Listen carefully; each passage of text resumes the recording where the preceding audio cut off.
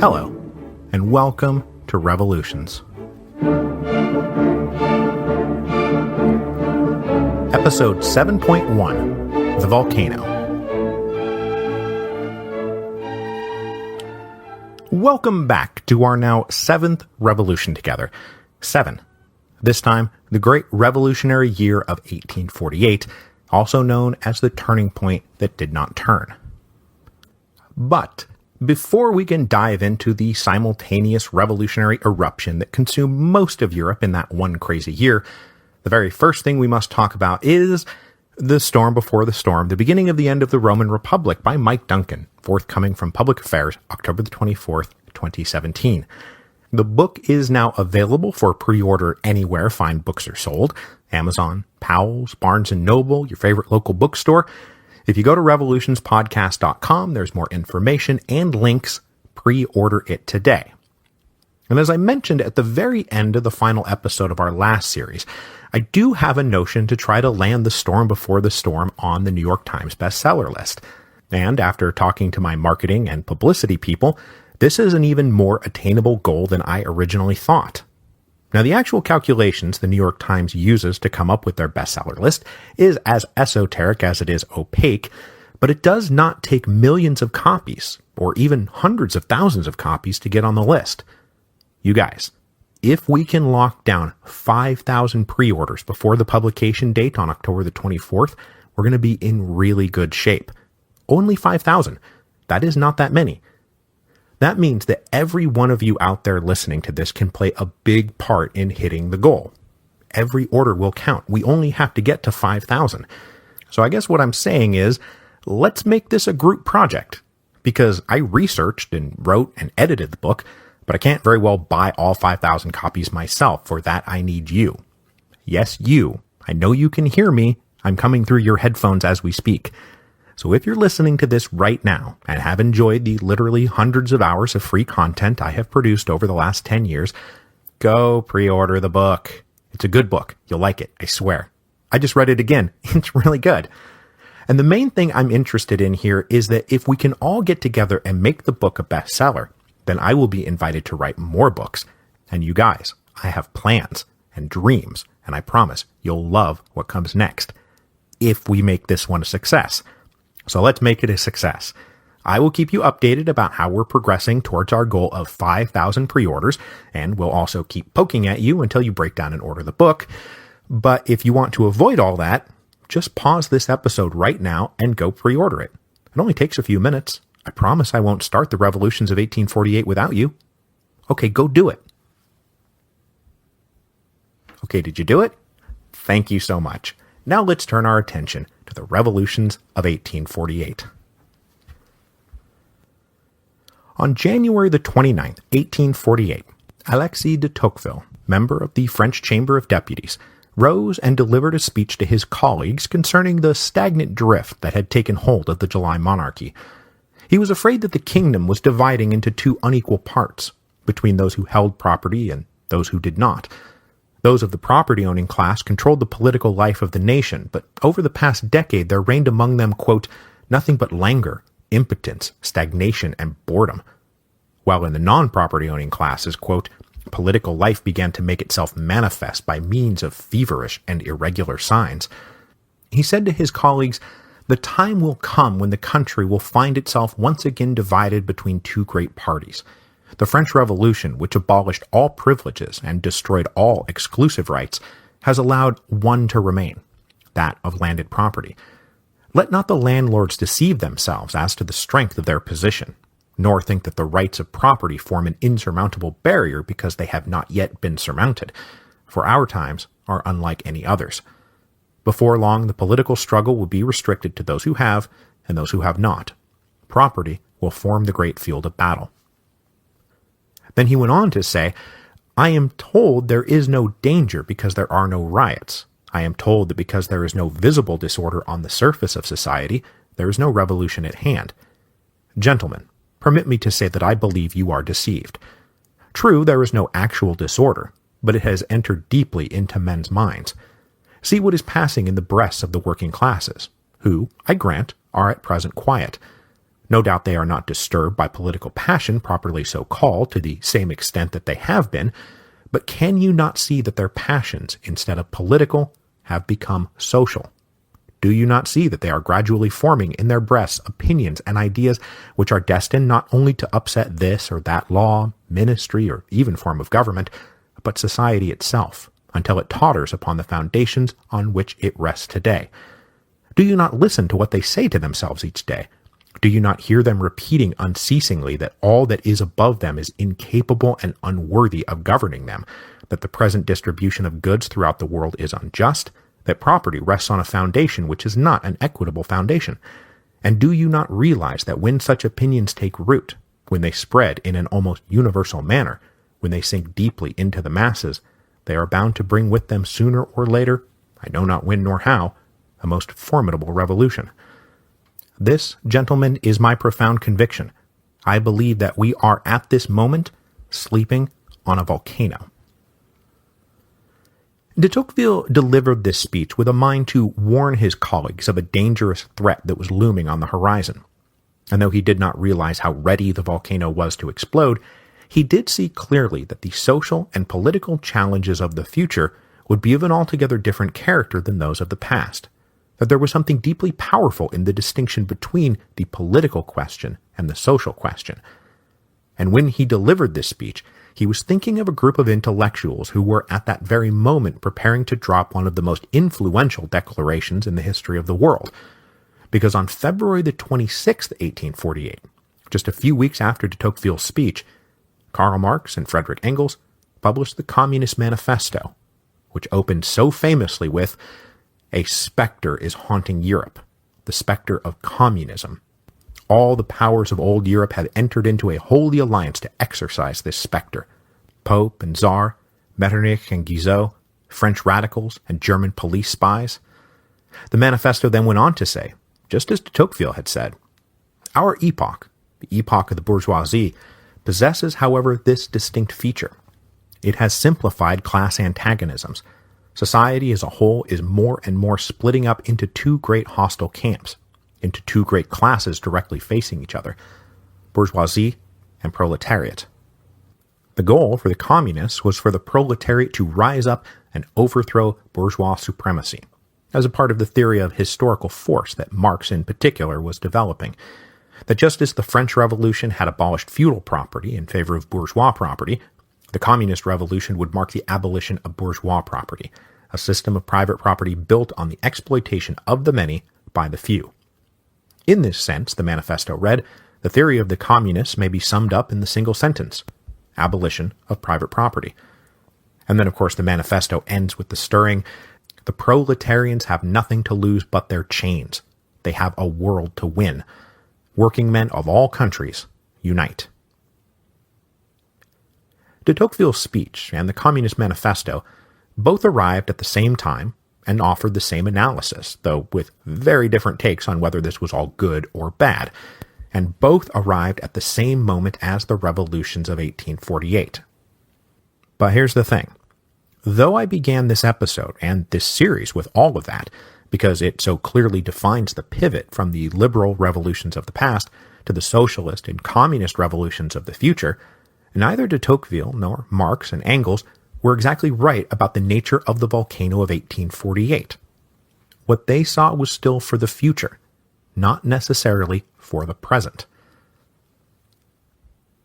So to start working through the real nature of the volcano of 1848, I would like to begin today with a broad look at the state of Europe in the 1830s and 1840s. So first, we'll take a big picture look at the geographic regions, the kingdoms and empires where the revolutions will explode. Then we'll talk about the economics and social classes building up the revolutionary pressure, and then finish with a discussion of the ideas, philosophies, and ideologies that are feeding the revolutionary fire. Now, nothing we do today is going to go into too much detail in any individual area, because after today's episode, we'll follow 5 episodes that each take a detailed look at our main areas of interest: France, Germany, the Habsburg Empire, and then 2 special components that will spin off from our discussion of the Habsburg Empire, Italy and Hungary. Then the next thing you know, we'll be at episode 7.7 to talk about the Depression of 1846-1847, and then it will be time for the volcano to blow. So the first thing you'll notice is that the list of geographic areas of interest do not coincide with the 5 great powers that we've been talking about since all the way back in episode 3.6. France, Prussia, and Austria will get a ton of attention in this series, while Britain and Russia will not, because they were both mostly outside the blast zone, though for completely opposite reasons. In Britain, the Great Reform Act of 1832 pretty much gave the bourgeois middle class what they wanted politically, and left them with no reason to join forces with the lower classes in a revolutionary uprising. While in Russia, an intensely reactionary autocratic regime will be able to quickly stamp out what few sparks tried to catch fire. Russia will enter the fray of the story of 1848, but only as muscle to aid the conservative powers of Central Europe beat back the forces of revolution. So that leaves us with the 3 great powers that were in the blast zone: France, Prussia, and Austria, and most especially Austria's imperial satellites.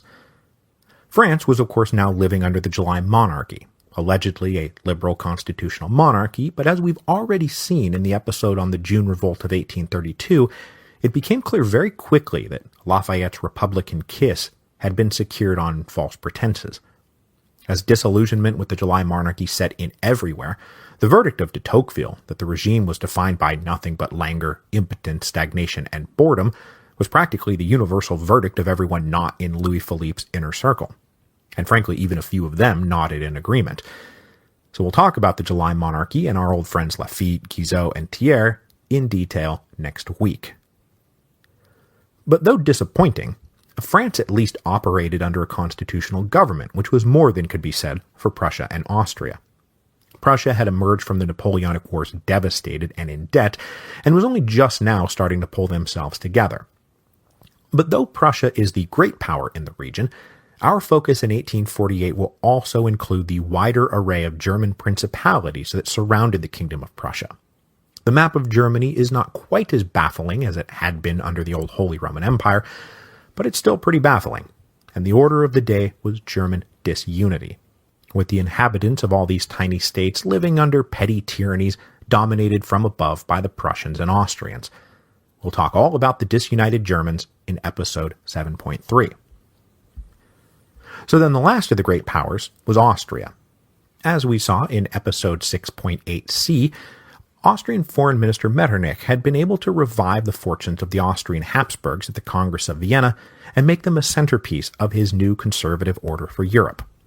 But rather than trying to revive the Holy Roman Empire, Metternich established in its place a multi-ethnic empire bound together in personal union by the Austrian Habsburg dynasty. So, no longer Holy Roman Emperor, but instead simply Emperor of Austria. Under the Austrian Emperor was a multi-ethnic empire that sprawled out from Vienna in all directions, and besides Austrians and Germans, there were Czechs, Slovaks, Romanians, Ukrainians, Poles, Croatians, Slovenes, Serbs, Hungarians, and Italians. Metternich believed deeply in the legitimacy and necessity of this multi-ethnic empire, and we will pick up his story where we left it off in episode 6.8c in episode 7.4. But within the Austrian Empire, there were 2 major components that we must talk about in greater detail: Italy and Hungary.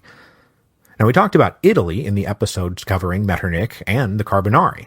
I wasn't just slapping those episodes together, they did have a point. Northern Italy around Milan and Venice were formal constituent parts of the Austrian Empire, and understandably chafed under imperial rule, while the rest of the Italian peninsula was divided between a few smaller kingdoms: Piedmont, Sardinia in the northwest, the Kingdom of the Two Sicilies in the south, and the Papal States in the middle. And though not formally under Austrian rule, these smaller Italian kingdoms lived under the ominous shadow of Austrian domination. Denied unification at the Congress of Vienna, an underground network of Italians kept that particular dream alive. And we'll talk all about them in episode 7.5. And then finally, we have to introduce a whole new group that we've never talked about, not even once on the Revolutions podcast: the Hungarians. I'm not going to get into them too much today, as I'm going to give you a nice history of the Hungarians in episode 7.6, but suffice it to say that of all the constituent parts of the Austrian Empire, the Kingdom of Hungary was, thanks to the way it had been absorbed into the Habsburg realms, the most uniquely autonomous. Okay, so that pretty much defines the geographic scope of the revolutions of 1848. From west to east, it'll run from Paris to Budapest, north to south, from Berlin to Sicily. Now, we will not only be talking about these 5 big areas, France, Germany, Austria, Italy, and Hungary, but those areas will get us most of the most important action, and I'll fill in the gaps and make extensions as needed as we go. There's no episode limit to this series. We're just going to be done when we're done. Okay, so let's move now to a survey of the economics and social classes that will be in play. This being a show about political revolutions, we've been following the political history of the Atlantic world pretty steadily since, about the end of the 7 Years' War. But alongside these political revolutions, we all know that there was this other revolution, an economic revolution, the Industrial Revolution. And the history of the 19th century is, in many ways, the history of a civilization transforming from an agrarian society to an industrial society. New mechanical inventions, sources of power, modes of production, particularly in textiles, mining, metallurgy, and railroads, were combining to utterly remake the face of the world. But since we're still in the 1830s, and this series will be peaking at the end of the 1840s, how far along in this industrial transformation are we? The answer, perhaps a bit surprisingly, is that in our 5 big areas of focus, not very far along at all.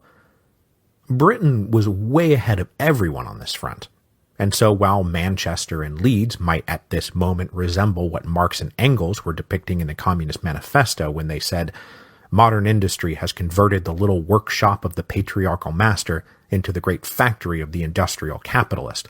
Masses of laborers crowded into the factory are organized like soldiers." Well, that hasn't really hit the European continent yet. This kind of factory industrialization had advanced to Belgium, northern France, and parts of the Rhineland, but most of the rest of Central, Eastern, and Southern Europe remained predominantly rural and agricultural. Only 4% of the male population of Prussia, for example, worked in factories. In France, there were 400,000 men who could be classified as industrial workers, but that was just 1/10 of the 4 million total who were counted as workers, and this all in a country of over 30 million people. 75% of France was still rural and agrarian.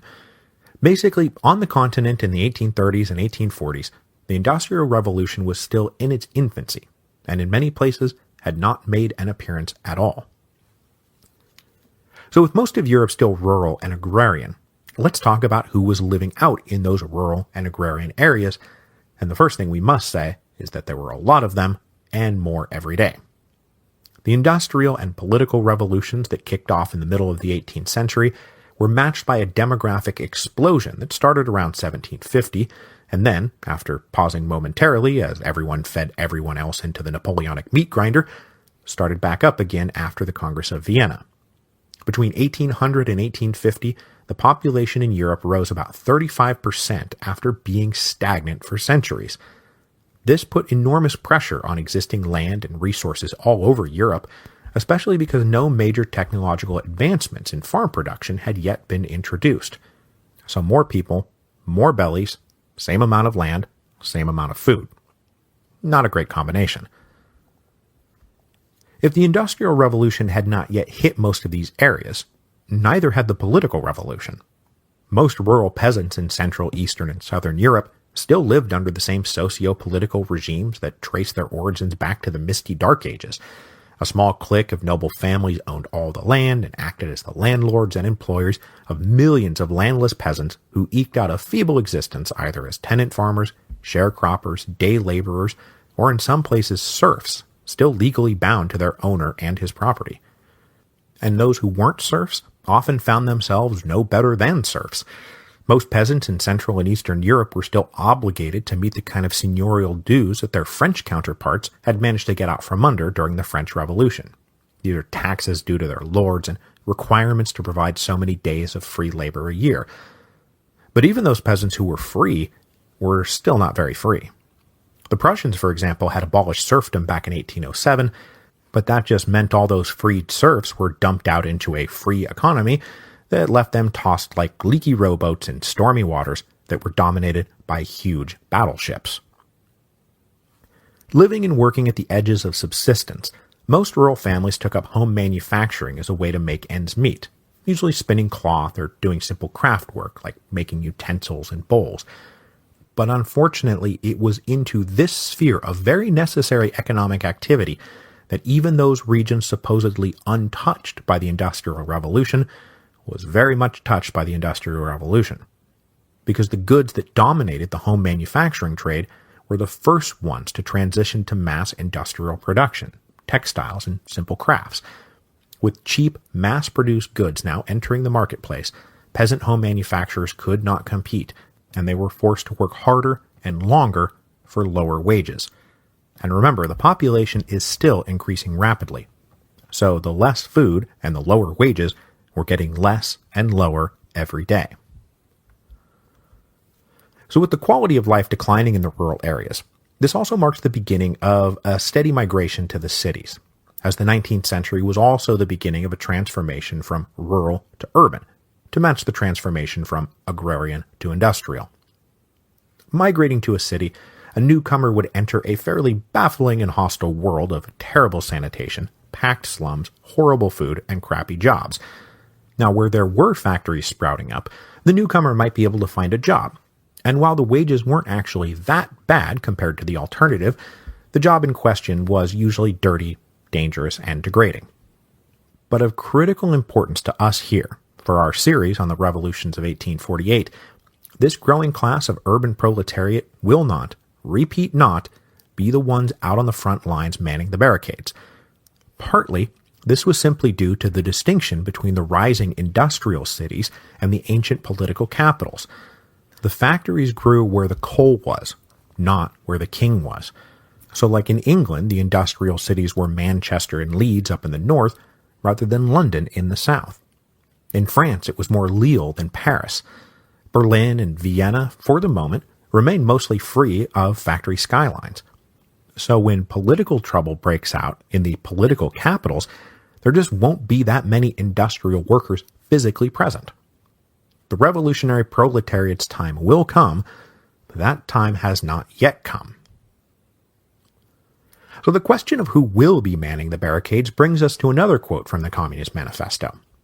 The feudal system of industry, in which industrial production was monopolized by closed guilds, now no longer sufficed for the growing wants of the new markets.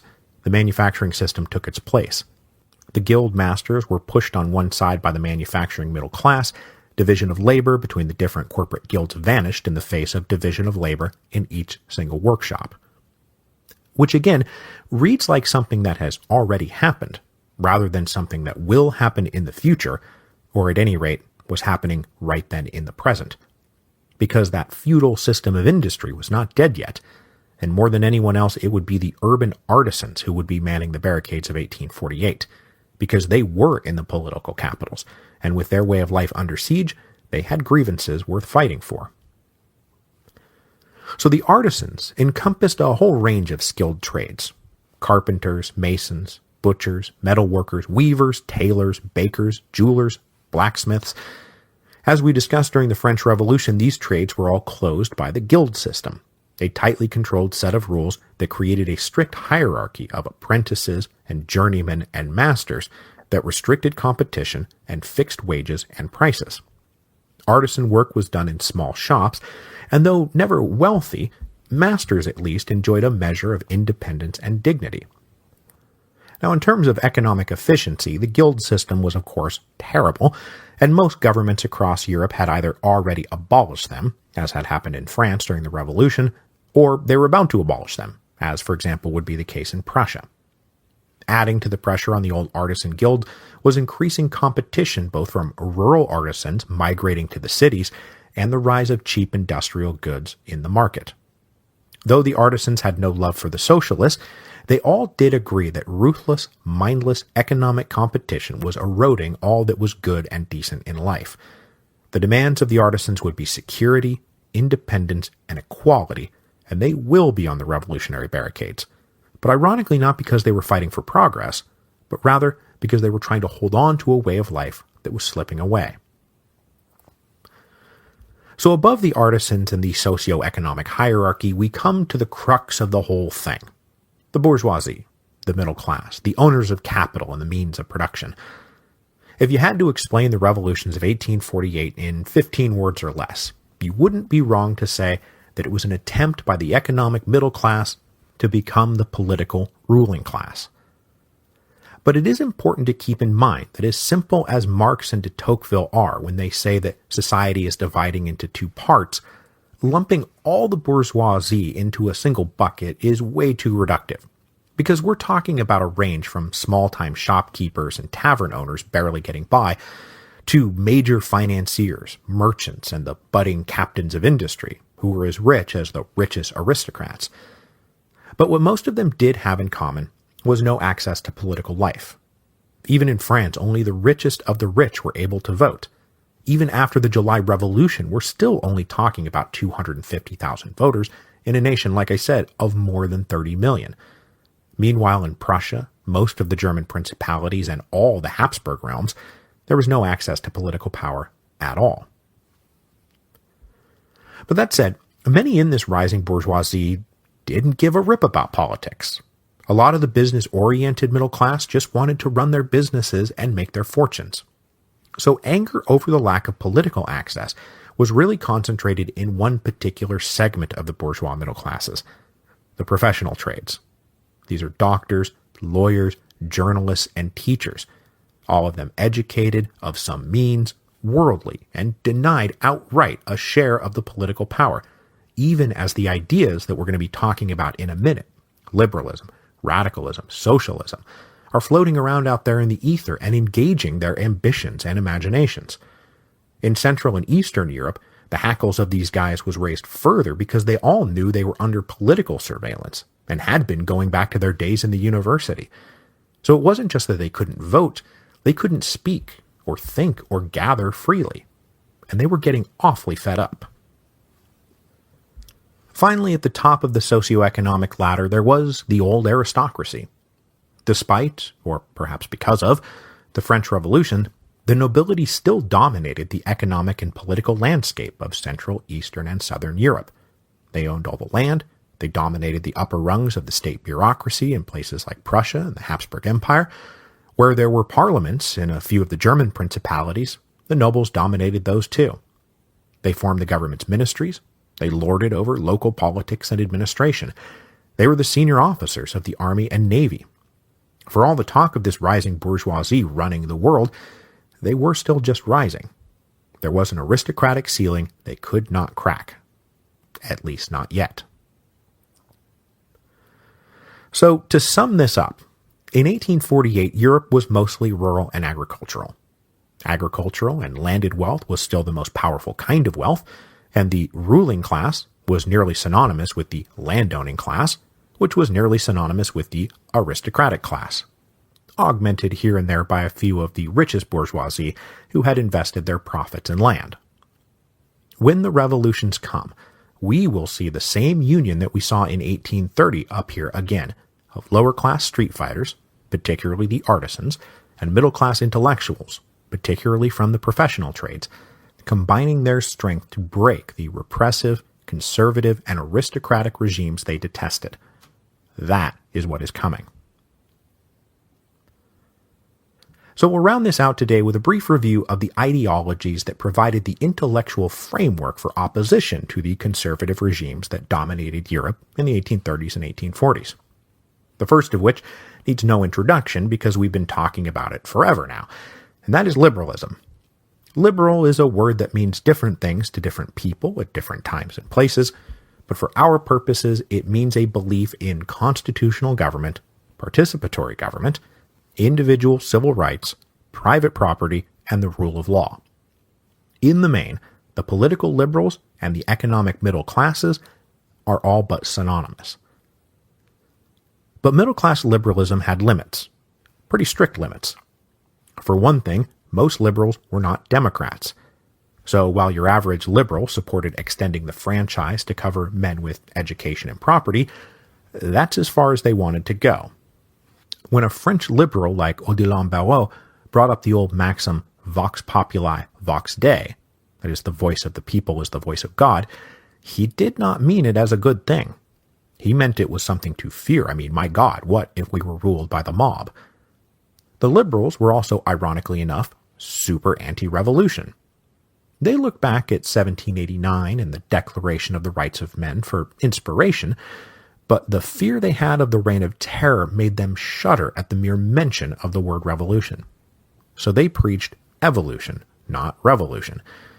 Because of this evolutionary bent, most of them were constitutional monarchists as opposed to outright Republicans, because you got to do these things in stages and not rock the boat, or somebody might break out Madame la Guillotine.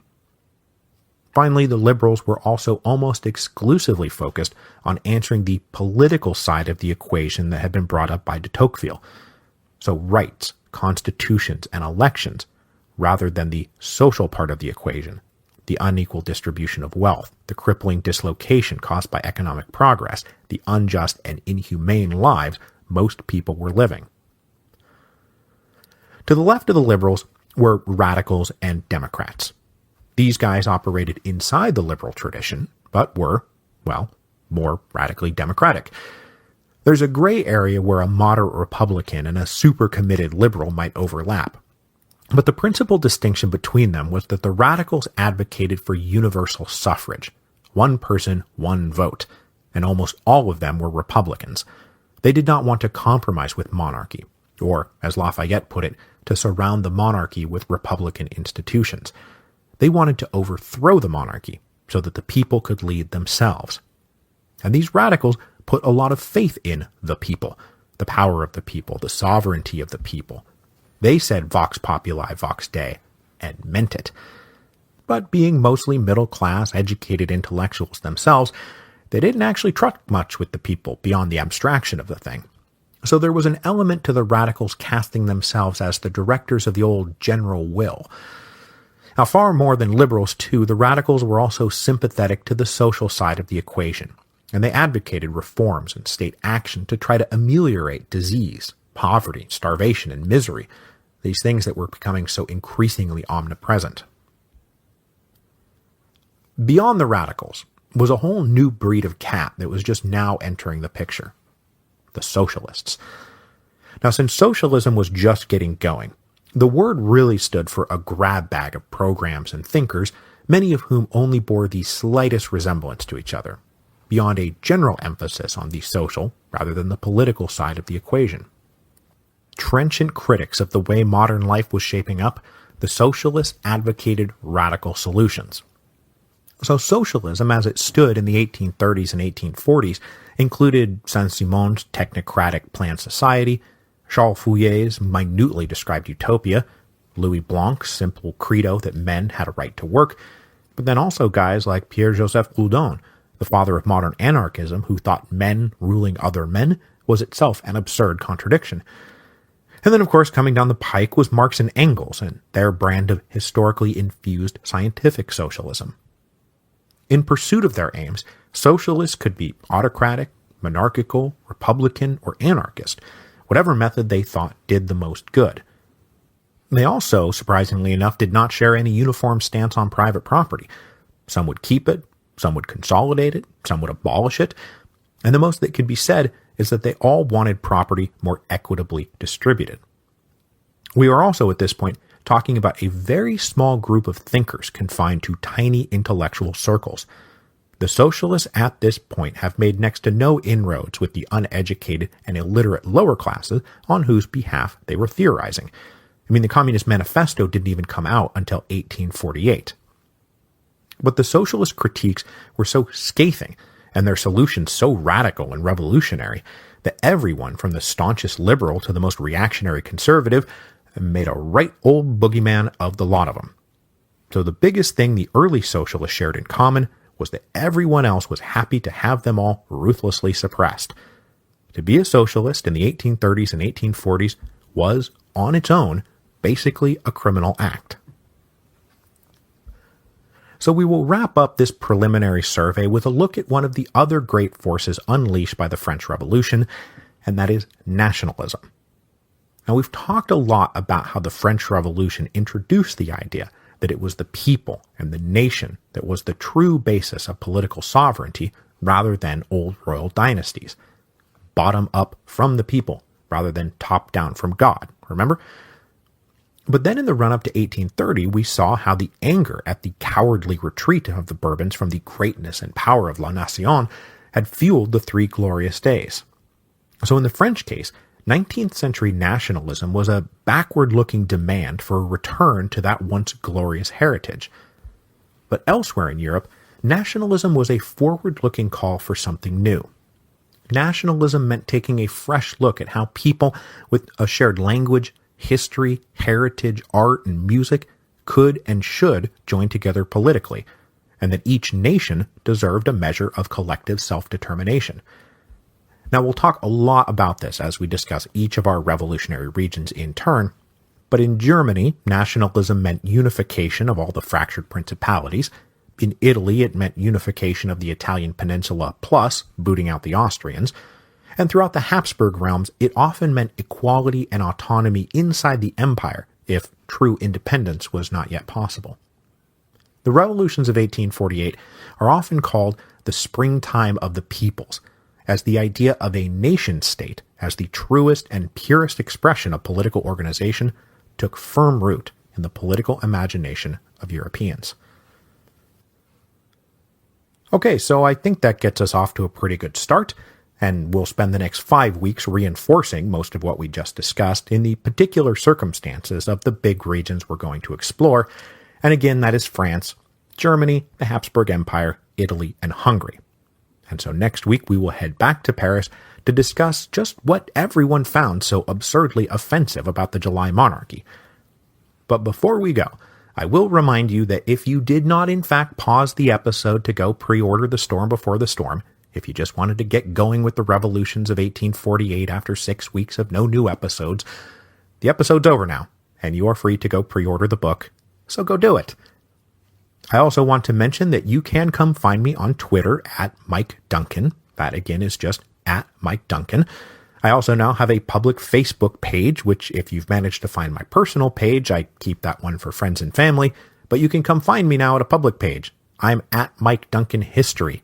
That is at Mike Duncan History. I'll be hanging out there. You can come say hi. Tell me you pre-ordered the book. I'll say thank you very much. And then really finally, you may not know this, but July the 27th, 2017 is my 10th anniversary as a podcaster.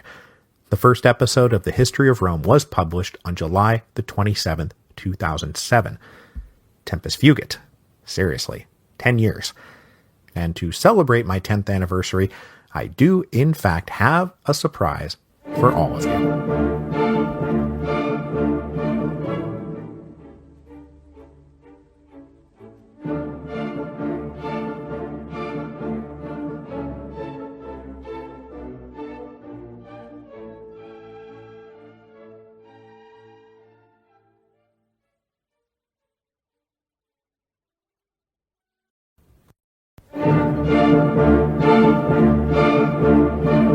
Hello, and welcome to Revolutions.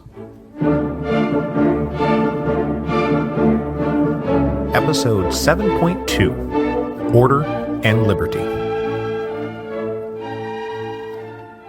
On July 28, 1831, a suitably solemn but enthusiastic ceremony was held in the Place de la Bastille.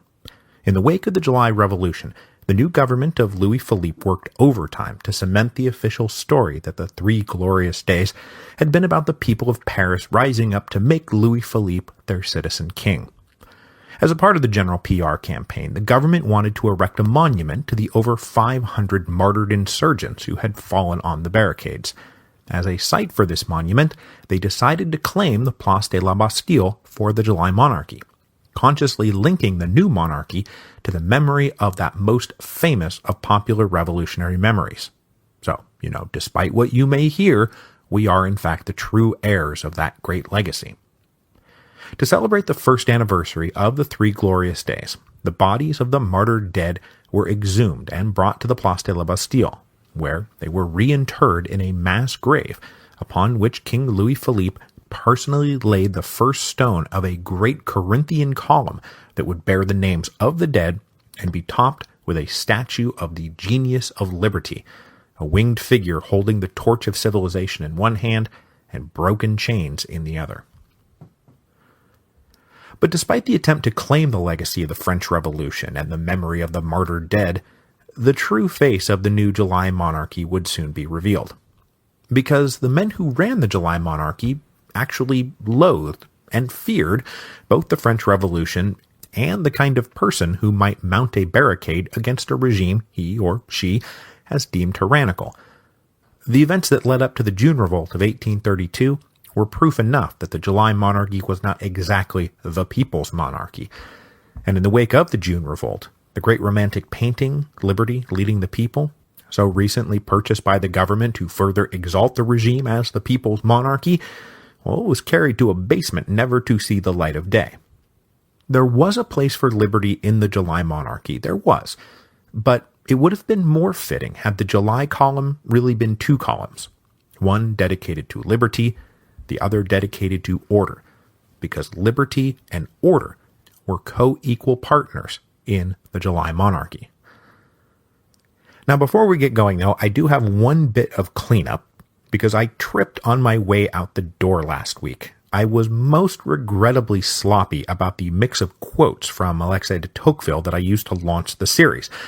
Everything I quoted comes from his book Recollections, which is amazing and everyone should read it, but that quote where he lambasts the July monarchy as descending into nothing but languor, impotence, stagnation, and boredom, I didn't mean to imply that that was from the speech. That actually just came from a passage in Recollections. But where I really blundered was that the first part of the quote-unquote speech, the one that went, "The time will come when the country will find itself once again divided between two great parties," well, I totally said that was a part of the speech, but actually it came from an unpublished pamphlet de Tocqueville wrote in 1847 and was then quoted in Recollections alongside his January 1848 speech to show the consistency of his own developing thoughts in the lead-up to the February Revolution.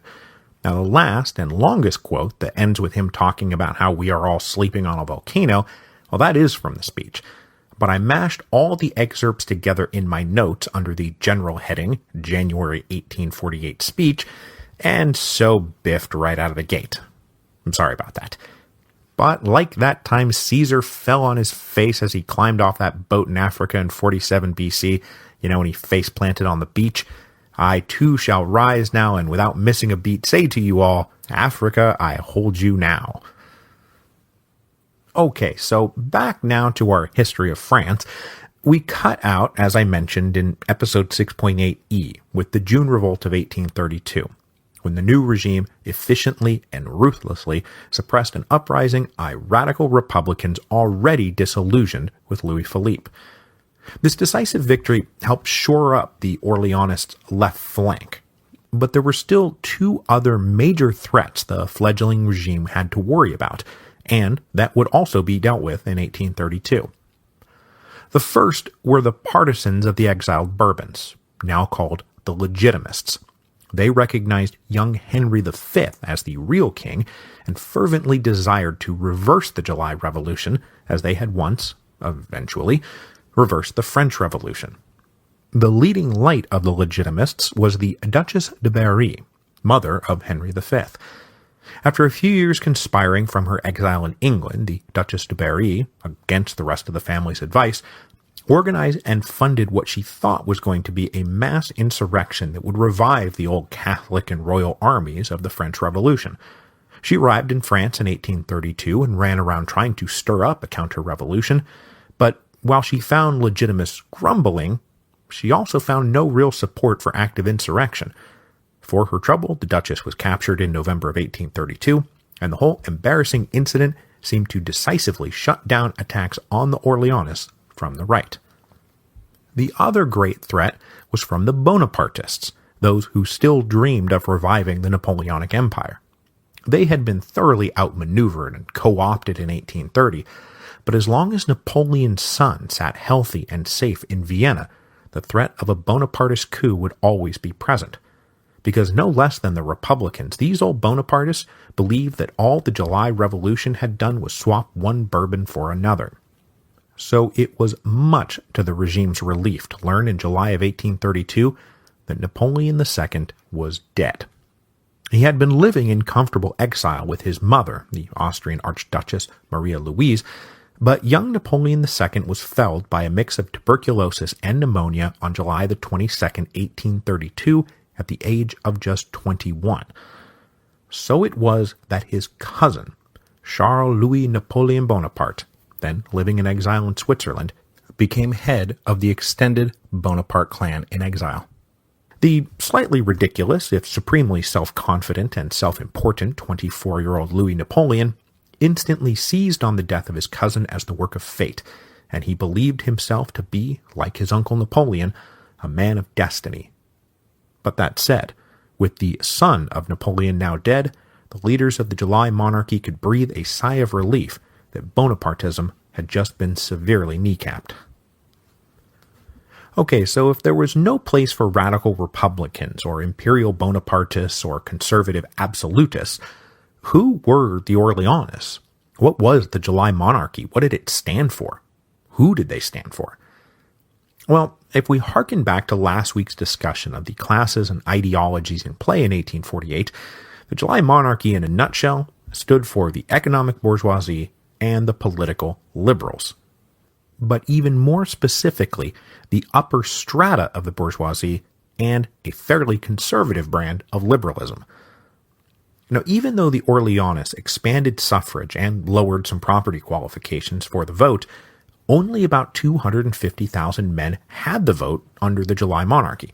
Yes, that was up from the 100,000 or so under the restored Bourbons, but still nothing even remotely resembling democratic suffrage. And of those, the true ruling class were the men known as the eligibles, men whose additional wealth qualified them not just to vote, but also to stand for office. During the reign of the Bourbons, only 18,000 names filled the roles of the eligibles. The Orleanists expanded this to 56,000, but that's your pool of leaders. That's it.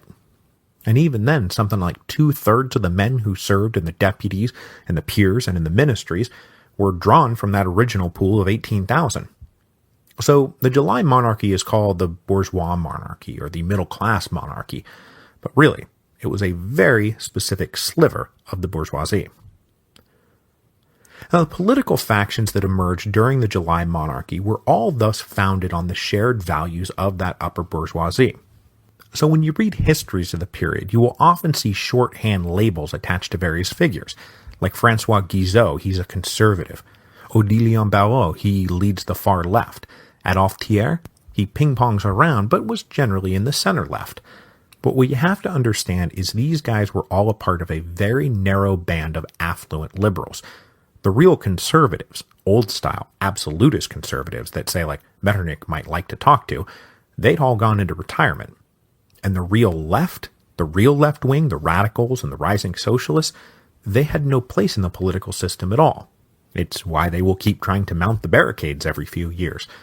So center, left, right, these are all very, very relative terms. What this meant was that the politics of the July monarchy could be pretty petty and personality-driven. They were all in agreement on the big issues, so that's kind of all they had left to fight about. They were all constitutional monarchists. They all believed in standard liberal doctrines: participatory government for the rich and educated, individual civil rights, protection of private property, and defense of the rule of law. They also agreed that liberalism, with all its rights and freedoms, had limits. Too many rights and too much freedom might lead to revolution, and revolution meant the reign of terror, which in France was not just an abstraction. I mean, François Guizot's father had been guillotined in 1794. Guizot's determination to not let that happen again, his opposition to Republicans, his hatred of leaps and bounds attempts to remake society, was very personal. Their shared liberal worldview also led them all to generally discount the social side of the great questions of the age, so they are not much interested in addressing the social fallout from the changing economic systems, and almost uniformly supported policies that favored the employer class against the rising working class. It was rooted in their notion that it was a freedom to work rather than a right to work, and things like unions and strikes were unfair infringements on an owner's ability to run his business as he saw fit. So in the July monarchy, both unions and strikes were illegal. So the disagreements inside this small liberal ruling clique came down to what you might call futzing around the edges. And there were arguments between the party of movement and the party of resistance. The movement guys would have extended the franchise still further, while the resistance was happy right where it was, but none of them were Democrats. They could also disagree about the extent of the king's personal authority and initiative. Some wanted the Chamber of Deputies to be the dominant body. They would determine who the ministers would be, and then the ministers would run the country. These guys wanted to make France a parliamentary monarchy. But others defended the king's prerogatives, which were, after all, written into the charter of government, that the king, as executive and head of state, would have a wide latitude to shape his own policies and pick his own ministers. But this, like I say, is just futzing around the edges. This was a regime built by and composed of upper bourgeois liberals. They had no truck with conservative absolutists. They had no truck with radicals or socialists. They ignored both noble claims to ancient privileges and working-class claims to new rights. In the July monarchy, the smart way was the middle way. The middle way was the liberal way, and it was the liberal way or the highway. So what about the rest of France? The other 30 or so million people not included in this pool of 250,000 voters and 50,000 leaders running the show. Well, to take the same basic framework of the social and economic classes we introduced last week, what we can say is, first of all, thanks to being the epicenter of the French Revolution, that the classes and economic structure of France had evolved a bit ahead of the rest of Europe. So, if you remember all the way back to the first couple of episodes on the French Revolution, we talked about the broken system of overlapping political and legal jurisdictions, different taxes in different areas, different regulations in different areas. There were guild rules and internal tariffs, seigneurial dues and obligations, and then church tithes. Almost all of that had been swept aside during the Revolution. And then further, the consolidation of a centralized government during the Napoleonic era had led to a more rational and uniform treatment of people, goods, and services. So a lot of what the Germans are going to be fighting for in 1848 has already been achieved in France. So France in the 1830s and 1840s was still mostly peasant and rural. But the peasants, again thanks to the French Revolution, were the freest in Europe. They did not have goofy feudal obligations anymore, and they lived under uniform laws, paid into a fairly rational tax system, and understood that they had something resembling rights, as long as they didn't trash the king or suggest that private property might be the artificial construct of bourgeois scum. But though the French Revolution had loosened a few of their chains, like their Eastern, Central, and Southern European brethren, French peasants still often lived on the knife's edge of subsistence, and took piecework home manufacturing jobs to supplement their income, and when necessary, moved to the cities to look for work, as looming industrialization both impacted their rural livelihoods and seemed to simultaneously beckon with an urban solution. But as we also talked about last week, we shouldn't yet overstate the impact of industrialization, as it was just getting going in the north of France, so the lower Seine River, the city of Lille, the region of Alsace, and the Rhine frontier. As I mentioned in episode 6.8b, Belgium was also industrializing pretty rapidly on the northern border during this same period, so that whole geographic region is all kind of a piece. To spur development, the liberal leaders of the July monarchy were pretty happy to sponsor initiatives and public works projects that would combine private profit with public utility, and in particular the emergent railroads would become a focal point for such activity, as the government would join with commercial banks and private corporations to start building up rail lines in the north. But again, this is all pretty nascent and embryonic. It's not until the era of the Second Empire, after the revolutions of 1848 that industrialization really hits France. So that means that when it comes to the workers, the artisans were still a force to be reckoned with in France, and in fact more of a force to be reckoned with than nearly anywhere else, despite the fact that they were among the first to have lost the kind of guild protections that their eastern counterparts were still trying to defend. This was because they had now 50 years worth of cultivated political consciousness under their belts, because the artisans in France are just the old sans-culottes, one of the defining groups of the French Revolution. The only reason they're not still called the sans-culottes is because everyone else stopped wearing culottes. So in terms of their political consciousness, they also drew not just from the old days of the original French Revolution, but also the very recent experience of the July Revolution. These guys had fought and died on the barricades. They were heavily represented among the martyred dead, and they were among those who felt most betrayed by the fact that their blood had been shed so that rich bankers and spineless liberals could seize power behind their backs. They were also among the strongest keepers of the old nationalist flame and the memory of the glory of the empire. While in Germany and Italy nationalism was mostly an intellectual pursuit, in France the Revolution and the Napoleonic era had sunk a deep populist root into the common people. The urban working artisans were amongst the most fiercely patriotic of any group in the country. And now they had, too, this emerging threat of industrial competition to worry about. And we're going to talk about one particular subset of the artisans in a minute when we wrap up this episode with the discussion of the cycles of insurrection and repression that marked the July Monarchy.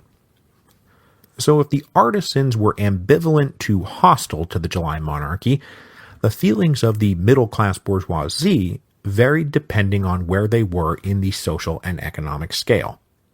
To wit, the lower you were on the scale, the less impressed you were. Now, the lower rungs of the French bourgeoisie, the petite bourgeoisie, had a huge claim to being one of the key groups of the old French Revolution, since they were the ones who had filled out the ranks of the National Guard, who, as much as the sans-culottes, came to define what the French Revolution was. This group of mostly small-time merchants and professionals might join with the sans-culotte-style artisans to attack an existing regime, as they did in 1789 and 1792, and then most recently in 1830. Or they could break with the sans-culottes and side with the regime, as they did after Thermidor, and then most recently during the June Revolt of 1832, when they attacked the barricades rather than defend them. In the course of French revolutionary history, the National Guard could make or break a regime. In fact, as we saw in the episodes on the July Revolution, the Orleanists considered the National Guard, which is to say the petite bourgeoisie, to be absolutely essential to their legitimacy. But though this group was down with both liberty and order, and thus made a perfect constituency for the July Monarchy, they were increasingly miffed about what one might call a huge mistake. Not all of them were enfranchised or allowed to participate directly in politics. The wealth required to serve in the National Guard was far short of the wealth required to vote, and for all their talk about a rational, liberal middle way, guys like Guizot and Thiers opposed the growing movement to make service in the National Guard qualify a man for suffrage. In 1839, a petition with 188,000 signatures was just rejected out of hand. Extending the franchise to all the National Guard seems like kind of a no-brainer to me. But rather than make this fairly banal extension of rights, the guys running the July Monarchy just honked off a bunch of families that they themselves considered absolutely essential to maintaining the regime's stability and legitimacy. It's frankly a bizarre decision. Now, slightly higher up the socioeconomic scale, but still in there with the other disaffected middle classes, were the lower rungs of the professional classes. Unless you were prosperous enough to make investments in land, these educated professionals, the doctors and the lawyers and the journalists, were able to intelligently observe politics and form intelligent opinions about politics, but they were not allowed to participate in politics. And then, of course, also heavily represented among the martyr dead of 1830 and every subsequent barricade insurrection were law students and medical students who combined their educations with romantic, youthful zeal and were always spoiling for a fight. So if the July monarchy wasn't really working for the lower-class peasants or the new industrial workers or old-style artisans or even the lower-middle-class bourgeoisie, who were they working for? Well, the upper-class bourgeoisie, the most powerful component of which was the bankers, a growing group of commercial financiers who had played a critical role in the July Revolution and now had the run, with a few exceptions, of the July monarchy. Jacques Lafitte and Casimir Perier were simply the richest and most visible of a new class of financiers. Both by circumstance and by choice, one of the most critical revenue streams for the July monarchy was government bonds. These bonds came with a very high interest rate because both lender and borrower knew that the funds were indispensable. Since the bankers were simultaneously the funders of the regime and a powerful chunk of men who qualified to vote and serve in office, it was natural that one attuned to the other. The National Bank of France, which had been founded during the Napoleonic era, grew in both size and scope during the July monarchy. But we should be careful about being too one-to-one about this, as politics could occasionally get in the way, as it did in 1836, when the ministry and the Chamber of Deputies got into a fight about whether to lower the interest rates on the bonds. But in the main, as one of the Rothschilds once wrote home, Louis Philippe's door is always open when I come to call. So that's the general structure of France under the July monarchy. And though it appeared from the outside that the monarchy was stable, and the talk was about a middle way that secured both order and liberty for the benefit of everyone, its foundations were in fact narrow and shallow. It could not claim the ancient legitimacy of the absolutists, that we rule by the grace of God and a millennium of history, nor could they claim a popular mandate, that they ruled on behalf of the people from whom their legitimacy sprang, because fear of revolution kept them from ever trying, or even ever wanting to try, to tap those popular roots. The one thing the monarchy really had going for it was that they were a bulwark against revolution, and most people in France, from impoverished peasant on up, didn't really want another revolution. But there were those who did not feel much of the liberty that was supposedly going around, and instead felt mostly the order that was going around. And the most persistent class of men targeted for order rather than liberty were the radical Republicans and proto-socialists who thought France deserved better than liberty for the bankers and to hell with everyone else. As these guys kept pushing the July monarchy kept pushing back until the column of liberty seemed very much overshadowed by the column of order. After triumphing over the Republicans and the Legitimists and the Bonapartists in 1832, the July monarchy enjoyed about 2 years of peace. But in the spring of 1834, they had to deal with a rash of new insurrections. And of principal concern during these insurrections was that subset of the artisans that I wanted to tell you about, and that is the silk workers of Lyon. They are a perfect example of the revolutionary, or at least insurrectionary, artisans of the period. Silk products from Lyon were world famous. They were lucrative goods, and they now operated through a tiered system where a tiny group of just about 1,000 principal businesses contracted work to about 10,000 masters, who then employed about 30,000 apprentices to fill the orders. The masters owned all their own equipment and managed their own small shops of usually less than 10 people. We very briefly touched on these Lyon silk workers in episode 6.8e because they had already gone into revolt once in 1831. When the economy took a downturn, the prices those principal business owners paid plummeted, and the silk workers agitated the local municipal government to pass a law guaranteeing a minimum price for their work. When the business owners refused to pay the minimum price, the silk workers took up arms and flooded into the street. After a few tense days, they were beaten back by 20,000 soldiers, and this suppressed uprising in Lyon was one of the first signs that the July monarchy was not really by and for the people in any meaningful sense. Well, 2 years later, the economic situation had improved dramatically, and now demand was so high that the silk workers were able to command much higher wages than before. So the same group of business owners who had balked at paying a minimum price now got together and agreed that they were paying way too high of a price. The conspiracy to suppress wages was infuriating, but it was joined by a new set of laws passed by the Chamber of Deputies that were aimed at clamping down on seditious political clubs. Laws stipulating that clubs and societies couldn't have more than 20 members or engage in particular political activity threatened the silk workers' mutual aid societies, basically groups where everyone contributes dues to cover for the sick or disabled, or cover pensions and funeral expenses in case of death. The mutual aid societies had become an obvious structure for worker organization, and the silk workers believed that the government was coming after them, just as the large purchasing houses were trying to force through a wage decrease. So all of this led to a strike in the first week of April 1834. Now, the strike quickly fizzled and led to a sweep and arrest of all the leaders, but when those leaders were arraigned on April the 9th, Lyon exploded. Demonstrations in front of the courthouse got boisterous, soldiers opened fire on the crowd, and in response, somewhere between 3,000 and 6,000 men took up arms. The small army garrison made a strategic withdrawal from the city, and the insurgent workers held Lyon for 4 days.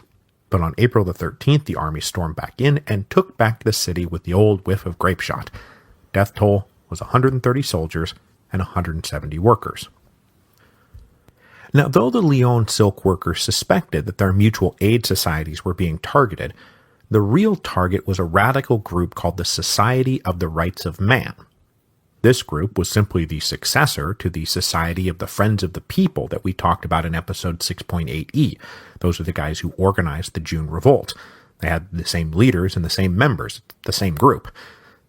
Believing that the Society of the Rights of Man to have affiliates all over France, the government cracked down just as the Lyon silk workers were going on strike. The government ordered preemptive arrests in Paris to hit the radical leadership, and in response, the society, which didn't really have more than about 2,000 members, took to the streets. On April the 13th, 1834, just as Lyon was being subdued, armed radicals in Paris built and manned barricades in the same neighborhood around the Rue Saint-Denis and Rue Saint-Martin that had been the epicenter of the 1832 revolt.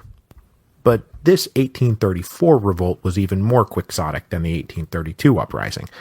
Expecting trouble, the government already had 40,000 troops massed in the vicinity of the capital, and they just rolled in and cleared the barricades out. The enduring scene came at a neighborhood house where a shot had allegedly been fired out of one of the windows, and in retaliation a company of soldiers rushed in and shot, bayoneted, and killed everyone inside. All of them innocent bystanders. In the aftermath of the 1834 insurrection, something like 2,000 people were arrested, and the entire leadership of the radical Republicans was decapitated with a stroke. The crackdown was so effective, and the horror at the insurrection so acute, that King Louis Philippe immediately dissolved the Chamber of Deputies and called for new elections that turned out anyone with even a hint of radicalism in their rhetoric. The swift collapse of Republican fortunes meant that when the old Marquis de Lafayette died just a few weeks later, on May the 20th, 1834, the government's fear that his funeral would play out like Lamarck's had in 1832 was unfounded. There were no demonstrations, let alone an insurrection. Those radicals left standing were already pretty disgusted with Lafayette anyway, since he had given the regime his Republican kiss in 1830, and thus screwed them all over big time. Now, Lafayette has been with us since episode, 2.9, and the retrospective of his revolutionary career that might normally accompany a death as momentous as this one will have to wait for another time, as it would balloon way out of hand and consume the entire episode. So a Lafayette retrospective will be a thing, but for now it's just something I can tease you with. Sorry about that. So in June of 1835, the trial of the mass of arrested radicals began, and the Republicans hoped to use the whole thing as a way to rebuild their fortunes by ginning up sympathy as victims of a regime that no one really liked anyway. And it was kind of starting to work, too. But then the whole project was massively undermined on July the 28th, 1835, the 5th anniversary of the Three Glorious Days. While the king's entourage rode splendidly through the streets of Paris, a massive hail of gunfire hit them broadside. Massive. Now, thanks to his reinforced carriage, the king himself was not hit, but 18 people fell dead and another 22 wounded. The assassin was quickly apprehended, and yes, there turned out to be only one assassin for this whole hail of massive gunfire. Massive. That was because he and 2 accomplices had built what was later dubbed the Infernal Machine. It was 25 musket barrels rigged together so that they could all be shot simultaneously. When it came out that this little gang of assassins were all radical Republicans, the political classes closed ranks and the non-political classes sympathized with the king. Nobody sympathized with the radicals. So, seizing on the assassination as an excuse to instill a little bit more order, the government and the Chamber of Deputies got together a month later and passed what are known as the September Laws, a group of 3 laws aimed squarely at anything to their left. Stiffer controls on the press were put in place to censor writing and cartoons and put out of business radical newspapers. The laws also made it easier to secure indictments for treason, and then made it easier to secure convictions of those indicted. Among the seditious ideas now banished under strict force of law were questioning the legitimacy of the king, criticizing the king's political policies, suggesting a republic might be good, suggesting that private property might be bad. Now, though it was nearly impossible to enforce the September Laws in any kind of universal way, from 1835 on it was basically illegal to be a Republican or a socialist. It was now liberty for us and order for you. But remember, the radical Republicans were not the only threat to the regime, and there were still Bonapartists out there that seemed to be scheming on the edges to effect a coup and topple the narrow foundations of the July monarchy. Though when the threat of an actual Bonapartist coup manifested in October of 1836, it was so ridiculous that it was more of a comfort than a concern. Young Louis Napoleon, now 28 years old, got it into his head that he could lead a mutiny in the garrison at Strasbourg, and then, 100 days his way all the way to Paris. Wearing an artillery officer's uniform that he had procured, Uncle Napoleon started as an artillery officer, he arrived in Strasbourg and tried to convince the garrison to follow him. But the garrison just laughed at him and refused to mutiny, and instead the would-be Napoleon III skipped his way back to Switzerland. After some belligerent saber-rattling from King Louis-Philippe, Louis Napoleon chose voluntary exile and departed for the United States. Such was the miserable failure that was the first coup attempt of Louis Napoleon. So while the July monarchy was fending off these assaults from the outside, they were routinely at odds with each other internally, but again, over some generally small-time stuff, or just because 2 guys didn't like each other. In 1836, Louis-Philippe appointed a prime minister that nobody really liked from the conservative side of the liberal spectrum, and then kept him on in the face of the Chamber of Deputies' disapproval. The king dissolved the chambers in 1837 and 1839, trying to secure a better majority for his government, but the returns kept coming back with a bare plurality in the government's favor. And in the majority was an opposition coalition that included the left, right, and center of the respectable liberal classes. Adolphe Thiers was now openly comparing this to the crisis over Polignac. After another disappointing election for the government in 1839, the disliked prime minister successfully resigned, and the king had to form a new government, but it proved almost impossible to form a ministry from the disparate factions of the coalition because none of the leaders liked each other. The impasse was broken on May the 12th, 1839, when the reformed radicals decided to launch yet another revolt. After the disasters of 1834, they formed themselves into a new group called the Seasons to skirt the laws about how big a political club could be. So they were divided into little sections. 1 leader and 6 followers was called a week. 4 weeks would then be linked into a month, 3 months would be linked into a season, and 4 seasons into a year. By 1839, they had recruited about 3 years' worth of members, and then, possibly led astray by agents provocateurs who had infiltrated the group, they launched a revolt in Paris and managed to seize the Hôtel de Ville and the Palace of Justice. but the whole thing stalled out after just a few hours and everyone was rounded up and arrested. As we will see when we get into the guts of 1848, there was a lot of bad blood among the radicals over this debacle in 1839. Now, the upshot of this for the regime was that it snapped everybody back to attention, and a new government was successfully formed under Marshal Soult, an old Napoleonic marshal, making his second tour now as prime minister. But the ministry was still very unstable, and in March of 1840, Adolphe Thiers managed to push his way into the prime ministership, and that was also his second run as prime minister. I just kind of blew through the revolving door of July monarchy ministries. They change places all the time, and it's not actually as interesting as it sounds. But I just want to get us to a place where Adolphe Thiers is prime minister when everyone regathers at the Place de la Bastille to inaugurate the completed July column. It is the 10th anniversary now of the Three Glorious Days. But with a decade of the July monarchy now under everyone's belt, the July column now struck many as a bit absurd, certainly nakedly self-aggrandizing. The ceremony was neither as solemn nor as triumphant as the first ceremony had been, and while the July column still stands in Paris, the regime that the martyr dead supposedly died for would itself be dead and buried by the time the 20th anniversary of the Three Glorious Days came along. Okay, so that settles us now for the basic makeup of the July monarchy. Liberal bourgeoisie and only liberal bourgeoisie. Got it? Good. Next week, we will move over to Germany to investigate the disunited Germans and the state of society and politics in Central Europe, where the politically conscious classes would kill to have even an ounce of the liberty their French counterparts had, because all they had was order. But before we go, I have two brief notes.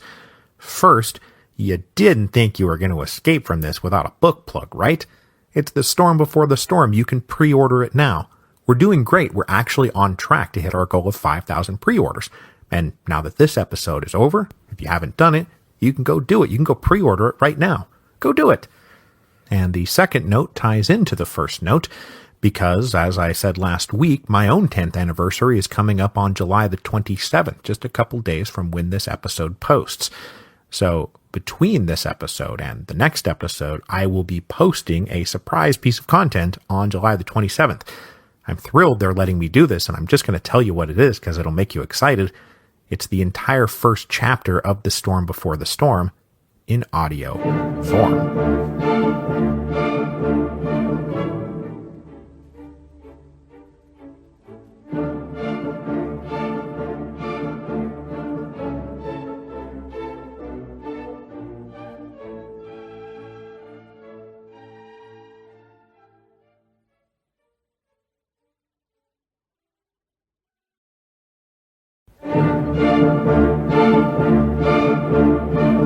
Hello, and welcome to Revolutions. Episode 7.3, The German Confederation. So I hope you all downloaded and enjoyed Chapter 1 of The Storm Before the Storm and then went and pre-ordered it. I did get some very nice feedback from a lot of people over the weekend, which was very gratifying. And many people also said many nice things to me on Twitter and Facebook on the 10th anniversary. So thank you everyone for that too. You sure know how to make a guy feel wanted. I am also getting asked a lot about whether or not there will be any kind of book tour, and the answer is yes. We are finalizing the details on at least 10 cities between the last week of October and the first week of December. Once everything is locked down, I will share the details in full. I also want to mention that there is a giveaway going on right now at goodreads.com. There are 5 copies of the review copies up for grabs. Now, unfortunately, this is for U.S. residents only. I do not make the rules, but you can enter between now and August the 2nd, so just in the next couple days. Then presumably you would read one of the review copies, go back to goodreads.com, and give the book 11 out of 5 stars. I'll end this by saying that the pre-orders are going very well. You guys are making me look very good, so please keep up the good work. Okay, on with the show. In 1848, Germany did not exist on any map in Europe. It only existed in the minds of a handful of idealists, and dreamers, romantics, and political reformers whose imaginations had been swept away by the tidal wave of the French Revolution and Napoleon's conquest of Europe, but who were then left high and dry in the reactionary retreat of that tidal wave after Waterloo. The revolutions of 1848 would not create Germany, but the revolutions of 1848 were inextricably bound up in the desire to create Germany. So today, we're going to pick our way through the constituent parts of Germanic Central Europe, a land that was on the eve of 1848, not yet Germany, and was after 1848 still not yet Germany, but which was in the process of becoming Germany. To begin this little tour of Central Europe, I want to go back to even before the Congress of Vienna, which will create the system that the revolutions of 1848 will be revolting against. I want to go back instead to the truly formative event in the history of Central Europe, the death of the Holy Roman Empire. For 900 years, the Holy Roman Empire had existed in its fractured, multi-tentacled, multi-crossed over, interrelated, incestuously weird hodgepodge of over 300 kingdoms, duchies, principalities, ecclesiastic principalities, free cities, you name it, it was in there and had been for nearly a millennium. Among all those little pebbles of territory, there had emerged by the mid-1700s the two big boulders, two of our five great powers, Austria and Prussia, both of whom were constituent members of the Holy Roman Empire, while also holding territory that was outside the Holy Roman Empire. It's all very confusing, let me tell you, but you don't have to worry about it too much because once Napoleon rolled out the Grand Army, the Holy Roman Empire was pushed into the dustbin of history. The dismantling of the Holy Roman Empire and the conquest of Central Europe by the French unfolded over three big stages. The first stage unfolded during the early part of the French Revolutionary Wars. By 1795, the levée en masse was rolling, the French had gobbled up all the little principalities on the west side of the Rhine, and straight up annexed most of them into the French Republic. During that period, German liberals and reformers in many of the small constituent parts of the Holy Roman Empire positively welcomed the French as liberators, and those on the east side of the Rhine pined for their arrival. They pined for the revolutionary release from the overbearing Austrians. Now, if you'll remember from the later episodes of the French Revolution series, the French armies then repeatedly crossed the Rhine but failed to make significant territorial inroads until Bonaparte comes along.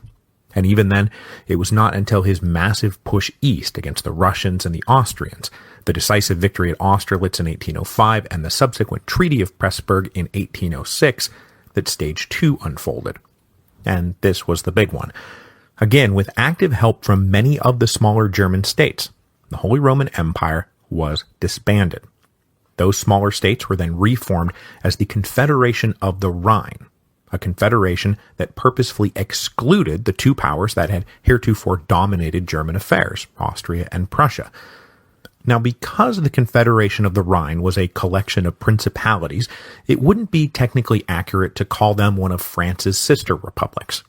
But they did share in the fate of those sister republics, which was that they celebrated the arrival of the French and freedom from the Austrians, only to learn that the French had only come to pump them for food, cash, men, and material so that the war could feed itself. Then the third and final stage unfolded just a few months later. Prussia, remember, had pursued a strict policy of neutrality going all the way back to the peace at Basel in 1794. Well, after the collapse of the Holy Roman Empire, Prussia abandoned neutrality and gambled everything on a decisive strike at the French, which, boy oh boy, did that not work out for them at all. I mean, they're going up against peak Napoleon, peak Grand Army. Crushed at the Battle of Jena in October of 1806, and then demoralized and humiliated by the Treaty of Tilsit in 1807, Prussia lost over half its territory and was required to pay a massive indemnity to the French to maintain their own occupation. Napoleon and the French were now the masters of Central Europe. After conquering Central Europe, Napoleon kept moving and continued to drag the peoples of Europe on a great murderous migratory wave from west to east until the pendulum reached Moscow, and that murderous migratory wave swung the peoples of Europe back from east to west until they all reached Paris. The Germans of Central Europe were absorbed into Napoleon's armies after the conquests of 1806 and 1807, and were thus dragged out to Russia and back. But when they were pushed into retreat through their own homelands, they rejected Napoleon and defected back to the Allies. Most, but not all, just prior to the massive Battle of Leipzig in October of 1813. The Confederation of the Rhine officially dissolved in November of 1813. Then the Germans helped chase Napoleon back to Paris and participated each in their own way in the destruction of the Napoleonic Empire at Waterloo in 1815. So after everyone in Europe had successfully put the French back into France, how to resettle the German territories of Central Europe was one of the primary concerns of the Congress of Vienna.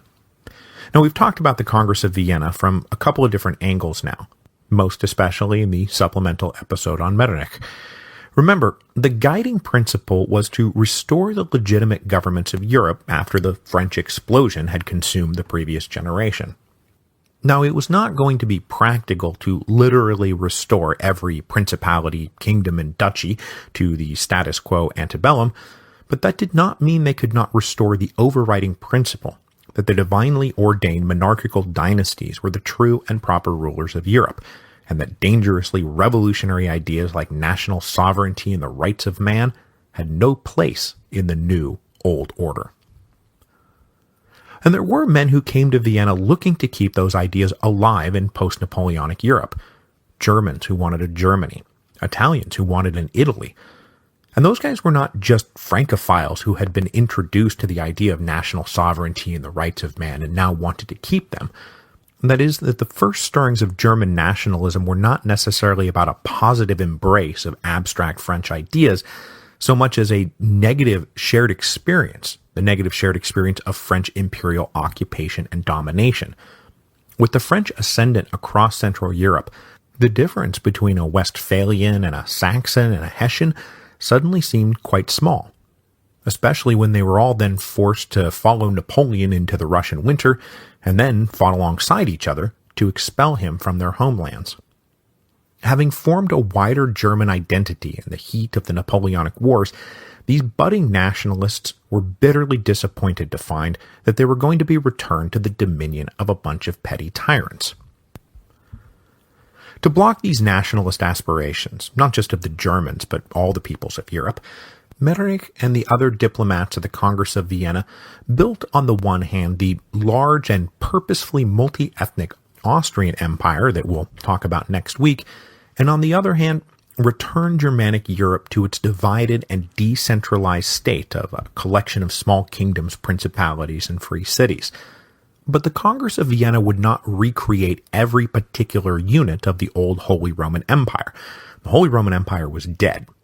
And if you compare a map of Europe in 1789 to a map of Europe in 1815, you would see a tenfold decrease in the number of sovereign German units. Before the French Revolution, there were about 300 sovereign German units. After the Congress of Vienna, there were not quite 40. Now, this process is called German mediatization, the folding of smaller sovereign units into larger sovereign bodies, the beginning, really, of German unification. The French invasion, occupation, and reorganization of Central Europe was a huge part of this mediatization process, as free cities and ecclesiastical principalities and minor duchies were stripped of their tiny bit of sovereignty and mashed in together into some larger group. And most of that was kept in place at the Congress of Vienna, with only a few of the units Napoleon had wiped off making a comeback and a few of the ones he had created broken up and dispersed elsewhere. The upshot of all this was that the map created by the Congress of Vienna now had 1/10 the total number of sovereign units in Greater Germany. But though there were so many fewer units, the point of this was still to keep the Germans disunited, mostly so that Austria and Prussia would still be the two biggest things around without getting too big for each other's comfort. So, to ensure that Germanic Europe stayed divided, the Congress of Vienna created the German Confederation, which was the heir of Napoleon's Confederation of the Rhine, except that instead of excluding Austria and Prussia, it made Austria and Prussia the two dominant states inside the Confederation. Now, the exact membership changed a lot around the edges, but at its height, I think that there were 39 members. It's actually kind of hard to tell, and different sources will report different numbers at different times, but we're talking about the high 30s anyway. Most of these states were absolutist regimes. Prussia and Austria were both absolutist regimes, and they had no interest in popular sovereignty, constitutional government, or the rights of man. Now, there were a few exceptions to this general rule, though, and I'm going to mention 3 in particular, and they're worth highlighting especially because they will be epicenters of action in 1848. First, there was the Kingdom of Bavaria, and then inside of Bavaria, a special subset called the Palatinate, the Kingdom of Saxony, and the Grand Duchy of Baden. Bavaria and Baden, for reasons we will explore in greater detail when we get into the guts of the revolutions proper, had both promulgated constitutions before 1820. They were not absolutist regimes. Now, they weren't like liberal British-style parliamentary monarchies, but they were constitutional governments. The Kingdom of Saxony would then get a constitution in the fearful aftermath of the July Revolution, when the king decided it was better to give an inch than lose a mile. And then the Palatinate was just a special case. It was now a constituent part of the Kingdom of Bavaria, but it had been annexed directly into the French Republic pretty early, and for nearly 20 years lived under the French administrative apparatus and adopted the Napoleonic Code. So technically a part of the Kingdom of Bavaria, the Palatinate was given a great deal of local autonomy, and their attempt to declare independence from Bavaria in the midst of the revolutions of 1848 will be a chapter unto itself. So the German Confederation was managed through a federal assembly that met in Frankfurt, and it was far more of an institutionalized summit of ambassadors than shared government. Delegates to the assembly were chosen by the German rulers. Popular election by the people was not even remotely considered. The Federal Assembly was presided over by the Austrian delegate, though that did not technically give Austria any more power than anyone else. Of the members, Prussia and Austria each had 1 vote, as did Bavaria, Saxony, Hanover, Württemberg, Baden, and the 2 Hesses. The 4 free cities that remained on the map, Bremen, Frankfurt, Hamburg, and Lübeck, shared 1 collective vote, and then the 23 little petty states shared a small block of 5 votes. And also thrown in for good measure, thanks to personal dynastic claims to sovereign units inside the Confederacy, the kings of Great Britain, Denmark, and the Netherlands also each had 1 vote in the Federal Assembly. Now, the German Confederation was not a political union. This was an assembly of sovereigns, not an assembly of delegates or representatives from one single political entity. And it was also not an economic union. So I guess the question is, what is the point of the German Confederation? What would these guys be voting on? Well, the official rationale was mutual defense. The point was to pool German military resources to check the rise of the French to the west and the Russians to the east, and then inside the Germanic lands, to give the Austrians and Prussians a little diplomatic arena to check each other. Everyone would pledge a quota of conscripts, supplies, and cash in case of war, and in times of peace, collectively maintain the various great German fortresses. So the German Confederation was at the outset really a military alliance. But the unofficial rationale was that the Federal Assembly was a place where the ruling German aristocracy could get together and compare notes on how best to keep the people of Germany, their subjects, under their myriad thumbs. Now, as I just said, the German Confederation was not an economic union, and was not really intended to be an economic union, but it was about to turn into an economic union. Central Europe was still predominantly rural and agrarian, with heavy doses of artisanal craftwork and proto-industrialization starting up in the northwest, specifically in the Rhineland. As you went east and south, the situation still looked virtually unchanged from the old feudal days. Though in the years surrounding the French arrival and retreat, serfdom had been mostly abolished in the places where it had still remained, particularly in eastern Prussia. But freedom for the serfs simply turned millions of families who had once been legally bound to their property of their nobles into millions of families now completely cut adrift in a big bad world. Most had no land at all, and those that maybe did couldn't compete, and their lands were swallowed up by the larger estates anyway. So serfs became tenant farmers and sharecroppers and day laborers, because as you may have heard, freedom is just another word for nothing left to lose. Now, as we discussed politically, the German states were kept purposefully disunited. But on the economic front, even the rulers could start to see the benefits of greater cooperation and unity. Post-Napoleonic Germans faced an insane array of tariffs and custom lines. The political fracturing of Germany meant that each little unit had its own slate of regulations and taxes, tariffs and dues that had to be paid for goods passing through their lands. Inside the German Confederation, there were 2,000 total of these invisible customs barriers crisscrossing the countryside. Even inside a large unified state like Prussia, there were more than 60 of these invisible lines that if you crossed them, you had to stop, get harassed by a customs inspector, and then pay up. Trying to move something from the west end of the German Confederation to the east end might require as many as 20 such stops for inspection and payment. It was nuts. Many in Germany looked to places like France and Great Britain that did not have to deal with this kind of nonsense, with a great deal of jealousy. The British were always way ahead of everybody on this sort of thing, and then the French Revolution had successfully abolished all these cumbersome custom duties that we talked about at the very beginning of our series on the French Revolution. So Prussia was the first to begin the process of tearing down these barriers, and they worked to abolish the invisible lines inside their own domains, while also beginning to negotiate with neighboring smaller states to form unified customs unions that would allow free trade across the political borders while maintaining a common customs duty for goods coming in and out. So internal free trade, external protectionist trade.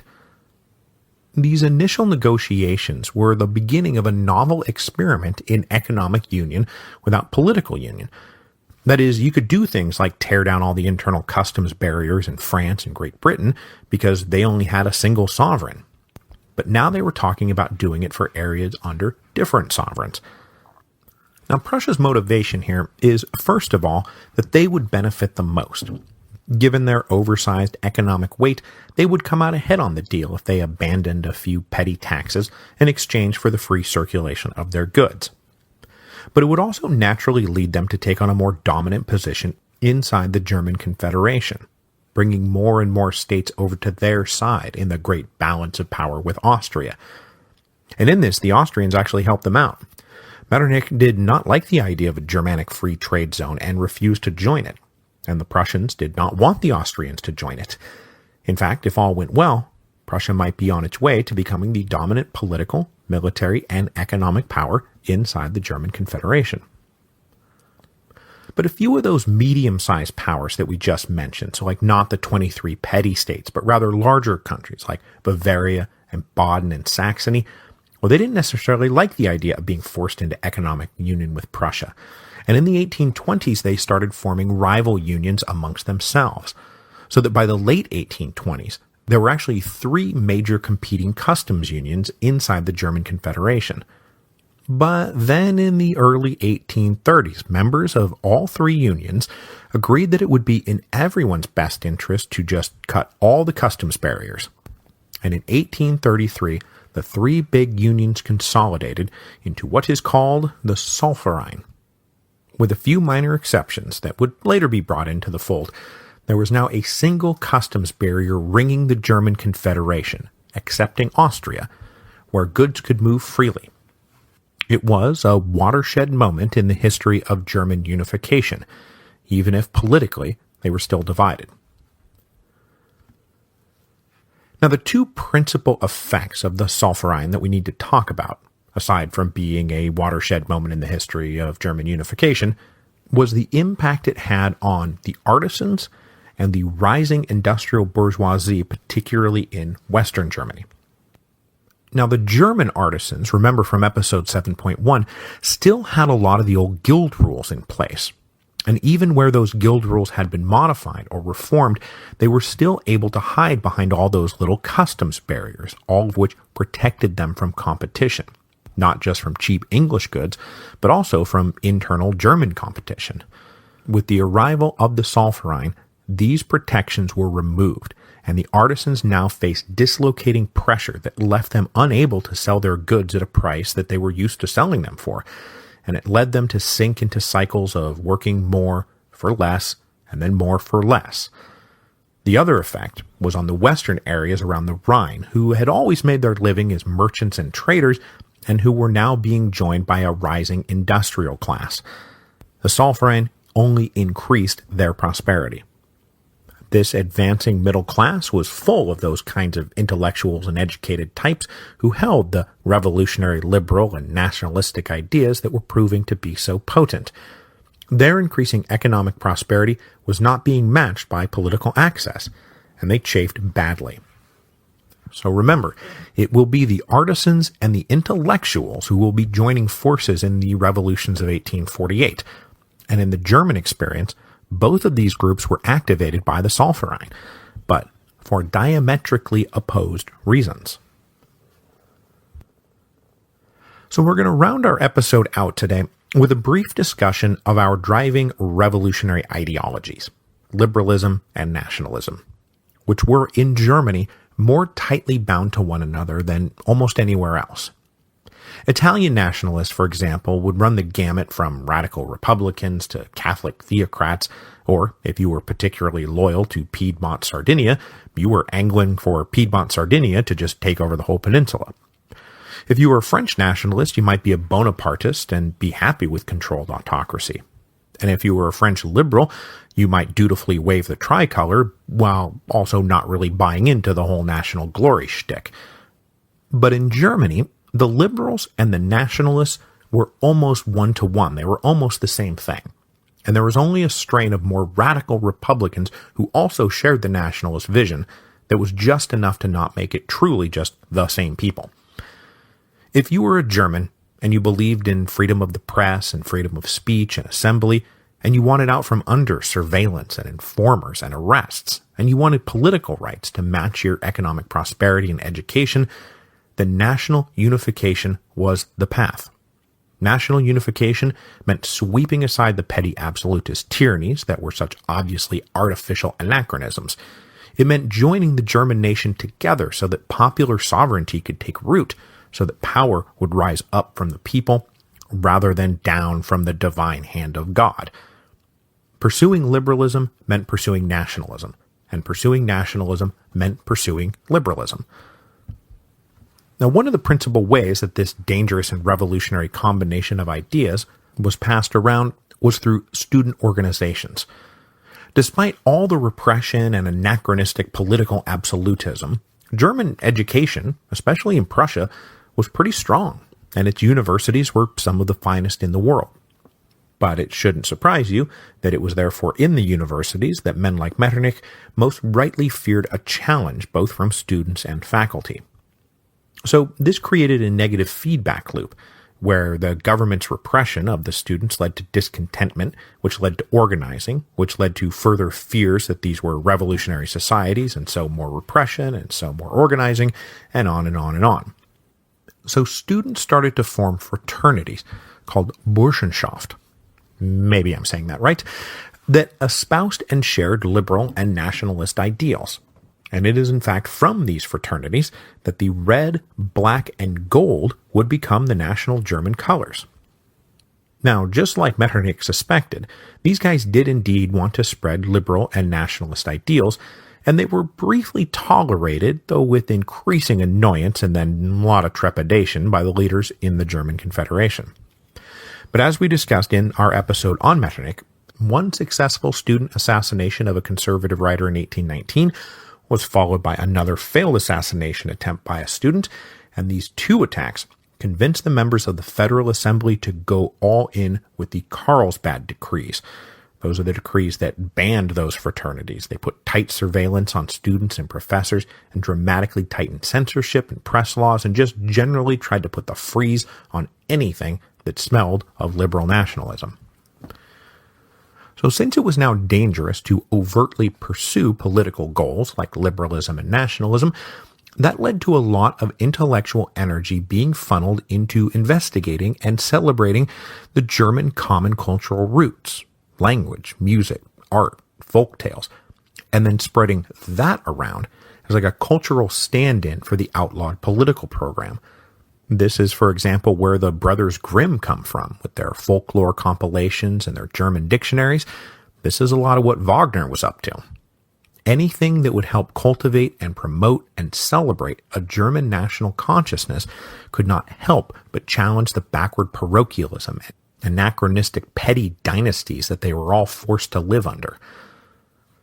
So the 1820s then were a time of discontentment amongst the educated classes, the former students who were now becoming rising professionals. They all thrilled with the news of the July Revolution, even if the government tried to prevent them from learning about the July Revolution, and the underground student fraternities went back to work. But because all forms of political assembly were banned, they had a bright idea. Let's just hold an apolitical festival, just a big party. So in 1832, they held this apolitical festival at Hambach Castle in the Palatinate, which is that subset of Bavaria on the west side of the Rhine that had lived under the French for so long and was now a bit of a haven for liberals and nationalists and dissidents. So upon throwing this Hambacher Fest, something like 20 or 30,000 people showed up from all across Germany, from all walks of life, and wouldn't you know it, they all basically agreed with each other, and then spontaneously speakers began addressing the crowds on such verboten topics as national German unity, political liberty, and railing against absolutism and Metternich's legitimate masters of Europe. It was at this festival that the red, black, and gold really took root as the official colors of national unity. But the Hambacher Fest also exposed one serious crack between the liberals on the one hand and more radical Democrats on the other, who were ready right then and there to try to declare a republic, much to the mortification of the more cautious liberals. Now, the Hambacher Fest did not immediately turn into anything, and it is just another milestone on the road to both the revolutions of 1848 and eventually German unification. But for the moment, it was an isolated event. It did not trigger any dramatic upswing in revolutionary activity, and in fact had the opposite effect. As with the assassinations of 1819, the Hambacher Fest put the powers of the German Confederation on notice that liberal nationalism had not gone anywhere, and so they all voted to extend and tighten the scope of the Carlsbad decrees to make it even harder for the enemies of the legitimate rulers of Germany to coordinate with each other. So in 1833, when they planned a follow-up, they found Bavarian soldiers manning the site at Hambach Castle, and the whole thing was shut down before it even had a chance to begin. So I'm going to cut things off there for the day because the Germans don't really get going again with anything exciting until after the turn of the 1840s, and especially once the economy takes a severe downturn in the middle of that decade. So next week, we will hop over to the other great Germanic power, the Austrians, and Metternich's beloved multi-ethnic empire. We will do a grand tour of said multi-ethnic empire and try to at least touch on as many of the Czechs, Slovaks, Romanians, Ukrainians, Poles, Croatians, Slovenes, Serbs, Hungarians, and Italians as we can fit in. They will all have their part to play in 1848, the great springtime of the peoples.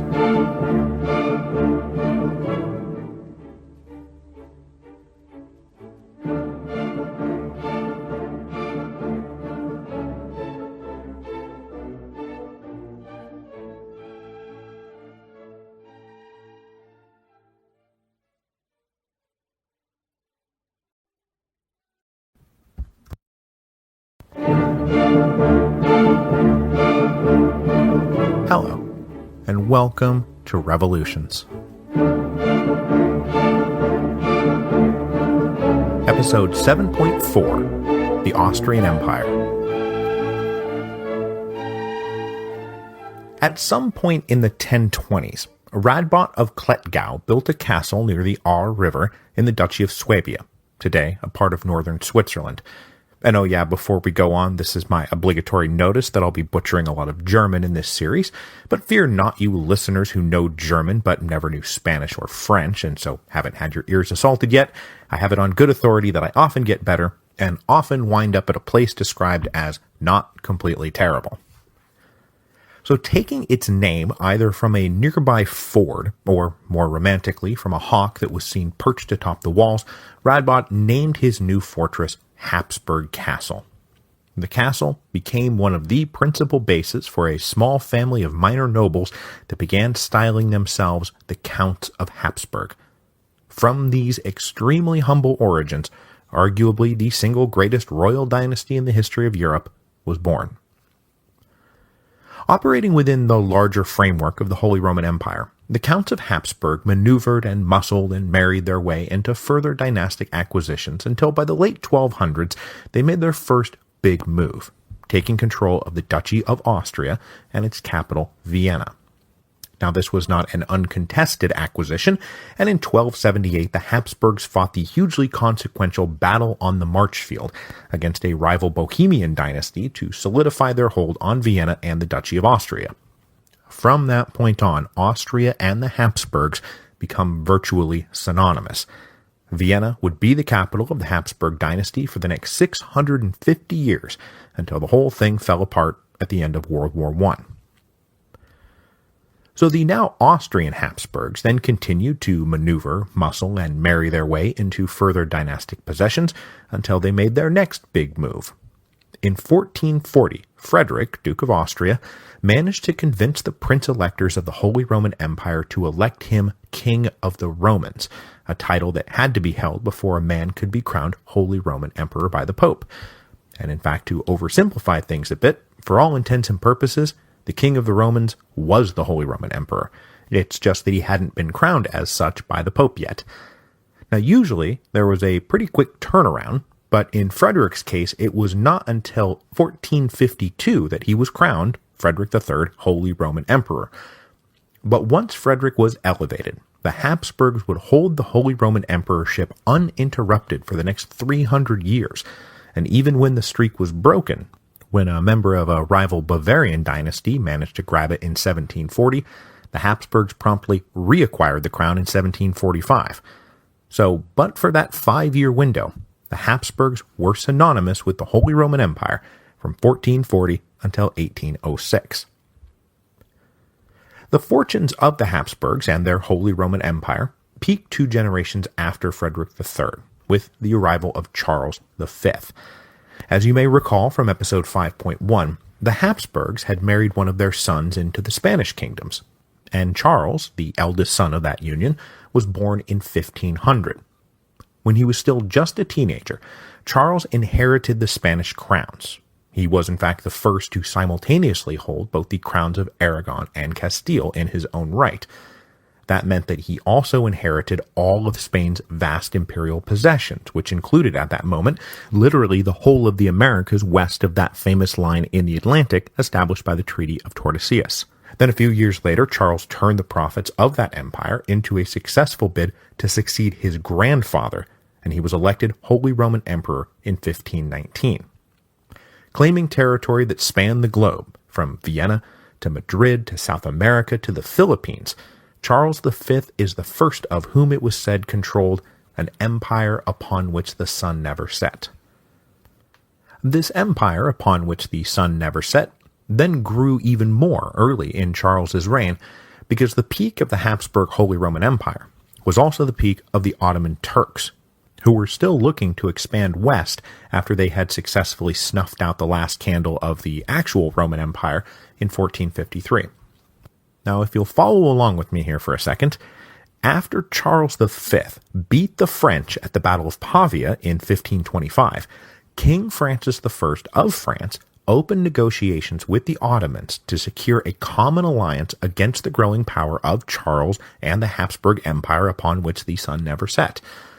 The Turks were quite happy to take up this invitation to expand toward Central Europe, and specifically, they aimed themselves at the Kingdom of Hungary. Now, we're going to talk all about the Kingdom of Hungary in 2 episodes, so I won't get lost in the weeds here. But just know that the Habsburgs had married their way over into the Hungarian royal family, which meant that when the Ottomans smashed the Hungarians at the Battle of Mohacs in 1526, and the Hungarian King Louis II was killed in battle, that the Hungarian crown lands, those that weren't gobbled up by the Ottomans anyway, migrated over to Charles V's brother Ferdinand. Confusing? Good. All you need to know is that this is how the Habsburgs acquired their permanent claim to both the Kingdom of Hungary and the Kingdom of Bohemia, as well as all the little constellation territories that were included in the Hungarian crown lands. This is all a very big part of our story for the revolutions of 1848. After successfully withstanding the subsequent Ottoman siege of Vienna in 1529, and then continuing to spar with the French for the next couple of decades, Charles V decided to purposefully separate his various possessions, rather than attempt to form a permanent universal European monarchy, which many had long suspected was his true aim. He began a series of planned abdications in 1554. First, some of his minor holdings, then his son Philip took over as King of Spain in 1556, and then his brother Ferdinand, who had already been administering the Austrian territories and now also claimed Hungary and Bohemia, became Holy Roman Emperor upon Charles's death in 1558. Now we're just going to blow right on through the 30 Years' War, if you don't mind, but just know that the Habsburgs were like the Catholic side of that fight, and also a nice bit of trivia is that in the midst of those wars, the Habsburgs actually lost possession of Habsburg Castle, the castle that gave them their name. They had to cede it at the Peace of Prague in 1635.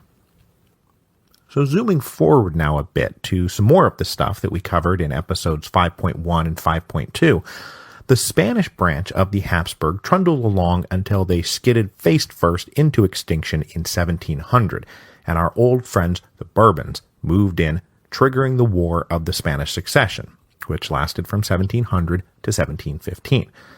I highlight this bit here today because it was during the War of the Spanish Succession and the resulting treaties that the Austrian Habsburgs acquired territory for the first time in northern Italy, specifically the Duchy of Milan and the all-important fortress of Mantua. This is how they got their first toehold in Italy, which, like the acquisition of Hungary, is very important to the story of 1848, and we're going to talk more about that next week, obviously, when we talk about Italy. So as I mentioned a few minutes ago, in 1740, the Austrian Habsburg Holy Roman Emperor Charles VI died without a male heir, and the unbroken string of Holy Roman emperorships that stretched all the way back to 1440 or 1452, whichever one you want to use to date it, it ended, and a Bavarian claimant managed to secure election. So technically, the death of Charles VI extinguished the Habsburg line. But it's really super hard to say that, what with Charles VI's daughter being Maria Theresa and all. When the Bavarian emperor died in 1745, Maria Theresa's husband, Francis of Lorraine, was elected Holy Roman Emperor, and really he was a happy figurehead. The Empress, Maria Theresa, was the real power behind the throne. So, the Habsburg streak began anew. After the death of Francis I in 1765, his eldest son Joseph II took over, and now we're pushing all the way into the early days of the French Revolution, because it was this generation of Habsburgs, basically Maria Theresa's children, who were running Austria and the Holy Roman Empire when the French Revolution broke out. Marie Antoinette was Maria Theresa's daughter, and also Emperor Joseph II's sister. And it was Joseph II who started all those post-7 Years' War enlightened reforms from above that he hoped would modernize the empire, exactly the sort of reforms that the Bourbon ministries over in France might have liked to roll out had they not run into so much trouble with the French aristocracy. As opposition to Metternich's management of the Austrian Empire grew in the 1840s, the so-called Josephist program would be pointed to by the liberal nobility as the superior model that the Austrian Empire needed to return to. When Joseph II died in 1790, his brother Leopold II became Holy Roman Emperor, and as we discussed in episode 3.20, Leopold did everything he could to not get involved with the French Revolution, despite his sister Marie Antoinette's constant begging. Instead, Leopold simply tried to kick back and enjoy watching the Bourbons allow themselves to be crippled by domestic unrest. But then critically, Leopold II died in 1792. Remember, that's a pretty big turning point from episode 3.22, because at that moment, just as France and Austria are about to go to war with each other, his son Francis II takes over. More aggressively conservative than his father, and certainly more convinced that the post-revolution French armies would be a pushover, the new Holy Roman Emperor Francis led Austria to war against France, and we kind of know how things went after that. Contrary to the assumption of both the French and the Austrians, neither side was a pushover, and instead of the quick and decisive campaign both expected in the spring of 1792, the war just went on and on and on until it consumed Europe in a fireball of death and destruction. Bonaparte came up at the Austrian possessions in Italy in 1796, and then continued to attack their exposed belly after he captured the fortress of Mantua, which he did in episode 3.45. But of particular consequence for the story of 1848, when Bonaparte drew up the Treaty of Campo Formio, he reorganized the Austrian-Italian possessions into the new Cisalpine Republic. But to compensate the Habsburgs for their loss, he told them to go ahead and take control of the Venetian Republic. This was a very controversial decision in both Italy and France, and will have profound consequences for the revolutions of 1848. But then the wars kept going, and after General Bonaparte beat the Austrians, he came back again a few years later as First Consul Bonaparte and beat them again. And then he came back a few years later as Emperor Napoleon and beat them again. And that one was the biggie. After crushing the Austrians at Austerlitz, the Holy Roman Empire was dissolved permanently, extinguishing an entity that traced its roots all the way back to Charlemagne. Having suspected the end was nigh for the Holy Roman Empire, though, Francis had already taken the additional title of Emperor of Austria for himself in 1804, so when he abdicated the Holy Roman Emperorship, he remained an emperor, though he was no longer Francis II, Holy Roman Emperor, but instead Emperor Francis I of Austria. He then proceeded to live unhappily under French hegemony. A few years later, the Austrians made a play to toss off that hegemony when Napoleon opened his bleeding ulcer in Spain, but the attempt was unsuccessful, and after the disastrous Battle of Wagram in 1809, the Habsburgs slipped back to doomed resignation. After this latest defeat, the old crowd that had been advising now former Holy Roman Emperor Francis, but now just King of Austria Francis, were cleared out, and the youngish Prince Metternich was elevated to the post of foreign minister. Now trying to work as France's ally rather than their enemy, one of Metternich's first foreign policy triumphs was successfully marrying Francis's daughter Marie-Louise to Napoleon, a diplomatic success made even better when she bore Napoleon a son. And that was the ill-fated Napoleon II, who we unceremoniously killed off 2 episodes back. But this alliance only lasted as long as was absolutely necessary. And after Napoleon dragged the peoples of Europe from west to east, and then the peoples of Europe pushed him back from east to west, the Austrians joined the Allies for the final campaigns, and Metternich worked his charms to host the final conference of the Allies at Vienna, come Napoleon's first defeat in 1814. So, as we've talked about the Congress of Vienna, what Metternich and the other conservatives were trying to do was recreate in spirit, if not in exact form, the network of absolute monarchies that had ruled Europe before the dang old French had come along and wrecked everything.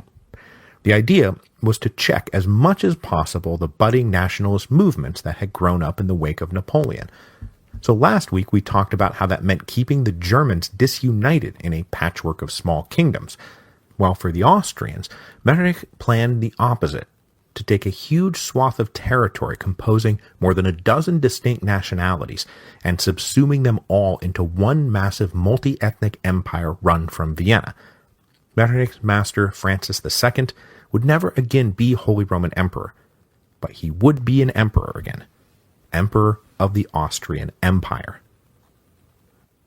Now, obviously, I skipped a lot of history as we whipped through 800 years of the Habsburgs, but that was because I was principally focusing on the big moments where they acquired claim to what, at the Congress of Vienna, would become the Austrian Empire. Because basically what Metternich did was pull all those claims and see how many he could get the other great powers to recognize. And he did pretty well for himself, too. Though just a few years earlier it had seemed like the Austrian Habsburgs had lost everything, at the Congress of Vienna they got back territory that amounted to about 2/3 of what they had had before they went to war with France in 1792. And especially down in Italy, they also had minor branches of the Habsburg family ruling independent kingdoms, so their personal hegemonic reach was even greater than their official holdings, to say nothing of the outsized weight they were able to throw around in the new German Confederation.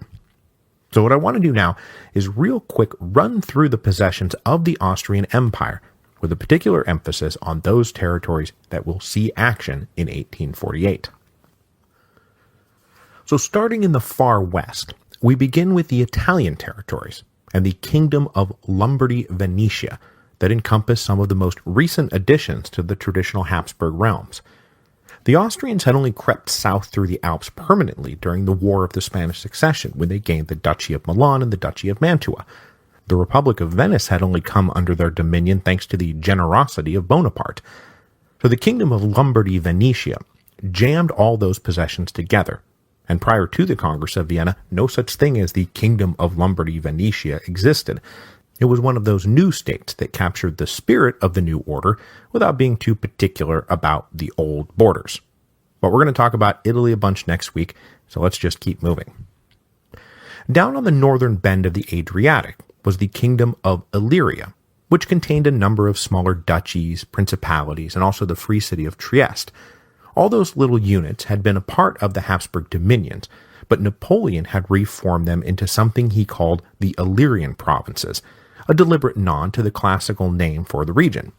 At the Congress of Vienna, the basic organization was kept in place, but it was all rechristened the Kingdom of Illyria.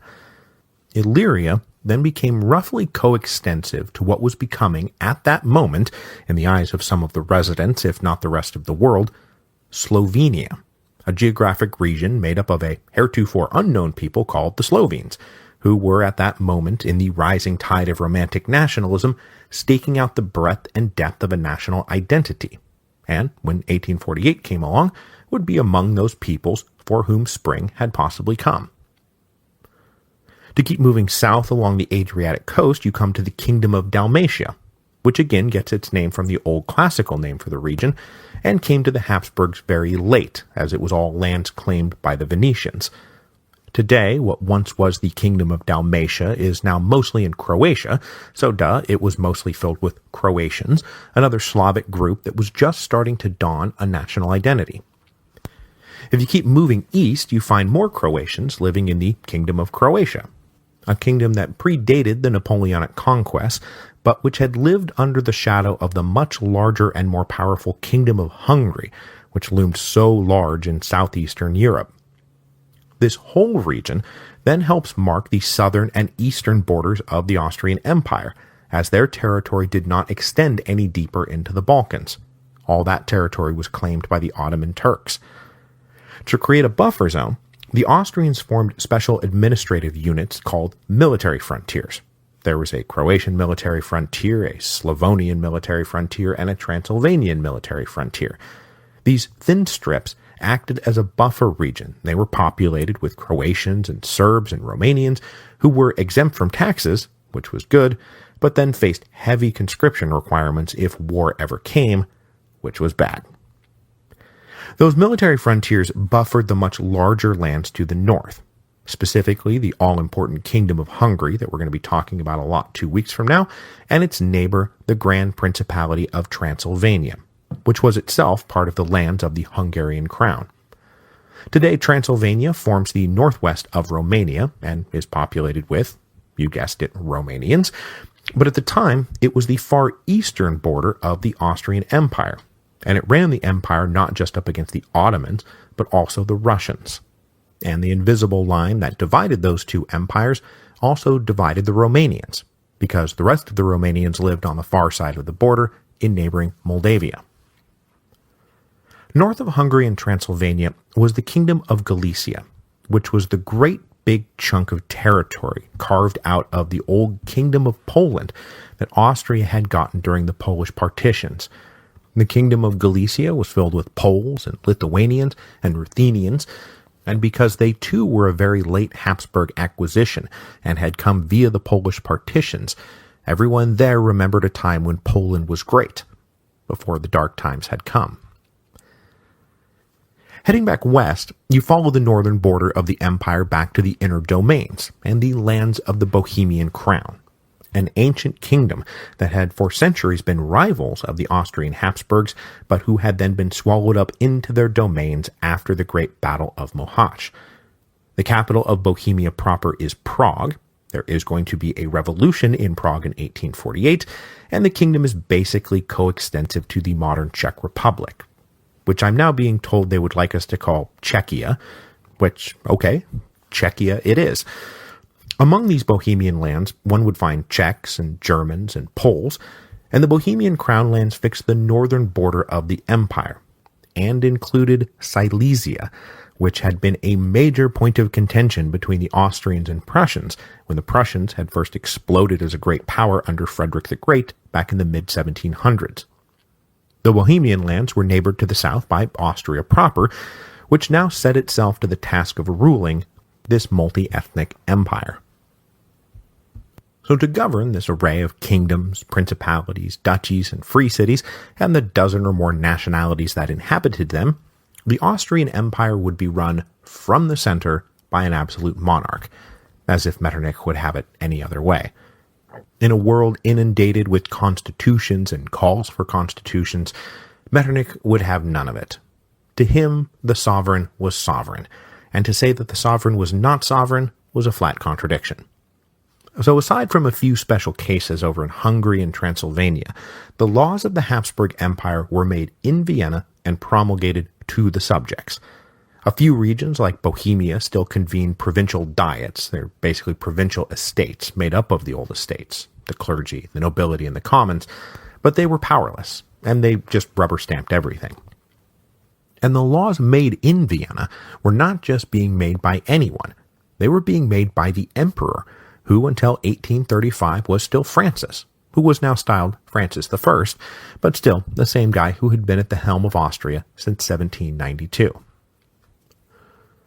Now, Francis and Metternich were of one mind about the goodness and rightness of absolute monarchy. But oddly enough, Francis's vision of how that absolute monarchy should run gave Metternich heartburn. Though a fan of absolutist government, Metternich was not a fan of arbitrary government, which might itself seem like a contradiction. But the hair that is being split here is that Metternich wanted the absolute monarchy to be run in a regular, predictable way, through chains of reports and advice with specialists and committees and ministries and chancelleries who would collate and analyze and discuss policy and then make recommendations to the sovereign, a process that would provide the emperor with the best advice to make the best decision to give the empire a real sense of justice, orderliness, and rationality. But none of that ever really came off. Despite the existence of all those specialists and committees and ministries and chancelleries, Emperor Francis wanted to make all the decisions himself, to the point of outright micromanagement of things that were way below his pay grade. So Francis's governing style was to bypass the regular framework of decision-making and commission individual reports on matters that interested him. Then, when those reports came in, to take forever to get around to reading them before he made his decision. There was nothing that defined the Austrian imperial government so much as the unread report. It was a real problem, as matters of great importance would languish for years. I mean, remember in our episode on Metternich specifically, he submitted a list of reforms for the government of Italy that Francis then spent the next 15 years apologizing for not having read yet. The reforms were never implemented. But though their styles differed, Metternich and Francis did agree on the object of government. Domestically, the first order of business was protect the monarchy against revolution, defined now by liberalism and nationalism. They also wanted to broadly defend the restored conservative social order. This was all done presumably in the interests of the people, who could not be expected to govern themselves. To guard against revolutions of a particularly nationalist variety, The Austrians kept the subject nations divided internally by pitting aristocrats against peasants and pitting peasants against aristocrats, and they also pitted the subject nations against each other. And Metternich himself believed it a feature of the system that if the Italians got out of line, he could call in Bohemians to put them down. If the Croatians made trouble, the Hungarians would be happy to step in.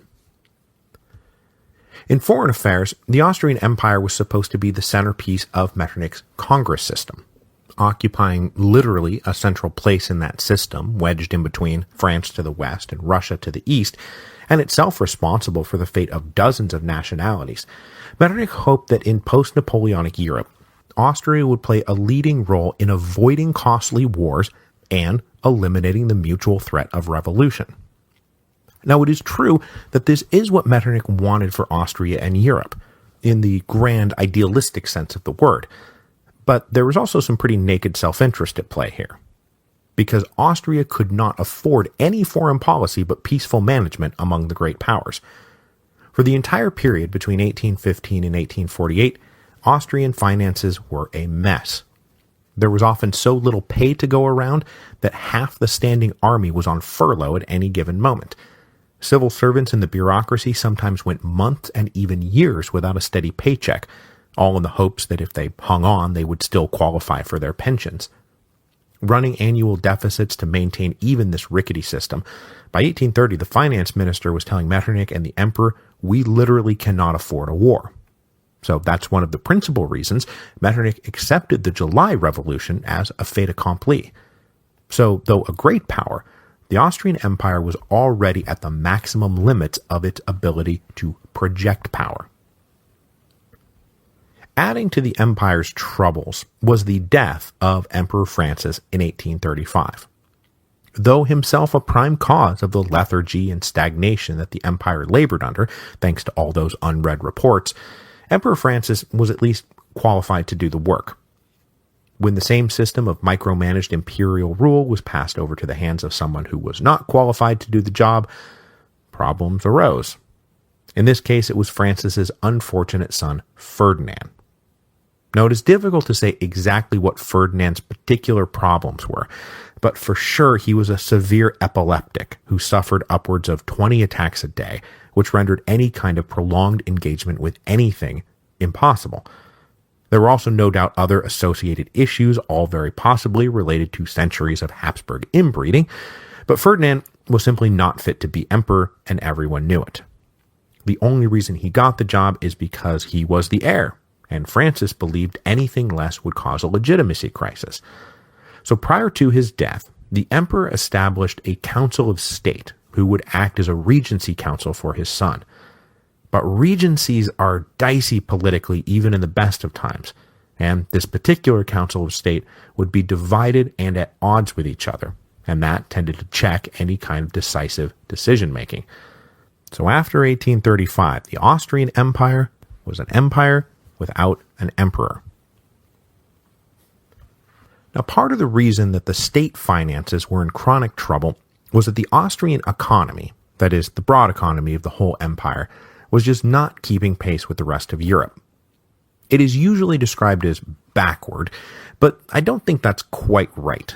They were modernizing, just not as broadly or quickly as their neighbors, especially to the west and the north. Like everywhere else in Europe, Austrian lands were still predominantly rural, but most of the serfs had been freed back during the Josephist reform period.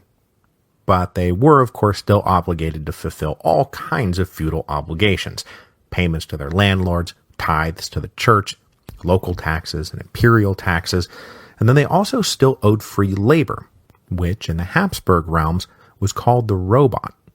And for you science fiction nerds out there, you know that the term robot comes from a 1920 play called R.U.R., or Rossum's Universal Robots. It was written by a Czech named Karl Čapek, who absolutely took the word robot from the old term for forced peasant labor.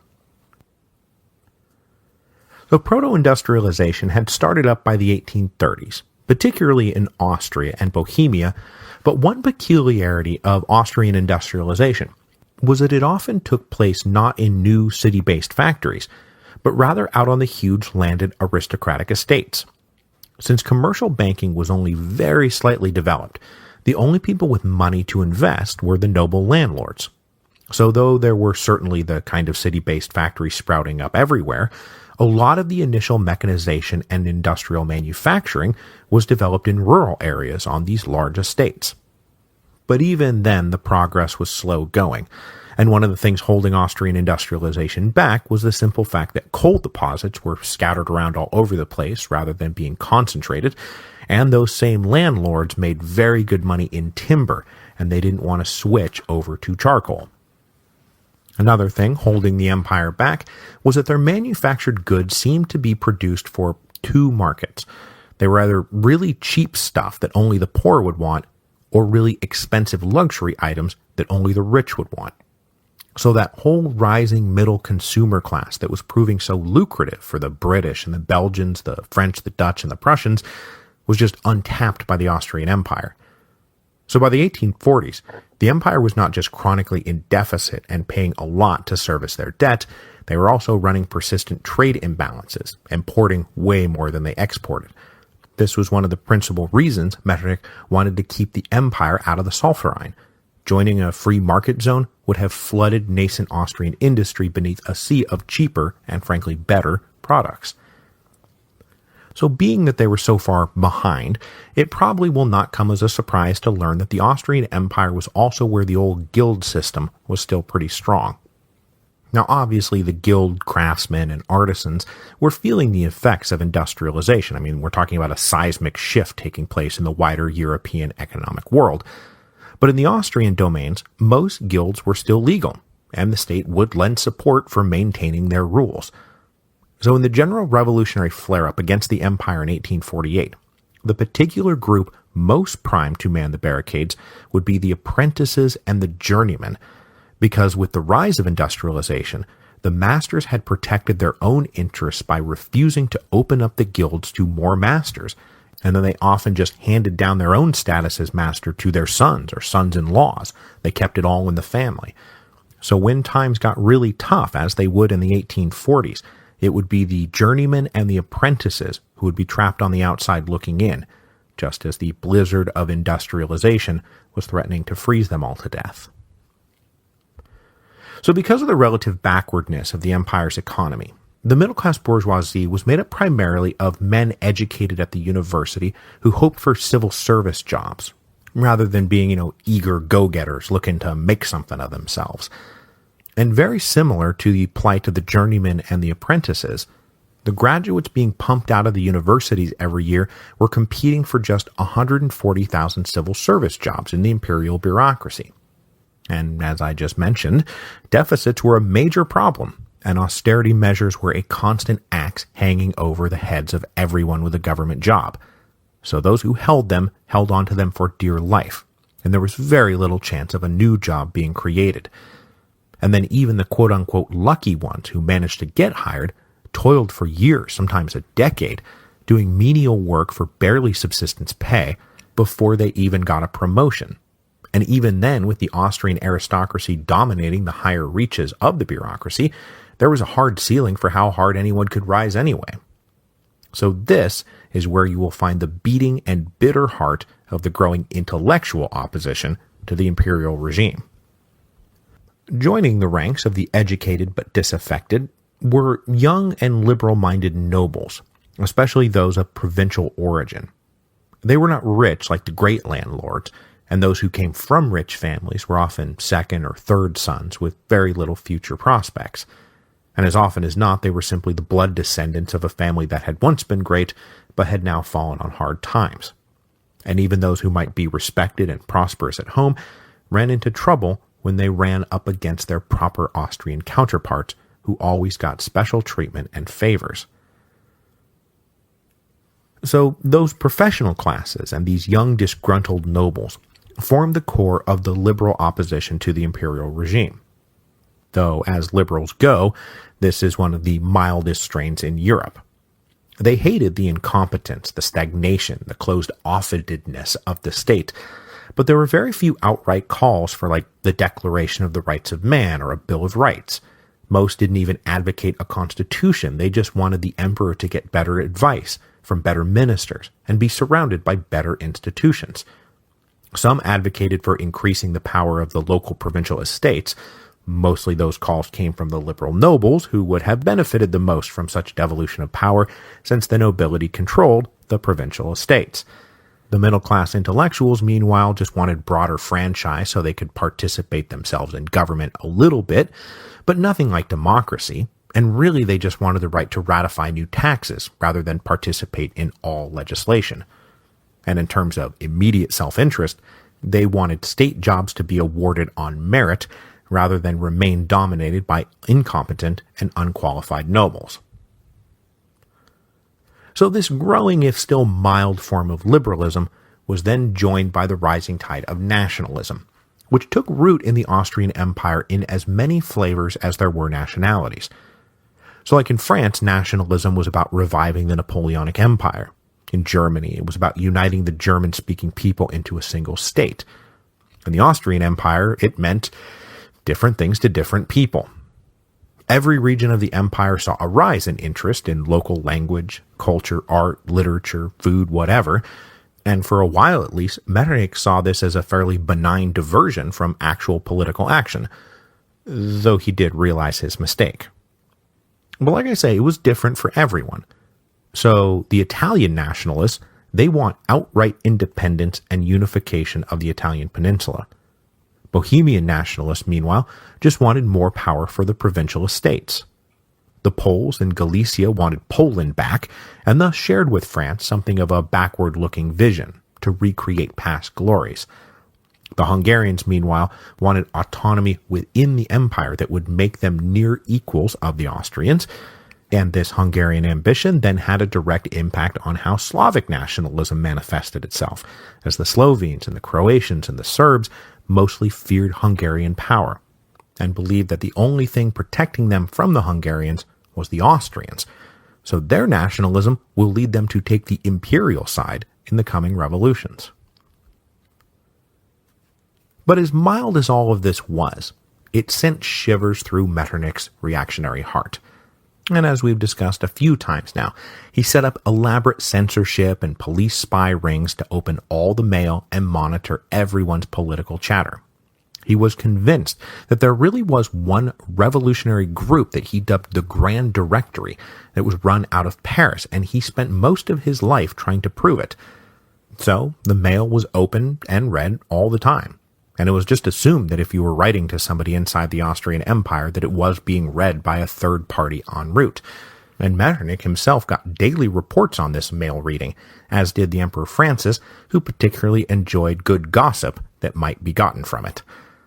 The police ministry employed linguists and professional code breakers to crack the foreign mail, and things that could get you into trouble for discussing included criticisms of the emperor or his policies, the regime in general, expressing sympathy for liberalism, radicalism, or nationalism. You couldn't even criticize another foreign head of state. Basically, everything was off limits if it was political, unless you were saying, I love the emperor and he's doing a great job. And beyond the constant surveillance, there was also heavy censorship. Newspapers had to submit copy for approval no later than noon the day before publication. Every new book had to be submitted to a committee of censors for approval, and lists of banned books from abroad was practically just a list of every book that was published abroad. But though Metternich's censorship and political police cast an omnipresent shadow, it was a lot like a rat standing next to a flashlight.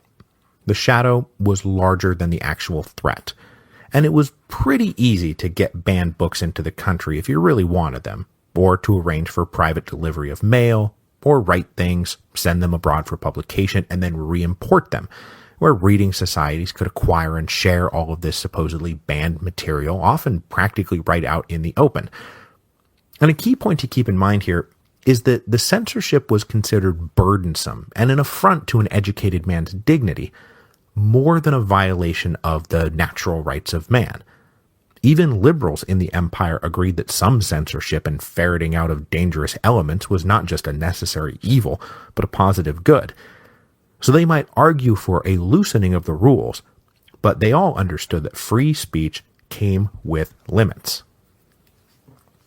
So despite his constant worrying, inside the core domains of the Austrian Empire, Metternich faced nothing but a fairly docile and quite loyal stable of liberal critics, at least prior to the economic upheavals of the mid-1840s. But there was at least one region where his fears were very well founded, and that was in Italy.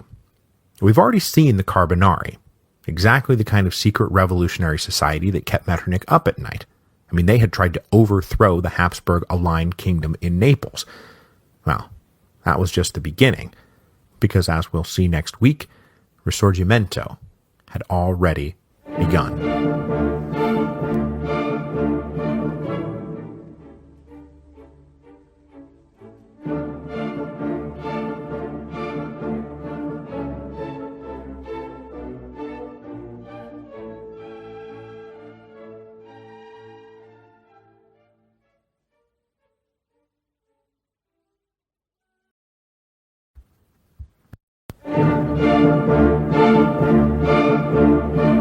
Hello, and welcome to Revolutions. Episode 7.5, Risorgimento. Last week, we covered the breadth and depth of the Austrian Empire, and as I said, there would be two subsets of the Austrian Empire that would demand much fuller treatment: Italy and Hungary. So this week we will cover Italy, and then next week the Kingdom of Hungary, and then with our large circuit of groundwork laid over the first 6 episodes, we will tie everything back together in episode 7.7 with the discussion of the general economic depression and social crisis that hit Europe in the mid-1840s. And then, with a little luck, we'll actually get going with something resembling a plot. So to introduce Italy, I am going to, yes, organically tie it back to the storm before the storm, the beginning of the end of the Roman Republic, forthcoming from Public Affairs, October the 24th, 2017. Thank you so much to everyone who has pre-ordered the book. We are, in fact, well on our way to our goal, and if you haven't already pre-ordered it, well, now is as good a time as any. I'll wait for you until you get back. Okay, did you do it? Fantastic. Thank you very much. Now, if you listen to that first chapter I released, The Beasts of Italy, I briefly touched on the fact that Italy in the 2nd century BC was not a unified state. It had never been a unified state. The Romans had conquered the peninsula during the Samnite Wars, but rather than annex their defeated enemies, they signed treaties with them that created a Roman-led political confederation. So the Italians were not Roman citizens. They were simply allies. And in chapter 2 of the book, The Stepchildren of Rome, I break down the hierarchy of citizenship and rights in Roman Italy because the growing dissatisfaction of the Allies is one of the major threads of the book.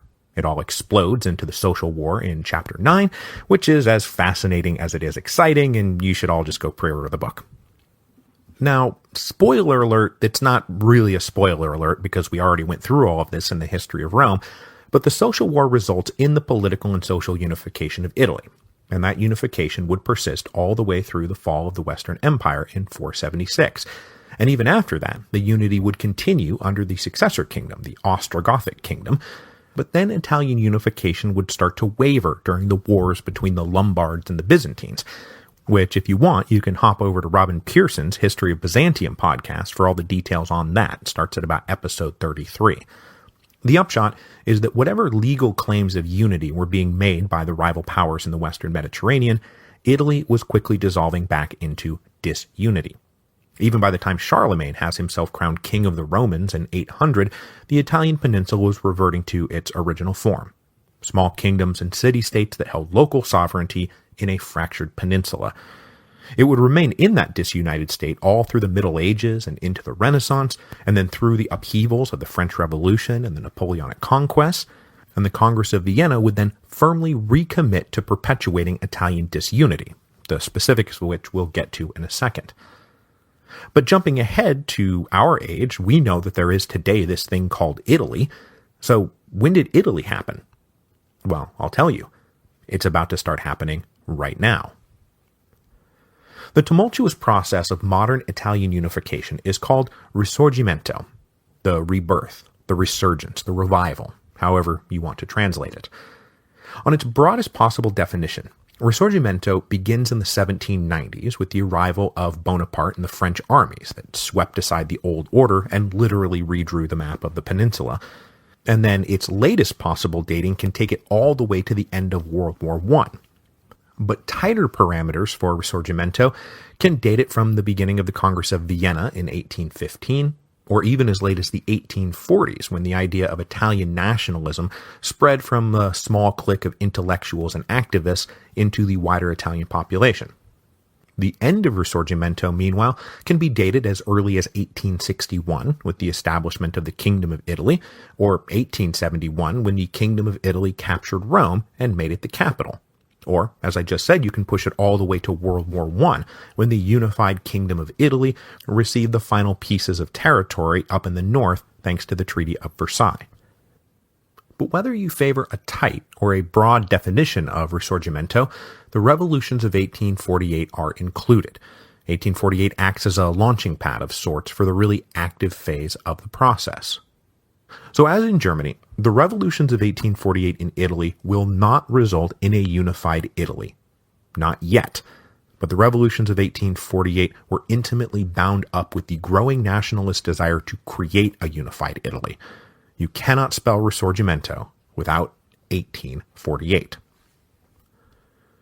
So ever since the fall of the Roman Empire and the political fracturing of the peninsula, the idea of Italy, Italia, continued to persist, but only as a literary or poetic expression, and even then the idea only existed in the minds of a few intellectuals. So during the late Middle Ages, you'll have Dante and Petrarch mention it as an idea, but not as a part of any political program. Then during the Renaissance, Machiavelli of course famously ended The Prince with a call for some noble prince to come reunify the peninsula, but this was a scarcely achievable ambition, as the practical Machiavelli knew too well. Because when he published The Prince in the 1530s, Italian politics was defined by nothing so much as intense local rivalry. Venice, Genoa, Florence, Naples, Milan, to say nothing of Rome and the Papal States, these were the units of Italian political identity, and it would have been inconceivable to tell a Florentine and a Neapolitan, hey, you guys are actually the same thing. I mean, they hardly even spoke the same language, as regional dialects made even relatively close neighbors all but incomprehensible to each other, and that was even if they bothered to speak quote-unquote Italian at all. In the north, there was plenty of French predominating, in the south there was Spanish, and in Rome, Church Latin. These intense local city-state rivalries had long been encouraged by the other great powers of Europe, who were happy to use the Italian peninsula as the front lines for their own dynastic struggles between the Habsburgs and the Valois, and then the Habsburgs and the Bourbons. And far from opposing these foreign intruders, leaders of the various Italian city-states would be the ones inviting them in, hoping to use the might provided by a foreign partner to prosecute their own local rivalries. Because the horror of all horrors was not, oh, we'll be subservient to the Austrians or the Spanish or the French. The real horror was, oh, we will be subservient to the guys who live 100 miles up the road. So in mutually reinforcing cycles, the stronger powers of the north used alliances in Italy to wage proxy wars against each other, and the Italians used the great powers to try to dominate each other. As a result of these cycles, the idea of Italian national unity was preposterous. A Florentine was a Florentine, and a Venetian was a Venetian. They wanted to cut each other's throats, not sing patriotic hymns to the fatherland. Even as the Enlightenment came along, it still brought with it almost no traceable notion of what would become the two driving engines of 1848 and Risorgimento, liberation and unification. The Italian branch of the Republic of Letters joined in the general reformist milieu of the 1700s, and there was talk of freer trade among the various states, getting rid of the network of customs barriers that plagued all of Europe at the time, whether in Spain or France or the Holy Roman Empire, but not out of any sense of national unity. There were then humanitarian reforms, promoting education, alleviating poverty, reforming feudal laws and arbitrary justice, taxation, and even questioning the supremacy of the Catholic Church. But this was all unfolding in territory ruled by the Habsburgs in the north and the Spanish in the south, without any Italian really saying, oh hey, and along the way we should definitely kick these foreigners out and rule ourselves. As the historian Dennis Mack Smith says repeatedly, the circle of intellectuals who were interested in political reform at the time wanted good government, but not necessarily self-government. A few Italians did think their disunity was a major obstacle to progress, but couldn't quite bring themselves to think liberation and unification were actually practical goals. The great shock that hit Italy upended everything and got some Italians thinking that liberation and unification were actually practical goals was the French invasion that began in 1796. We discussed this all at length during the later episodes of the French Revolution series. Bonaparte's conquest of the Austrian lands in the north, the movement of the French army south towards Rome on their way to their eventual envelopment of the whole peninsula. Only the islands of Sardinia and Sicily would remain out of French hands thanks to the British Navy. When the French were done, the old order that had ruled Italy for centuries was swept aside and replaced with new sister republics and client kingdoms, the Cisalpine Republic, the Ligurian Republic, a Roman Republic, and even a short-lived Neapolitan Republic. But this collection of new sister republics was itself only a temporary state of affairs. After First Consul Bonaparte became Emperor Napoleon, Italy was carved up into three large divisions: the Kingdom of Italy in the northeast, the Kingdom of Naples in the south, and as for the rest in the north and in the west, outright annexation into France. So as had happened in the German states, at first, liberal-minded Italians cheered on the French Revolution and welcomed Bonaparte and the French as the bringers of light and justice into an Italy that still slaved under the darkness of feudal oppression. And the French brought with them the ideas of the Revolution: liberty, equality, fraternity, republicanism, even a sprinkling of atheism. And those were just the ideological currents. The French also brought with them more tangible innovations: French-style administration and bureaucracy, the rational metric system that sliced through 1,000 local weights and measure, the abolition of most of the old feudal laws, the breaking of the independent power of the Catholic Church. Plenty of educated Italians rushed in to join the ranks of the civil service of these new French regimes as the old conservative aristocracy was pushed aside. The revolution had come to Italy, and it was the dawning of a new age. But as was the case with nearly everyone who fell to the French during these years, the Belgians, the Dutch, the Germans, it did not take long for the harsh realities of French rule to reveal themselves. The domains quote-unquote liberated by the French were in fact just there to feed the war and enrich France. As he did nearly everywhere he went, Napoleon arrived with compliments and kisses and grandiose promises, and then when he moved on, what he left in his wake was heavy taxes, mass conscription, and the looting of national treasures. And in Italy, the treasure hunting was particularly intense, as the great cities of the peninsula housed some of the best artifacts and treasures from classical antiquity, to say nothing of the total output of the Renaissance. In particular, the papal collection was second to none. Napoleon had it all cataloged, boxed up, and shipped to Paris, which is why so much of it today is still sitting in the Louvre, all of which was, and still is, pretty offensive to the Italians. So the experience of French imperial rule helped kickstart the engines of what would become Risorgimento. The patriotic brand of nationalism that the French espoused about the glory of their own fatherland could not help but trigger an Italian corollary. And as we saw in Germany, this positive exposure to the idea of la nation, that patriotic nationalism was good and noble, well, it was joined by the shared negative experience of being under French rule. Now, there had always been foreign rulers in Italy, but as I said, there were always rival factions, right? Austrians here, Spanish there, but now it was just the French everywhere. There was no power the local Italians could turn to check French rule. So, as we discussed in episode 6.8d, underground movements like the Carbonari started to form that had deliberate pan-Italian membership and held a common goal of maybe expelling the French, and perhaps even beyond that, joining the peninsula together and leaving Italy to be ruled by the Italians. So, this is the very earliest sparks of liberation and unification. But as we've already seen from a couple of different angles, when Napoleon was finally defeated and the French were driven from Italy, liberation and unification was not on the agenda of the Congress of Vienna. And before I get too far down this road, though, I do want to stress that at this point, Italian nationalists, the people who would be disappointed by the return of old-style disunited Italy, were confined to a tiny set of intellectuals. There was no real popular strain of nationalism. This wasn't like the multitudes were yearning to breathe free air. A Florentine was still a Florentine, a Venetian was still a Venetian.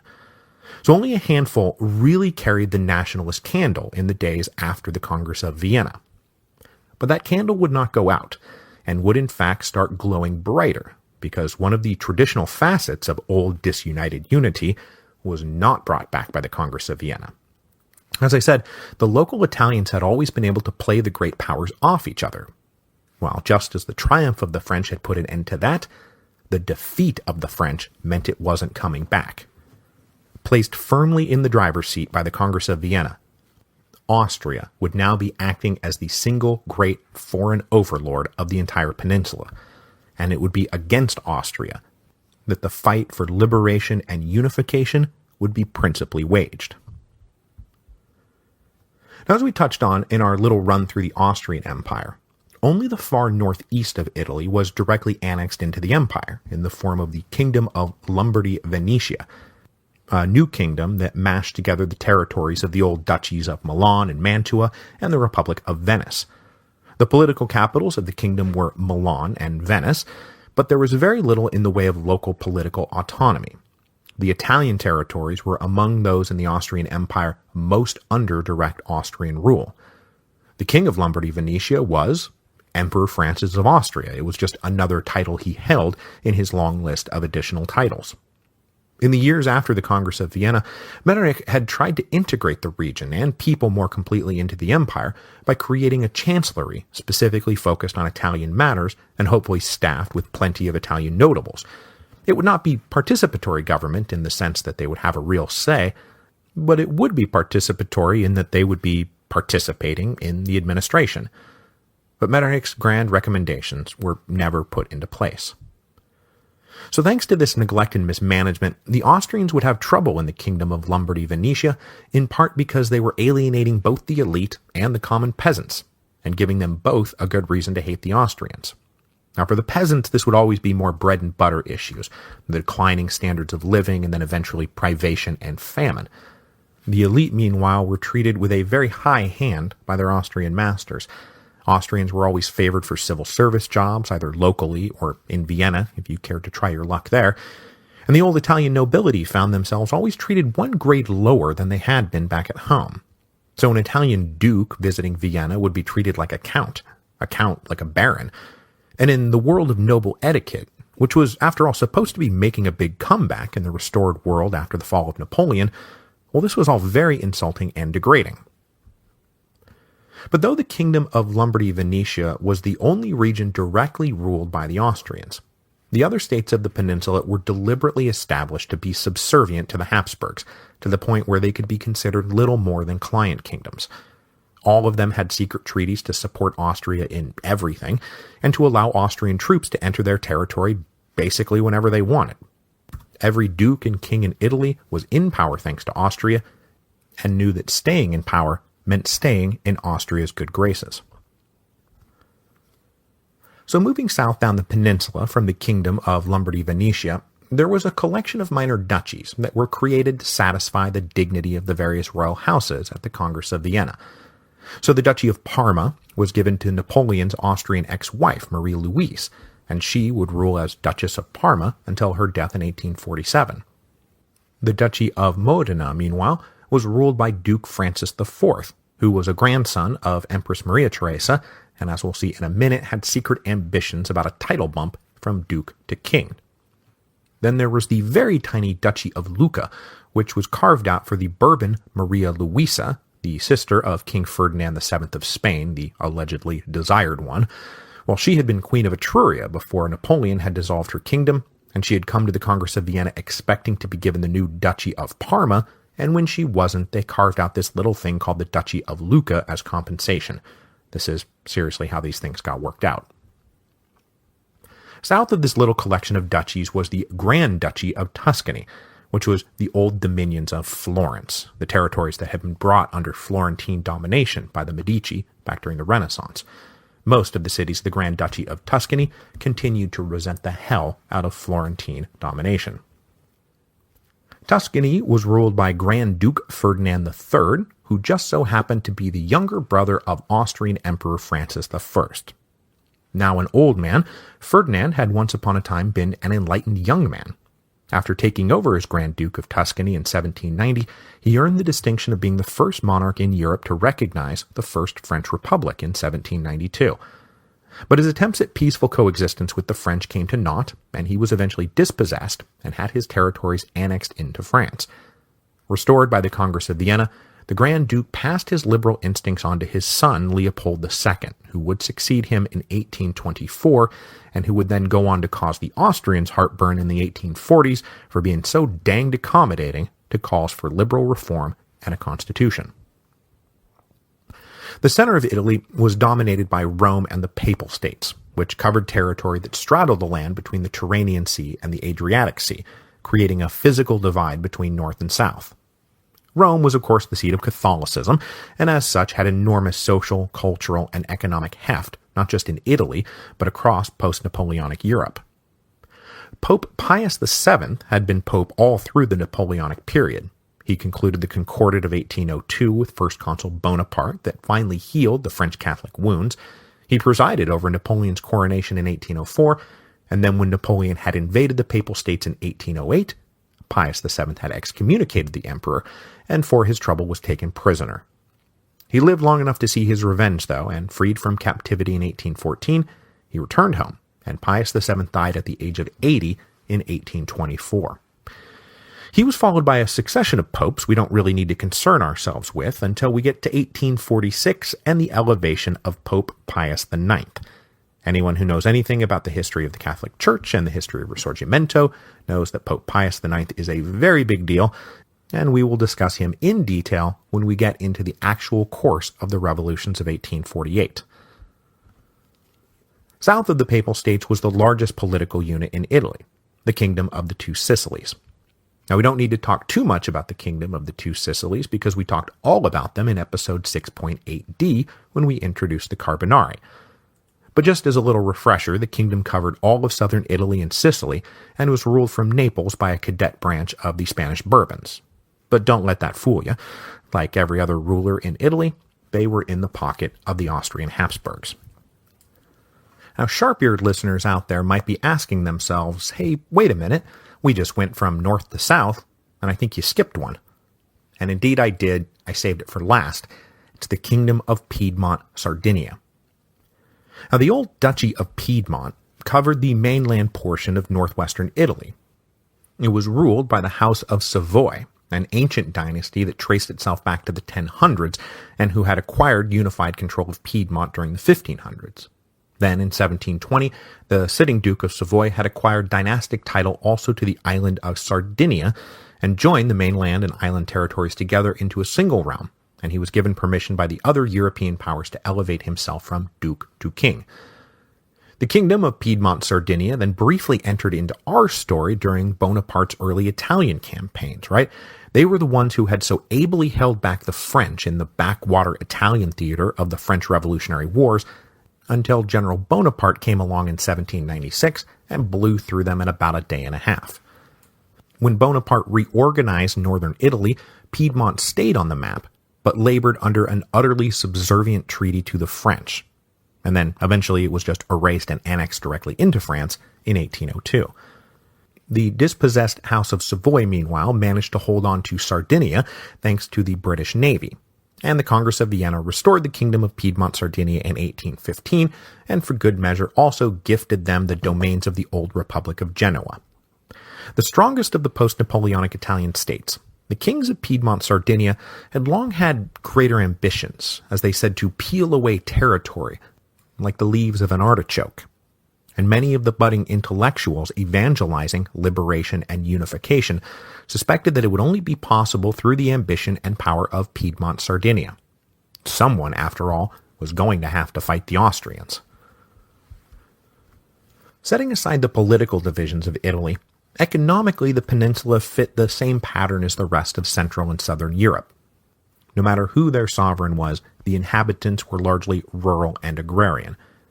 Mostly subsistence farmers, with a mix of things like olives and grapes and citrus fruit for export.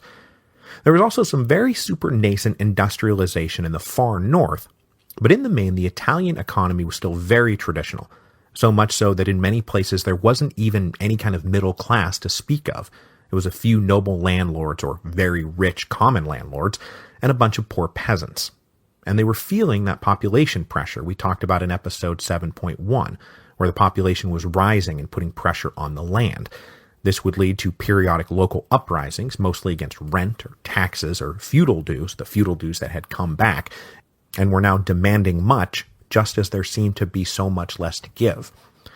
Our future revolutionaries will do their best to harness these local uprisings and try to graft onto them a political program.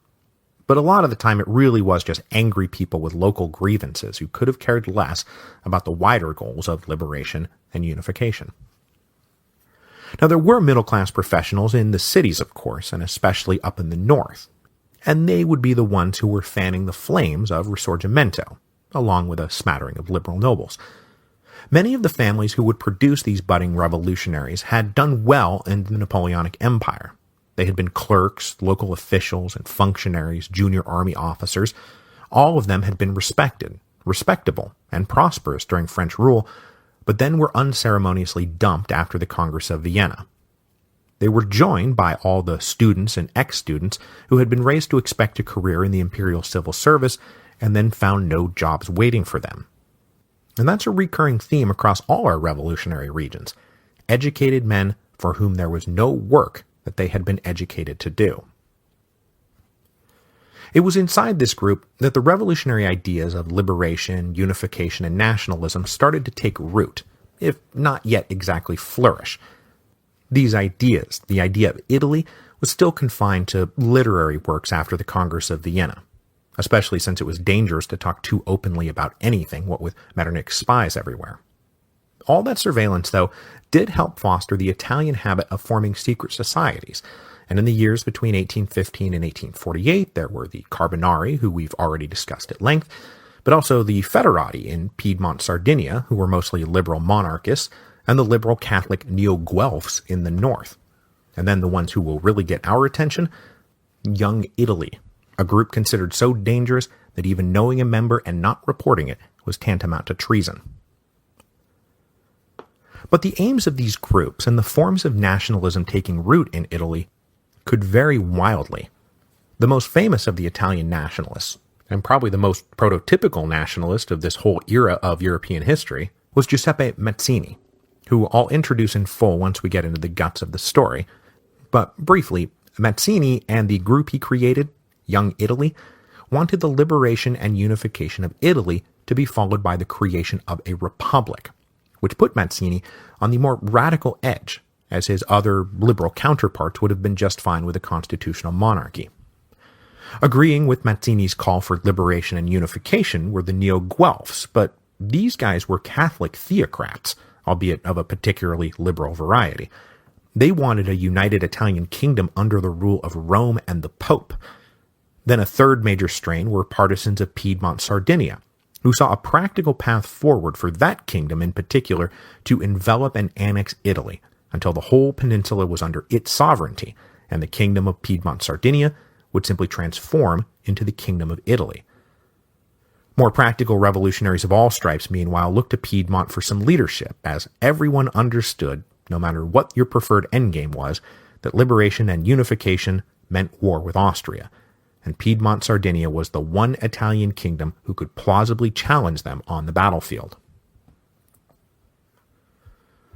So we'll wrap up today's episode with a quick look at the revolutionary insurrections that were orchestrated by these men in the years between 1815 and 1848, of which there were two pretty big waves, one in 1820-1821 and the other in 1830-1831. Both of them flamed out pretty quickly, and by that I mean were stomped out by the Austrian army. Now, one of these revolts we've already discussed in pretty good detail. That was the brief revolution in the Kingdom of Two Sicilies in 1820-1821 that was masterminded by the Carbonari. If you want, you should go back and listen to episode 6.8d again, but brief refresher, after the liberal mutiny of Cadiz in 1820, the demand for constitutional government migrated over to Naples, and briefly, the Carbonari were able to force King Ferdinand of the Two Sicilies to accept a constitution. But then the king called for help, The unity of the Carbonari broke down, and the Austrian army marched south, and that was that. Most of the revolutionaries fled into exile, as did, for example, the Carbonari general Guglielmo Pepe, who we will be meeting again down the road. But that was not the only revolt that year, and in fact it was supposed to have been coordinated with secret groups in Piedmont, Sardinia, some of them Carbonari, others Federati. As in Naples, the idea here was to force the king, in this case Victor Emmanuel I, to adopt a constitution. To help them pull this off, the conspirators enlisted the help of the king's 23-year-old cousin, Charles Albert. Charles Albert. You're going to want to remember that name. In March of 1821, the conspirators hatched a scheme whereby the revolutionaries would mobilize under arms, surround the royal palace in Torino, and make ominous demands upon the king. Then Charles Albert would step in and offer to broker a settlement, whereby the king would promulgate a constitution based on the Spanish Constitution of 1812. And once that was done, they further planned to pressure the king into declaring war on Austria, as the next phase of the broader plan to liberate Italy from Austrian rule and unify the peninsula under the House of Savoy. But the night before the revolution was set to launch, Charles Albert got cold feet and would not go through with it. The frustrated revolutionaries decided to keep going, dutifully surrounded the palace in Torino, and raised the green, white, and red tricolor flag that had once been the colors of the Italian Cisalpine Republic and which were now officially on their way to becoming the national colors of Italy. The revolutionaries were surprised when King Victor Emmanuel I abdicated the throne in favor of his brother, Charles Felix. Well, Charles Felix was at that moment not in the kingdom, so either by design or coincidence, young Charles Albert, the guy who had gotten cold feet, was made temporary regent. Now as much at the mercy of the revolutionaries as in cahoots with them, Charles Albert went ahead and promulgated a liberal constitution. But his cousin Charles Felix was an intense and committed absolutist and sent up an order for Charles Albert to annul the decree, "I will not recognize any such constitution." Then he sent word to the Austrians of the situation, and they dispatched forces. In conjunction with the armies they were sending down to repacify the kingdom of the Two Sicilies, another Austrian army moved over to Piedmont and quickly suppressed the rebels. The whole thing was over in less than a month. But just to push forward a bit, young Charles Albert remained loyal to the new king Charles Felix under an absolutist and very pro-Austrian regime that, in fact, allowed an Austrian garrison to remain in the country until 1823. Well, when Charles Felix died in April of 1831, he designated Charles Albert his heir.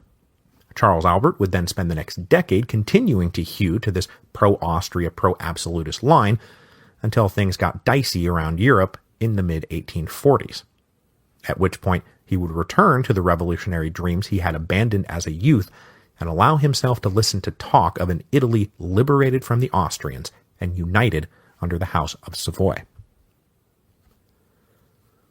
So things were pretty quiet in Italy for the next 10 years, but then along came the July Revolution in France and a new wave of Italian insurrections. The first hit the Duchy of Modena in 1831, which ran out of steam swiftly thanks to the betrayal of the sovereigns who supposedly supported the revolution, but who then turned their backs on it.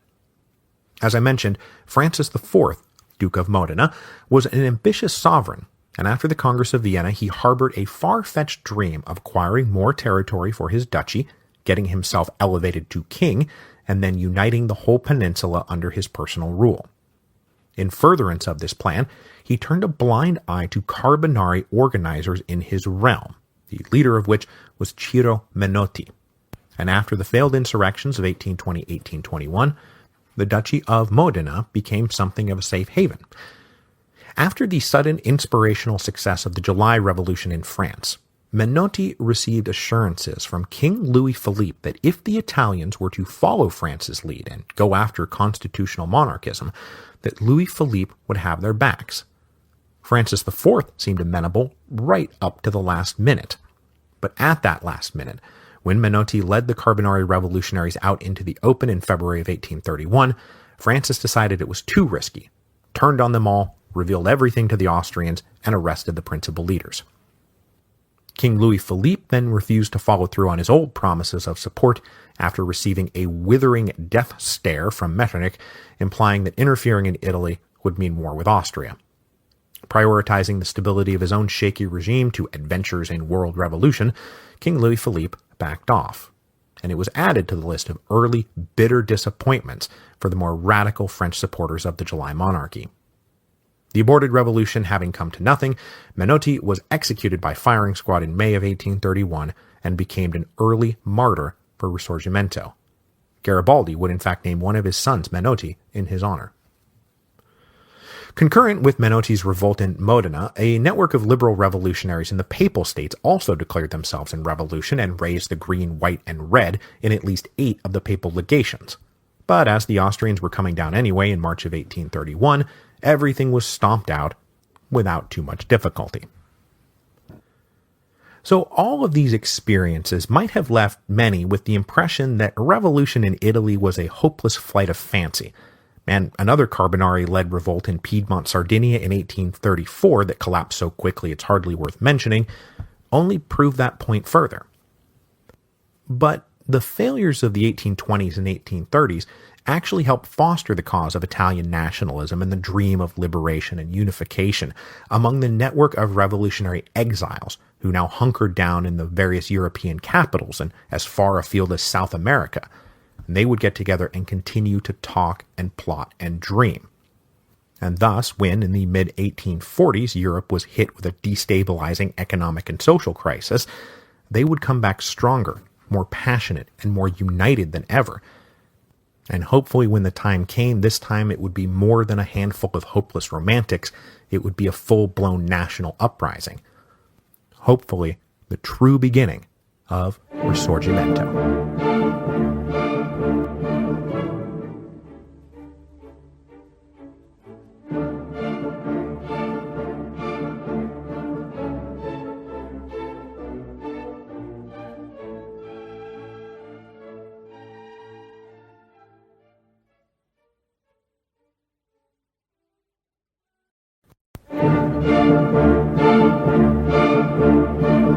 Hello, and welcome to Revolutions. Episode 7.6, The Kingdom of Hungary.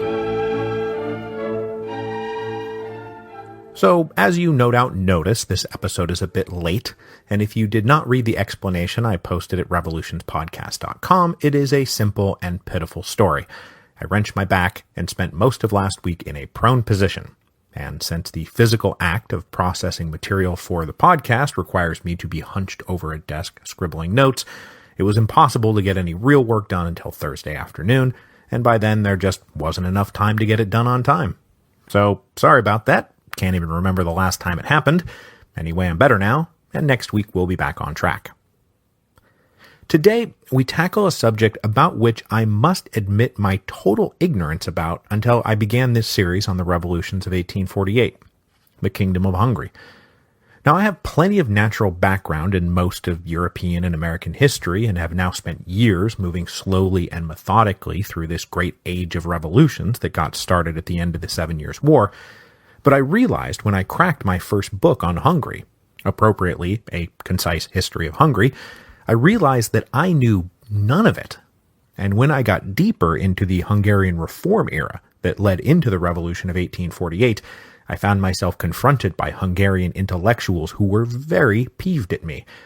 Because one fact acutely felt by all those Hungarian intellectuals in the 1820s and 1830s is that while they knew a great deal about the history, culture, trends, and ideas of the rest of Europe knew basically nothing about them. Hungary was merely a strange land on the periphery of the continent, and more than anything else, simply another vassal state of Austria. So anyone turning their attention to Central Europe would simply run into this wall that was Austria, and I too never looked past that wall. So Hungary was, yes, a subsidiary part of the Austrian Empire, but it was more than that too. I mean, there is a reason the Austrians capitulated to a co-equal union with Hungary in 1867. That is what created the Austro-Hungarian Empire. So today, I hope to do some measure of justice to the history of Hungary, though due to the specific focus of our show, that is, I'm trying to set up 1848, I will dwell on the political and constitutional developments of Hungary at the expense of other interesting rabbit holes we might fall into. So the first thing I have to say is that the Hungarians do not call themselves Hungarians. They are more properly styled Magyars. And they do not speak Hungarian, they speak Magyar. Hungarian is just the butchered, anglified label we've slapped onto them. Magyars, Hungarians, same thing. Although not exactly. A Hungarian today does not have to be ethnically a Magyar. That is, the state of Hungary was and is pretty multi-ethnic. There are plenty of Slavs and Poles and Germans, and in fact, the complicated relationship between the majority Magyar population and the minority ethnic groups will play a big role in the story of 1848. So, a Magyar is always a Hungarian, but the people living in Hungary are not necessarily Magyars. You got it? Okay. And then, of course, now is a perfect time to remind you that whether you call it Hungarian or Magyar, I will be mispronouncing the heck out of it. I mean, I'm doing it right now because I'm not even going to attempt a proper Hungarian pronunciation of Magyar. Okay, so to get this started, sometime between AD 500 and 800, the Magyars, the Hungarians, moved down out of the Ural Mountains, way off in Russia, and began a long migration west. They were not a part of the great barbarian migrations that put so much pressure on the later Roman Empire, but instead were one of the newer groups that formed a second wave of migration that hit the post-Roman West. In the late 800s, they were led into the Carpathian Basin by their first great ruler, Arpad. And of critical importance, Arpad was an elected ruler. That's how the Hungarians did things. So from the very beginning, the Hungarians have a tradition of not accepting mere birth as the means of succession. The nobility had to come together and elect the next leader, though for 400 years they simply elected the descendants of Arpad. For a couple of generations after their arrival in Europe, the Hungarians were a formidable roaming military force, mostly causing trouble for the Frankish kingdom and their newfangled Holy Roman Empire. This was an era that the Hungarians themselves delightfully call the Age of Adventures, and they adventured as far west as Spain, but then in 955 they were defeated by Otto I, Holy Roman Emperor. This was not a catastrophic defeat, but it did put an end to the Age of Adventures, and the Magyars decided to settle down in the relatively unpopulated Carpathian Basin that surrounds that section of the Danube where the great river makes its abrupt turn south. Settled down by the 900s, the Hungarians occupied territory between the Catholic Holy Roman Empire to the west and the Orthodox Byzantine Empire to the south and east. The official founding of the Kingdom of Hungary was marked by the ascension of István, who we in the West call Stephen. At some point, either in AD 1000 or 1001, Stephen had himself crowned king as a way to put himself on equal footing with the other sovereigns of Europe. And when he donned the crown, he made a momentous decision. After a round of diplomatic negotiations, he accepted his royal crown from the Pope, converting both himself and his people to Catholicism. This had the effect of orienting Hungary away from the Orthodox East and towards the Catholic West. Stephen's coronization and the Romanization of Hungary is considered the founding moment of the Kingdom of Hungary. He was later canonized for all of this. He's called Saint Stephen of Hungary. Over the next 200 years, the Kingdom of Hungary not only survived, it thrived, and was able to lord it over weaker neighbors. By the middle of the 12th century, they had gobbled up the Kingdom of Croatia, among other smaller units, and had pushed their dominions all the way to the Adriatic coast, all the while carefully dancing in, around, between, for, and against both the Holy Roman Empire and the Byzantines. Now allies, now opponents, now in the service of one, now in the service of the other, but always looking out for themselves. But as I said, for our purposes, I want to focus specifically on the unique constitutional developments of Hungary. And for that, our next stop is 1222 and the Golden Bull of King Andras II, a golden bull being a momentous imperial or royal decree. The topic of the Golden Bull was the composition of the nobility and their relationship with the king. Unlike in Western Europe, the Hungarians never developed a rigid feudal hierarchy where a lower noble was bound to a higher noble, who was bound to a higher noble, and on up to the king. All nobles received their nobility from the sovereign and pledged themselves directly to the sovereign. And over the years, the Hungarian kings ennobled a lot of people, from great landowning magnates all the way down to regular old warriors who happened to have performed some signal service. Because this nobility was hereditary, by the 1200s something like 5 to 8% of the total population was noble. Middle and lower class Hungarian nobles might be indistinguishable economically from their non-noble neighbors, but yet they held this special social and political status. Now, as you might expect, the truly rich and powerful magnates threw their weight around and bullied the common nobility, to the point where the common nobility took their complaints to the king, who decreed in the Golden Bull of 1222 that all nobles were equal. The wealthiest landlord and the lowliest knight had the same legal rights, property rights, and political rights. Now, this noble leveling, of course, did nothing for the other 95% of the population who were just straight-up subjects, but it did stamp Hungarian politics early with a tradition of equalitarianism. But that is not all we have to say about the Golden Bull. Oh no, sir, it is not. Because the Golden Bull can also be considered something of a Hungarian Magna Carta. Not only did it say all nobles are equal, it also put specific limits on what the king could compel a noble to do, and what rights, privileges, and powers the nobility held. So, for example, nobles were exempt from all taxes. They could not be compelled to fight outside of Hungary if they did not want to. They could not be arbitrarily arrested. To prevent their influence from being diluted by the king, say, going outside of the kingdom for support, the Golden Bull also stipulated that the king was not allowed to give away Hungarian land to a foreigner. So the effect of the Golden Bull was to formally organize the Kingdom of Hungary into a sort of constitutional aristocracy. Real power lay in the hands of this 5% or so of the noble population, who, despite differences in wealth, were all considered equal to each other, and who enjoyed rights and privileges beyond the reach of the monarchs. Though not specifically established by the Golden Bull, this trend towards constitutional aristocracy was reinforced by the entrenchment of local diets, that is, assemblies of the local nobility in the 50 or so counties that made up the Kingdom of Hungary. A huge amount of local administration and justice was handled directly by these local diets, without any interference at all from the central government. And thanks to the equalitarian decree of the Golden Bull, these local diets actually skewed in favor of the common nobility, whose voice and vote counted just as much as the richest landlord. Now, in terms of greater Hungarian history, the next big moment is the devastating Mongol invasion, which hit Hungary hard in 1241 and 1242. Now, though the Mongols did not destroy the kingdom outright, and historians still wrestle over how bad it really was really bad. But the kingdom recovered, and since we've got 600 more years of history to get through, let's just take a moment of silence to honor the memory of the poor souls who had to bear the brunt of the Mongol invasion and move on. Okay, great. As they recovered from the Mongol invasion, the constitutional aristocracy continued to entrench itself.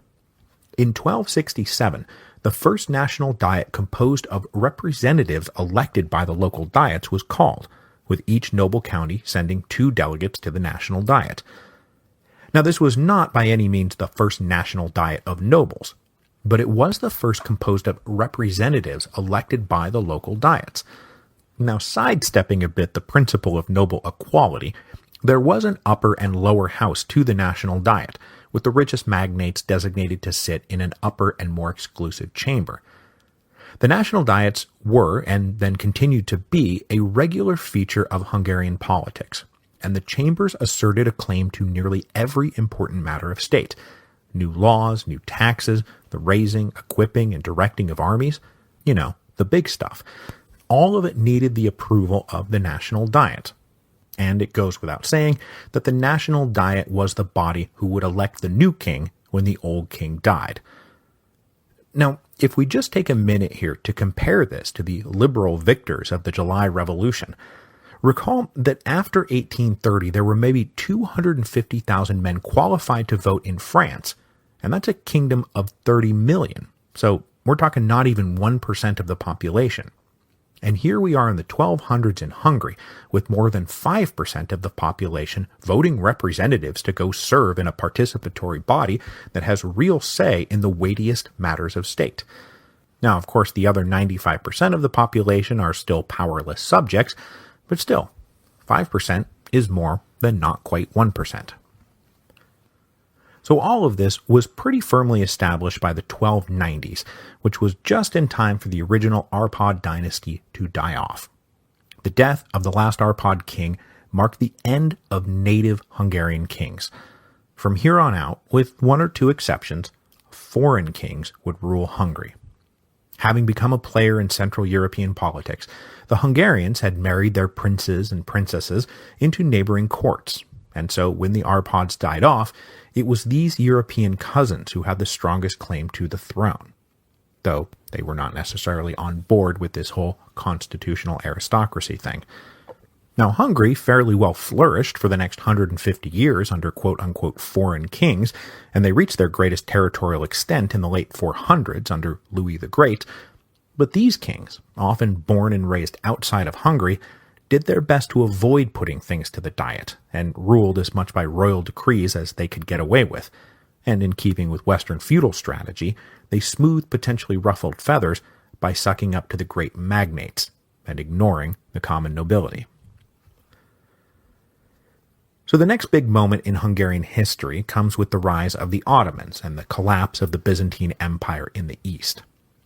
After the Ottomans took Constantinople, they started pressing up into the Balkans, but the Hungarians rallied under national hero János Hunyadi, who beat the Ottomans at Belgrade in 1456, earning Hunyadi plaudits as the savior of Christendom, even if he didn't have much time to celebrate his victory. He died just a couple months later of some unspecified disease. Now, Hunyadi himself was just a powerful noble. He was not a king.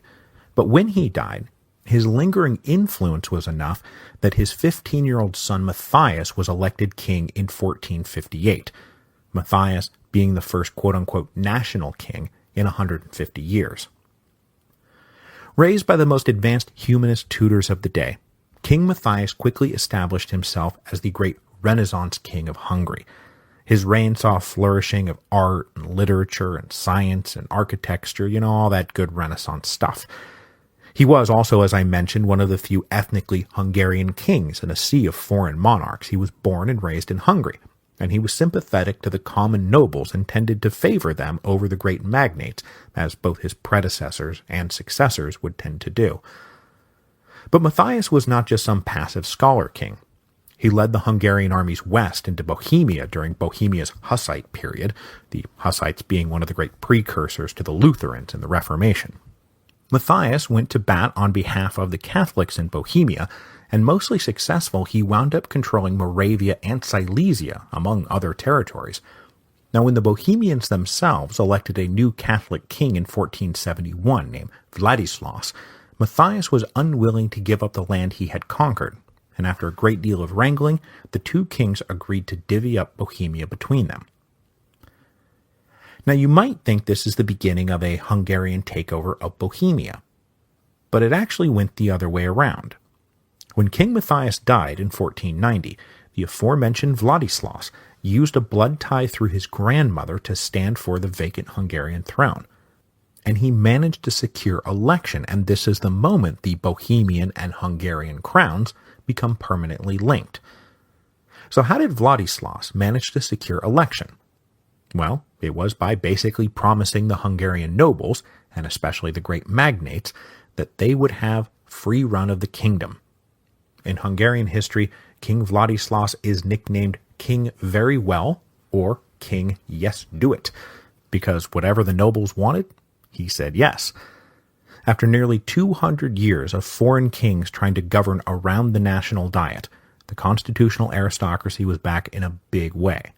Once again, it was established that the local diets had huge latitude in local affairs, and the national diets had the right to approve all taxation, that they could elect and had the right to remove all high officers of the kingdom. They also went so far as to claim the right to ratify peace treaties. In 1514, the Hungarians produced a massive collection of written laws that compiled and codified all this, and this collection of laws would still be in active use right down to 1848. This period also saw the establishment of an abstract legal entity called the Crown of Hungary, a joint sovereign unit that combined the king, the powers of the national diet, and the territory claimed by both, which still included, for example, the old Kingdom of Croatia, and now included Bohemia. To all of this, King Vladislav said, "Very well." So King Very Well died in 1516 and was succeeded by his young son Lajos II, who we call Louis II. But I know what you're thinking. You're thinking, hey, I remember from the episode on the Austrian Empire that somewhere around in here in the early 1500s, the Habsburgs married their way into the Hungarian royal family, and that's how they got their hands on the kingdom, right? And yes, indeed, it is happening right here. It was actually a double marriage arranged when all the kids were still just kids. The future King Louis married Mary of Austria, while her brother Ferdinand married Louis's older sister Anne of Hungary. Does that make sense? Probably not, but just roll with it. The thing to take away from all these arrangements is that it was agreed by all the parties that Ferdinand Habsburg of Austria would become King of Hungary if Louis died. But since Louis was still just a teenager at this point, that was no big deal, right? Right? Well, it turned out to be a very big deal, because just as these marriages were taking place, the Ottomans came back with a massive vengeance, this time led by Suleiman the Magnificent. After a generation of being allowed to revel in their own petty privileges, the Hungarian nobility was inert and unresponsive to this threat, even after the Ottomans took Belgrade in 1521.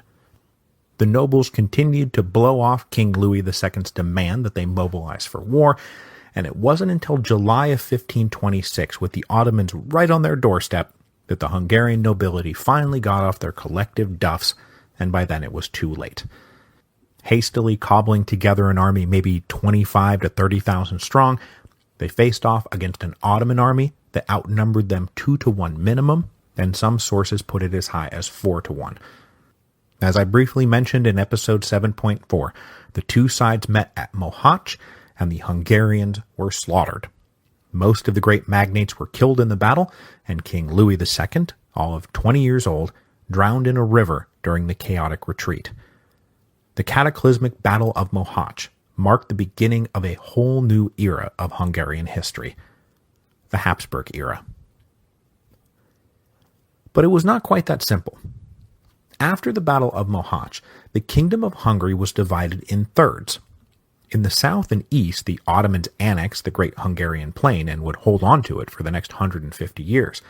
In the west and north, a rump of the old kingdom was held together, and a diet of nobles followed through on the marriage contract and duly elected the Habsburg Ferdinand, King of Hungary.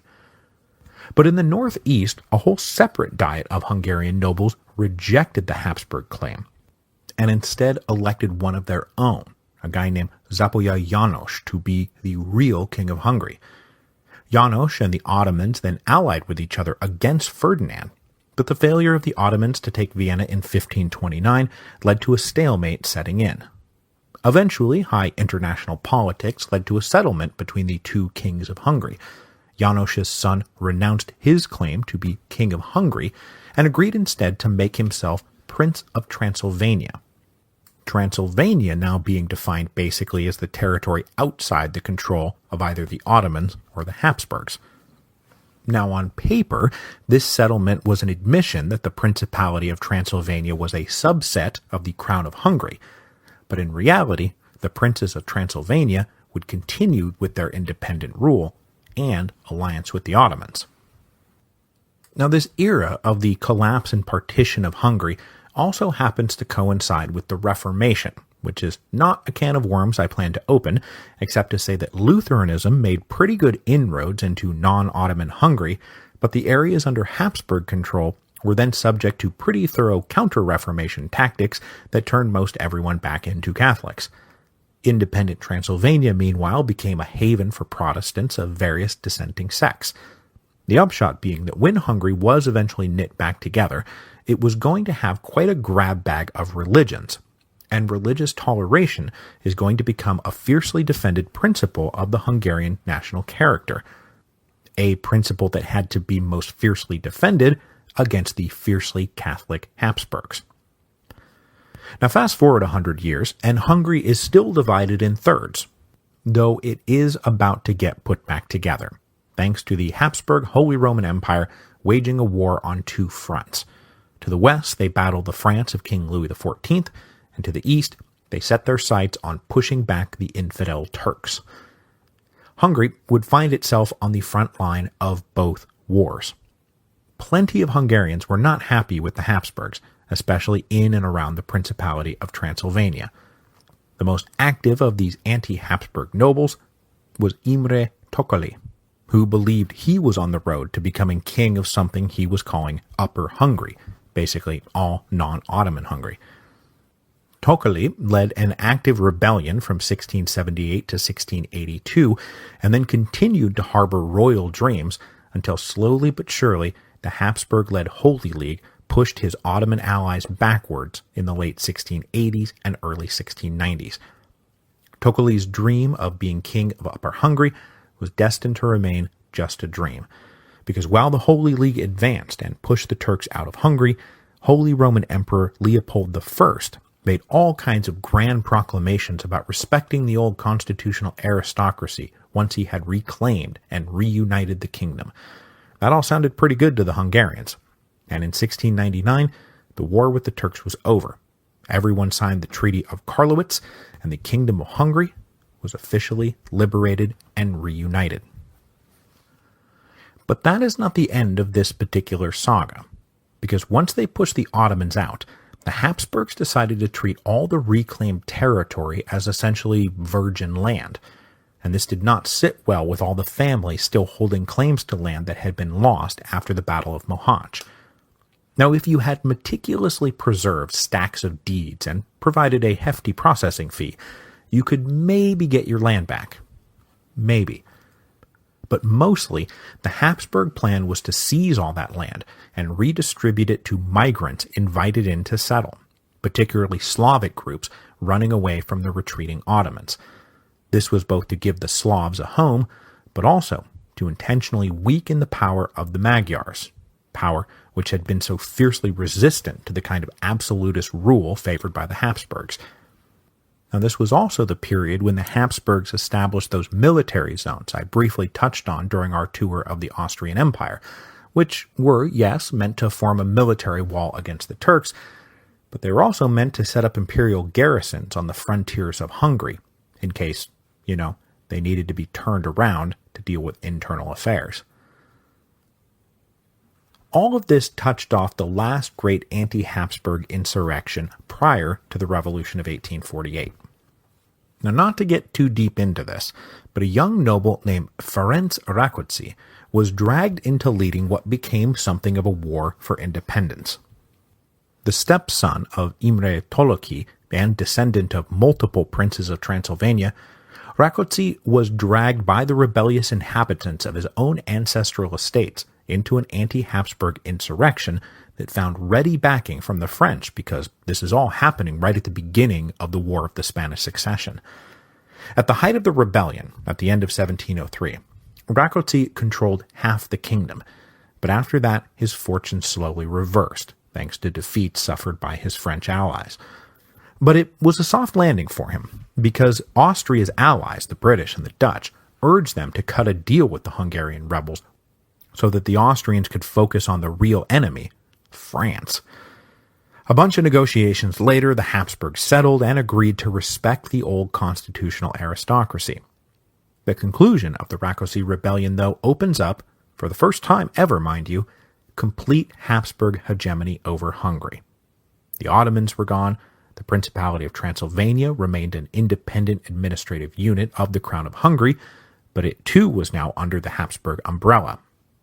All was finally well with the world, except that as the War of the Spanish Succession was winding down, the Habsburgs suddenly faced a terrible reality.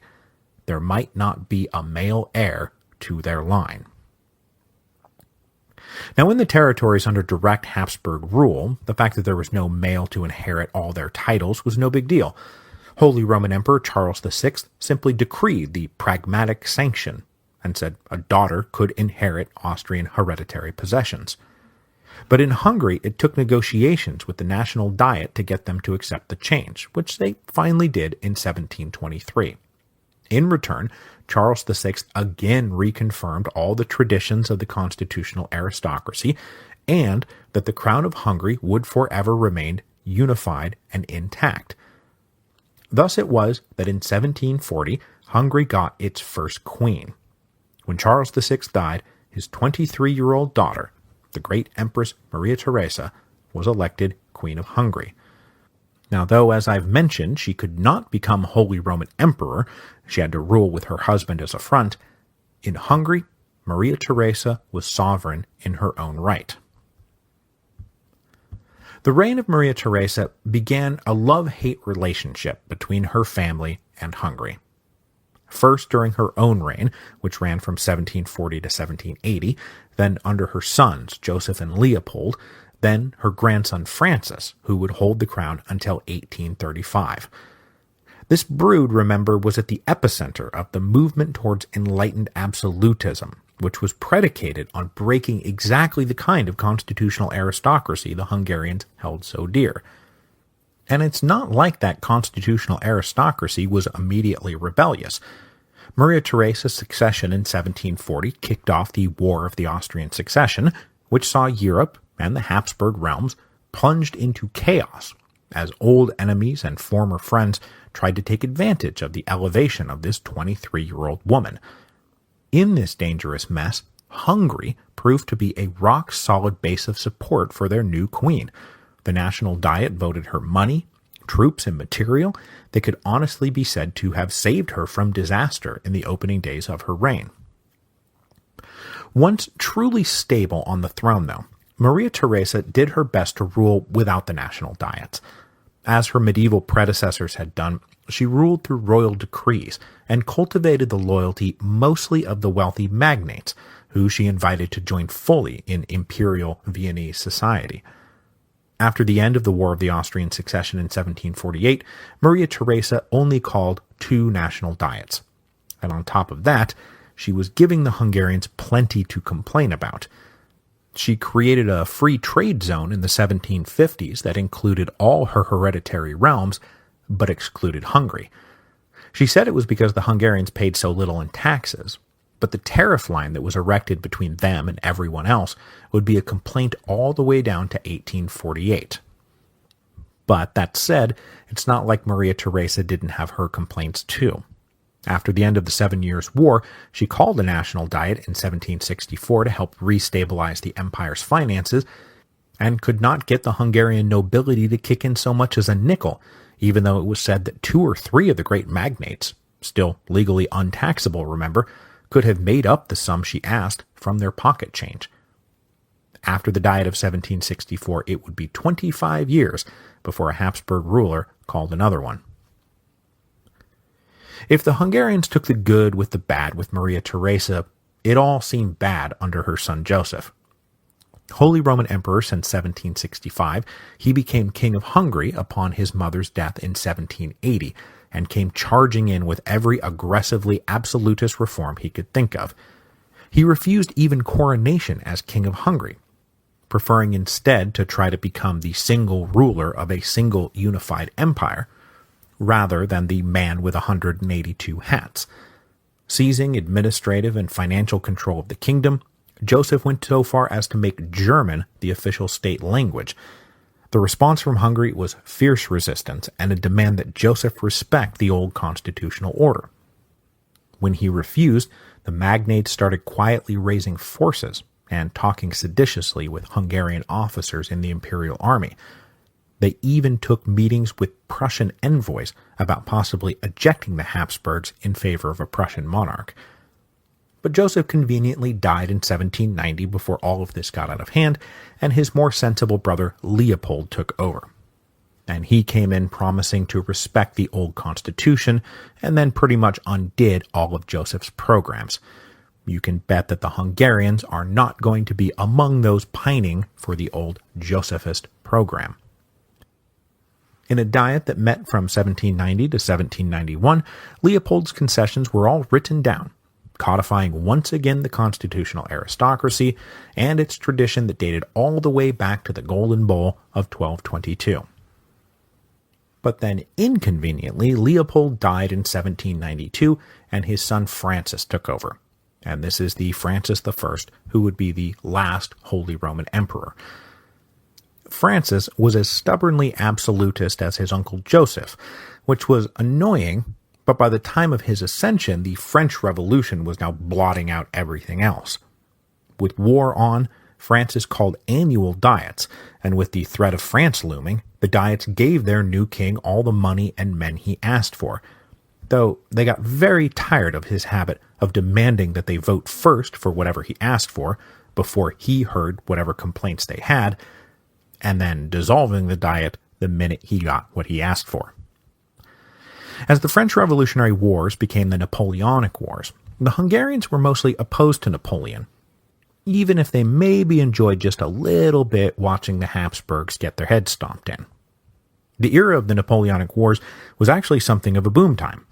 Not on the front lines, Hungarian grain and cattle were sought-after exports and helped turn the landowners away from their traditional conservative modes of life towards more commercially oriented arrangements. Now, Napoleon did his best to remind the Hungarians how much they hated the Habsburgs, but the Hungarians mostly stayed loyal to the Habsburgs, and they were not at all happy when Napoleon peeled off the Kingdom of Croatia and added it to the Illyrian provinces, breaking the old crown of Hungary. But all that said, life under the defeated Emperor Francis was becoming intolerable. In clear violation of the Constitution, he jacked up a salt tax without the Diet's permission, and then went in for an anti-deflationary paper currency policy that left many in Hungary forced to convert paper for much less than they believed it should have been worth. He also doubled the Hungarian contribution to the state debt without asking their permission. When Francis finally called a new Diet in 1811, the assembly was consumed by angry protests at his conduct, whereupon Francis dissolved them and refused to call another Diet for the next 13 years. So the fall of Napoleon and the subsequent Congress of Vienna was a mixed bag for Hungary. The wartime boom was over, and they were now solidly in this new Austrian Empire, under an emperor who showed little respect for their traditional political constitution and rights that had supposedly been confirmed over and over again by members of his own family.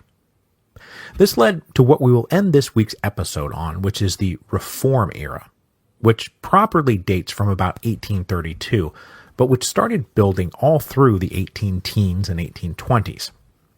Just like every other nationality in Europe, the Hungarians, the Magyars that is, had been exploring and celebrating their own national heritage, and this really started up when Joseph tried to impose German as the national language on them.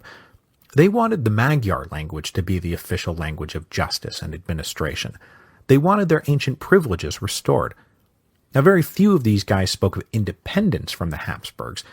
Mostly what the Hungarians wanted was to be elevated to a place of proper dignity inside the Austrian Empire, which for them meant political equality with Austria itself. This all would burst out into the open in the mid-1830s as reformers and patriotic Hungarian nationalists started challenging the insulting pretensions of the Habsburgs, and it did not help that Metternich's spies were now in their midst, reporting, it seemed, their every thought. None of them shed a tear when Emperor Francis died in 1835, and when he was succeeded by the unfortunate Ferdinand, more than a few Hungarian patriots spied an opportunity to fully restore Hungarian dignity. So I'm going to leave it off there for now, because I think that's quite enough to chew on. But this episode wraps up our long circuit of preliminary background that needed to be in place before we could sit back and watch the volcano explode. So next week, or I suppose 5 days from now, we will tie all these threads back together with a look at the economic and social crisis of the mid-1840s, which included, among other things, the horrifying results of the potato famine. So, I will see you back here again in a few days, and if you happen to have been thrown for a loop when the show didn't show up in your podcast feed on time, that's great. The show is a meaningful part of your life's routine, just as I always hoped that it would be, and if you want to thank me, you can go ahead and pre-order The Storm Before the Storm, the beginning of the end of the Roman Republic.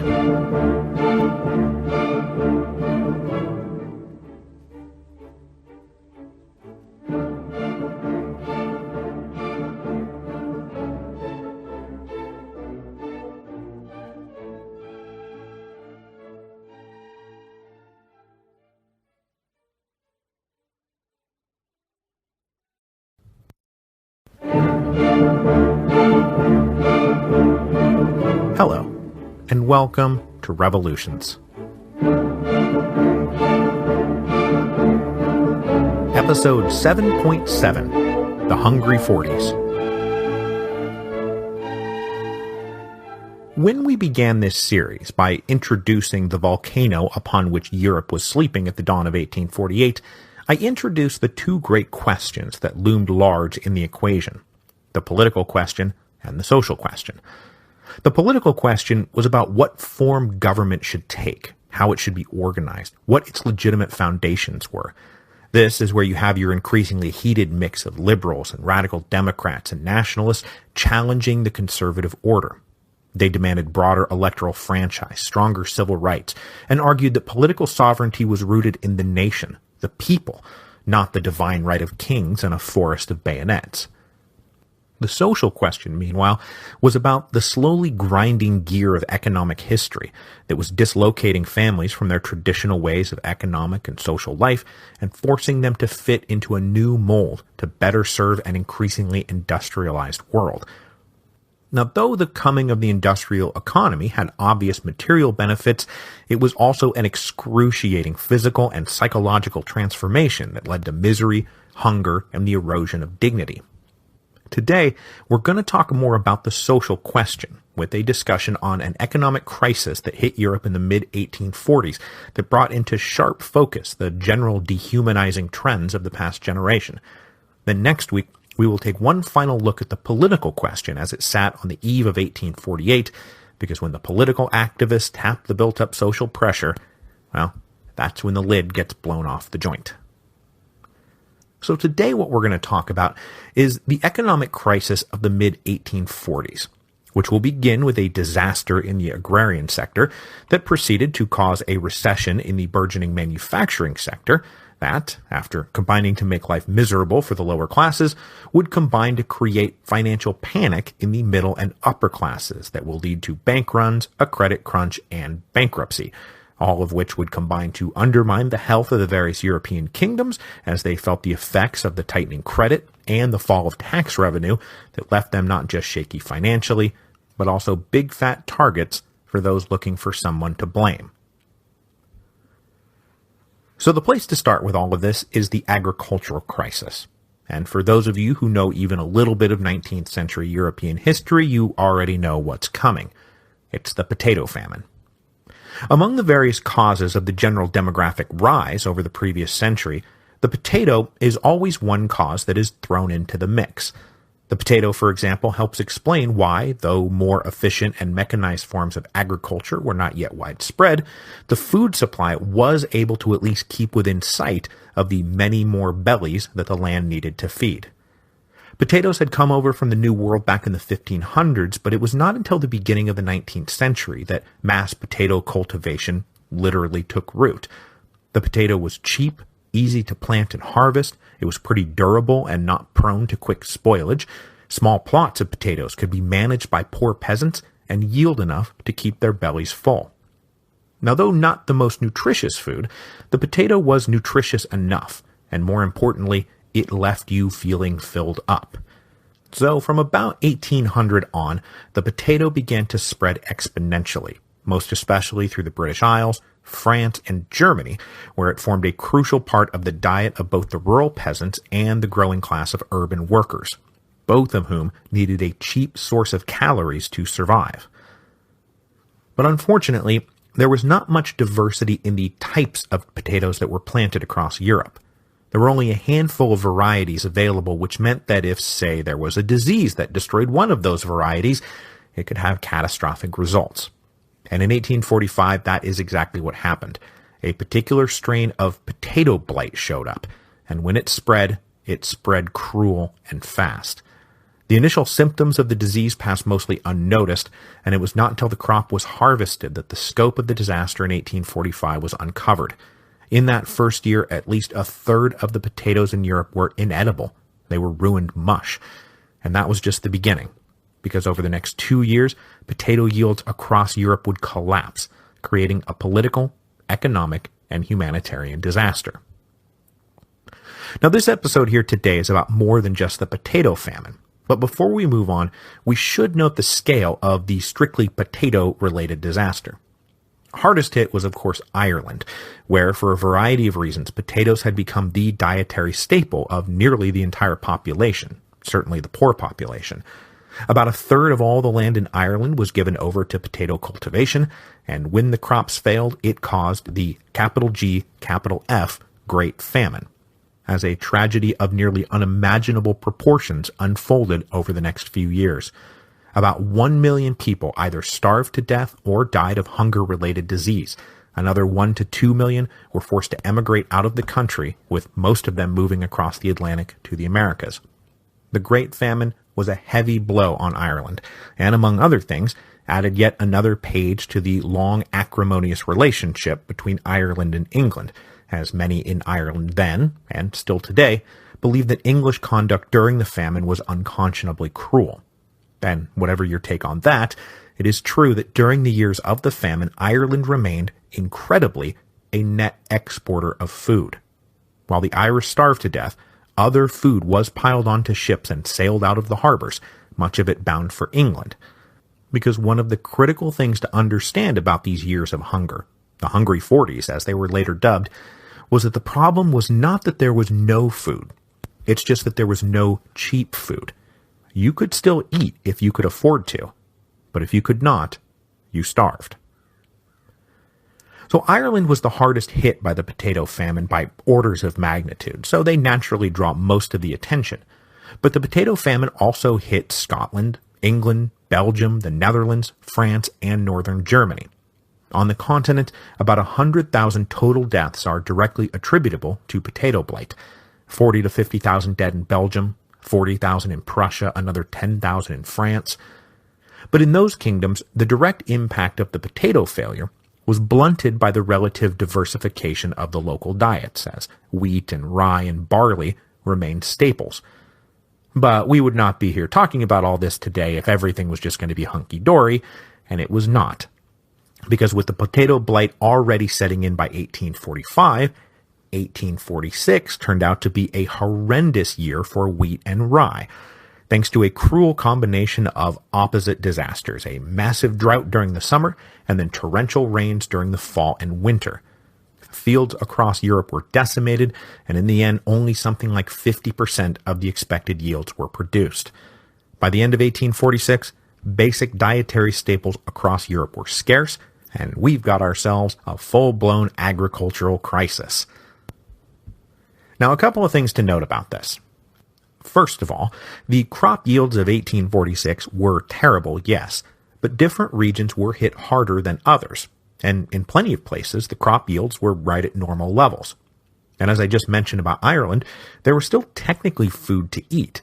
It's just that no one could now afford it, because the specific way the agricultural crisis manifested itself was not simply a lack of food, but skyrocketing prices for the food that was available. And the skyrocketing prices were universal, especially when grain merchants realized they could move grain from areas of abundance to areas of scarcity and make a massive profit, leaving the areas of supposed abundance now staring down scarcity and high prices themselves. Meanwhile, those in badly affected areas were hit with the double whammy. They were ruined by their own crop failures, and now were staring down the barrel of exorbitant prices to stay alive. For the subsistence farmers, this was literally now a matter of life and death. But for more affluent families in the broader middle classes, whether larger farmers or town, city artisans or professional tradesmen, you saw your entire household budget now being swallowed up by the price of food. This grain crisis also spread over to the cattle and livestock trades. Without enough fodder to feed their flocks and herds, everyone was forced to make the same decision: slaughter and sell the meat. But with everyone forced to make the same decision individually, the market was flooded and prices for meat bottomed out. And so the ranchers were left with the worst of both worlds: no money and no stock. All of this leads us to the next link in the chain of the economic crisis of the mid-1840s, a recession. The straight line from the agricultural crisis to the business recession was as straight as can be. With the cost of food swallowing up all available household money, in some places the cost of wheat doubled overnight, and if you were already spending 50% of your budget on food, well, that's the ballgame. In some regions of France, the cost of rye, which was poor man's wheat, nearly tripled. And even the quote-unquote cheap meat that was circulating around out there now was still too expensive for most of the lower classes. All of this meant that there was no money left over to purchase manufactured goods, most especially clothes and other textiles. If it's either eat or buy new pants, the choice is pretty easy. Unfortunately, you know what comes next. By late 1846, the manufacturers, either those running the factories or managing artisans or the cottage workers, knew that demand was about to plummet. And to stay afloat with demand plummeting, the owners, managers, and buyers canceled orders. They laid off workers, and they forced down wages of those workers still in their employ. So unemployment, underemployment, and collapsing wages swept through the working classes. So just as food was becoming more expensive, everyone had less money to buy it with. So just to run through a couple of examples here, in Berlin, the population of the city had risen more than 30% between 1840 and 1848, with almost all the newcomers being poor. More than 80% of the city was classified as some version of poor, with 100,000, a full quarter of the city's population, living below any reasonable definition of a poverty line. In France, in the rising industrial city of Roubaix, 8,000 workers were unemployed by May of 1847, and that was out of a total workforce of perhaps 13,000. In Rouen, at least 30% of the population was living on wages that did not keep them fed, and another 1,600 were just out of work completely. In Vienna, 10,000 workers were laid off over the winter of 1846-1847. They congregated on the outskirts of the city in poor slums and were packed into dilapidated housing where the hunger and the misery and the unsanitary conditions made life unbearable. And those were just the industrial factory workers. The lot of the artisan classes was even worse. Having already spent the last 20 years falling behind the cheaper goods produced by the factories, the artisans were now squeezed completely when scarce consumer dollars went only to the cheapest item available. When the recession set in, apprentices and journeymen simply had no work to do at all.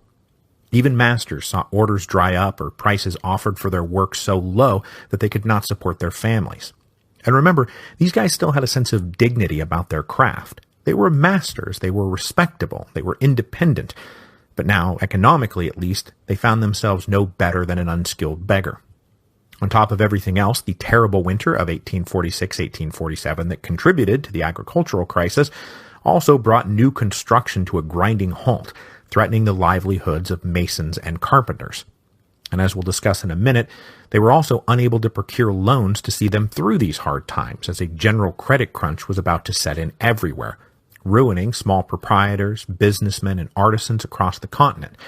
It was discouraging, dispiriting, enraging.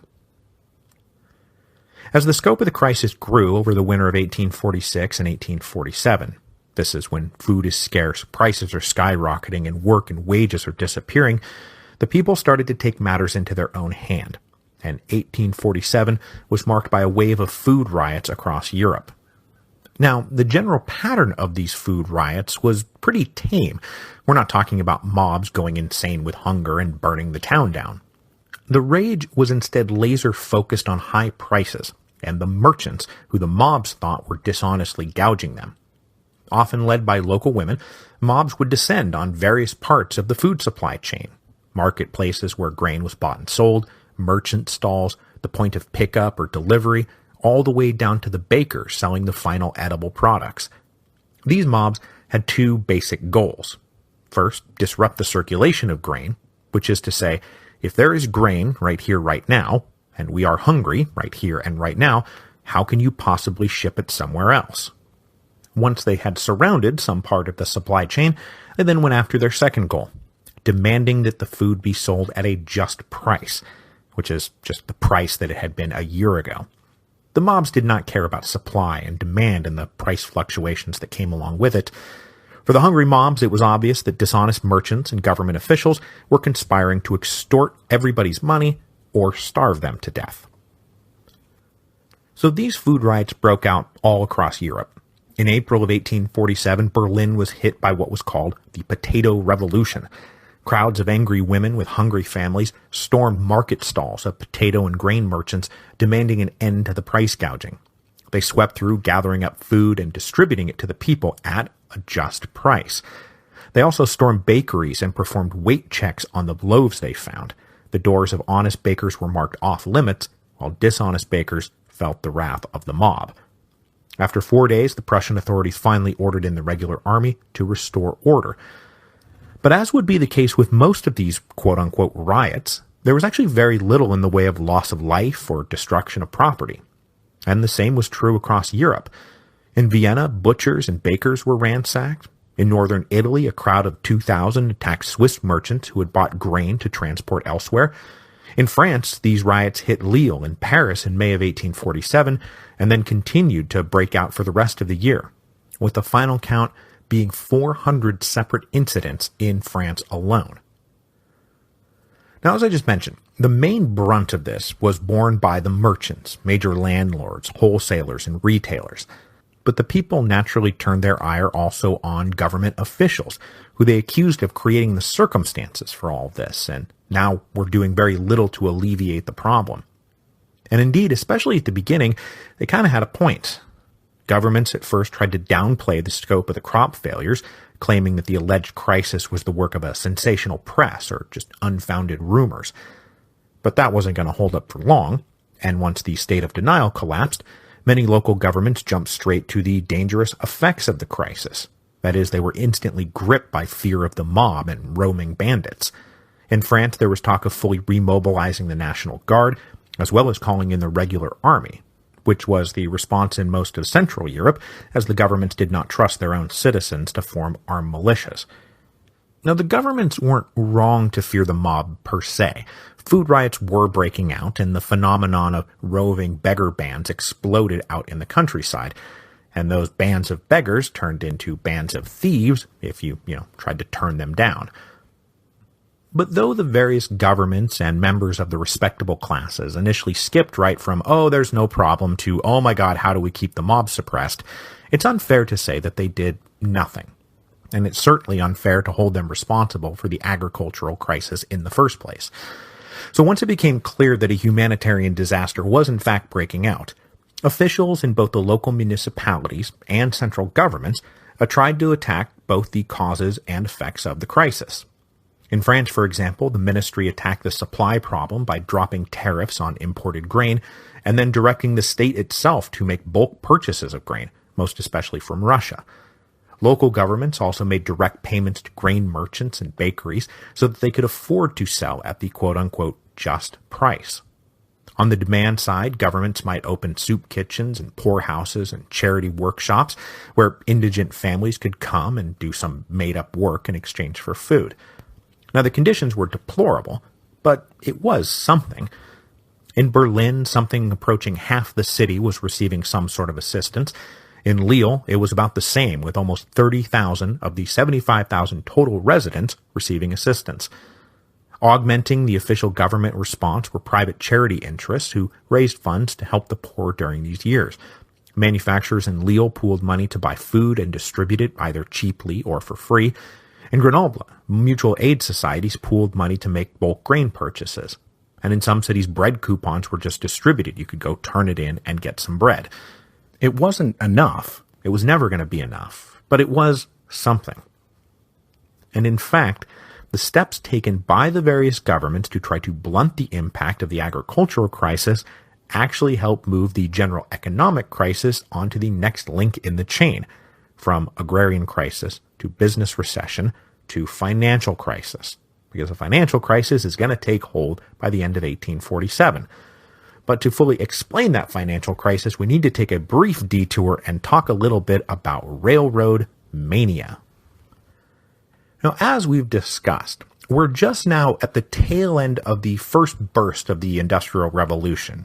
And it wasn't until the 1830s that the promise and the possibility of railroads became an object both of public and private interest. And in the early 1840s, there was a burst of railroad construction. In France, railroad projects took the form of large banks partnering with private corporations with the support of the government ministry to approve and fund new rail construction, most especially up in the Northeast. In Prussia, the major landlords who owned the rich agricultural regions of the East pressured the government to build lines that would connect them directly to urban markets in the West, in the Rhineland. And then up in Britain, a very free market attitude took hold, where private companies raised private money through bank loans and stock offerings to construct lines that would crisscross the country. The point is that by the mid-1840s, there was a lot of credit and a lot of debt tied up in the railroads, and also a lot of exuberance over getting rich quick, and a classic bubble was building. So the financial crisis hit England first. In the early 1840s, investors had flocked to railroads as both middle and upper-class investors saw them as an almost sure bet, so much so that many bought stock offerings with just 10% down, dumping their life savings into it with the hopes that they would get rich before the other 90% was ever asked for. But unfortunately, the only rule about starting up a railroad corporation in England was for a group of guys to get together, draw some lines on a map, and present it to Parliament for approval. Due diligence was not the order of the day, as MPs and government ministers were themselves heavy investors in these various companies, and Parliament nearly always approved a request for certification. They approved more than 200 in 1846 alone, even if the plans these companies were providing were ludicrously unfeasible, and the men operating the companies had no idea what they were doing. But with money flooding in, the price of all the railroad stocks kept rising, so nobody asked too many questions, because the point was now to make money off the rising stocks rather than whatever profit the railroad underlying it might be capable of producing. So a bubble grew. The bubble finally burst at the end of 1847 thanks to a number of factors. For example, the Bank of England raised interest rates, making state bonds a safer and more attractive investment. But the other big hit came from the European-wide agricultural crisis, as governments had to take on loans or spend specie reserves to alleviate the crisis, and businesses hit by the resulting recession had to take on loans to float them through the hard times. With the pool of investment money for the railroad companies drying up, it became very clear very quick that many of the companies were not viable at all and had been surviving on smoke and mirrors. The bubble burst at the end of 1847 as railroad stock prices collapsed. Life savings were wiped out as insolvent companies that couldn't take on new loans to pay off their old loans called in the other 90% of the stock purchases, and nobody had any money to pay. So this created a cascading failure. I can't pay my debts because this guy won't pay his debt to me, and he can't pay his debt to me because this other guy can't pay his debt to him. So most of the railroad companies declared bankruptcy, as did plenty of ruined investors. But the collapse of the railway mania bubble in England was not merely a local concern, because plenty of British investors had spread their money down to continental projects. And then, of course, the international finance system was international, and credit was now drying up everywhere, as it was directed towards the effects of the agricultural crisis and business recession, and new railroad construction slowed to a crawl. And, for example, in France, some 700,000 workers were now out of a job. The general credit crunch also left small businesses and struggling artisans out in the cold, as they could not secure even small loans to keep themselves afloat because all the money was being tied up elsewhere. With the financial system getting a wee bit shaky, the banks of Europe were hit by runs of nervous customers withdrawing their savings. The Bank of France saw something like 65 million francs worth of specie withdrawn in October 1847 alone. Smaller banks were caught short, and forced to close. The run of bankruptcies in all businesses, not just railroads, ballooned. Already hit by the recession, many simply closed their doors, which contributed even more to unemployment. But there is some good news now, because by the time the financial crisis was blowing up, the agricultural crisis was starting to wind down. Now, potatoes were still wrecked, but the regular grain harvests of 1847 were mostly back to normal. But the good news did not really solve the problem, as both high prices and low wages lingered heading into 1848, and plenty of speculators had bid high on grain expecting the supply to remain low, and when it did not remain low, they now faced ruinous price falls. And I'm not sure how prevalent the practice was, but I know at least some hoarding of the new crop went on, as these merchants tried to keep the prices artificially high.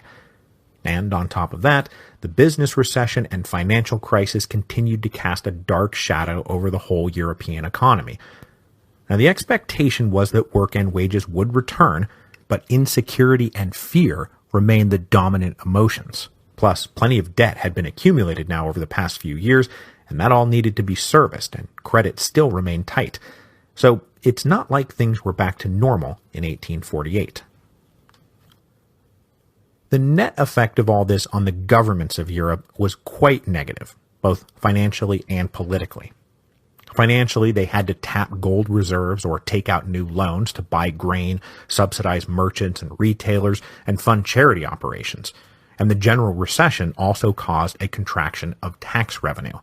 So the books did not look good at the dawn of 1848. The Habsburg monarchy in particular was on very shaky footing. They were underwriting large military expenses, running persistent deficits, and faced with a rotten balance of trade. And it took a major infusion of cash by the Rothschild banking conglomerate to keep the monarchy afloat at the end of 1847. And in Austria, there was also a deeply unpopular problem where many of their consumption taxes were based on the price of the item, and when food prices shot up, so too did the taxes that went with them. But the government couldn't afford to cut those taxes because they needed the revenue to service their own debts. These excessive taxes levied on basic food staples were called the blood tax on the proletariat. So what we're looking at generally here, in the years spanning 1845 to 1847, was an economic and social crisis that rocked every level of society. We've got miserable, starving rural peasants, miserable, starving, unemployed poor people in the cities, underworked and out-of-work artisans, that's masters, journeymen, and apprentices alike, ruined small business owners, large business owners holding on only by slashing wages or turning out workers and struggling themselves to secure much-needed loans. We've got bankrupt middle and upper-class investors and professional classes whose services can no longer be afforded. And surrounding all of this everywhere was a basic breakdown of law and order. Mobs were rioting over food, bandit groups were roaming the countryside, there was a rise in crime everywhere. Murder, robbery, assault, prostitution, fraud, all climbed noticeably in the mid-1840s. The economic crisis caused the death rate to rise and the birth rate to fall. And psychologically, the impact was traumatic. We know how bad poverty can be for basic cognitive functions. And for years, for millions of people in Europe, their lives were defined by insecurity, fear, and hunger.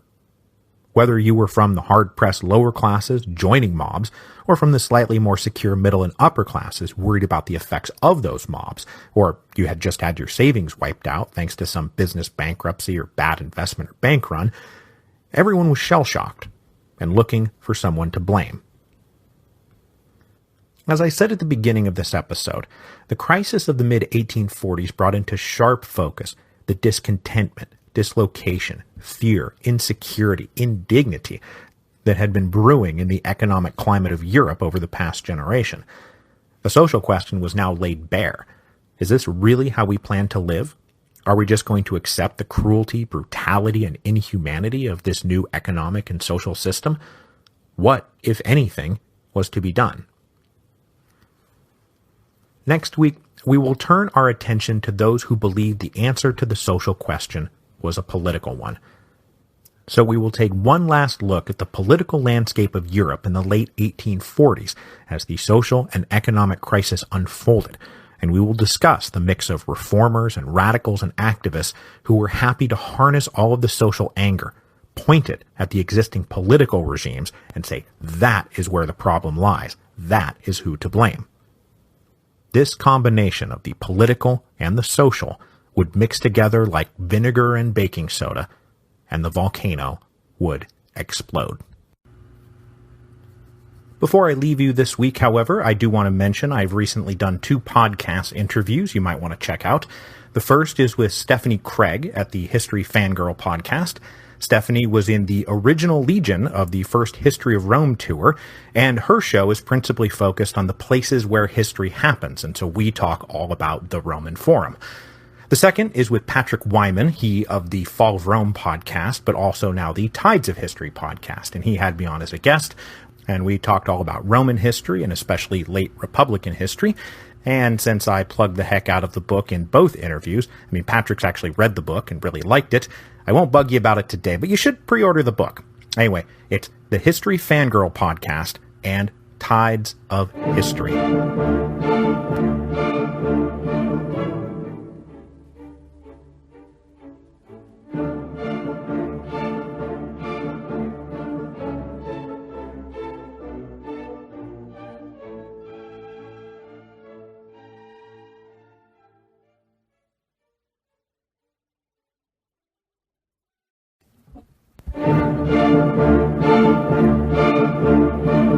Hello, and welcome to Revolutions.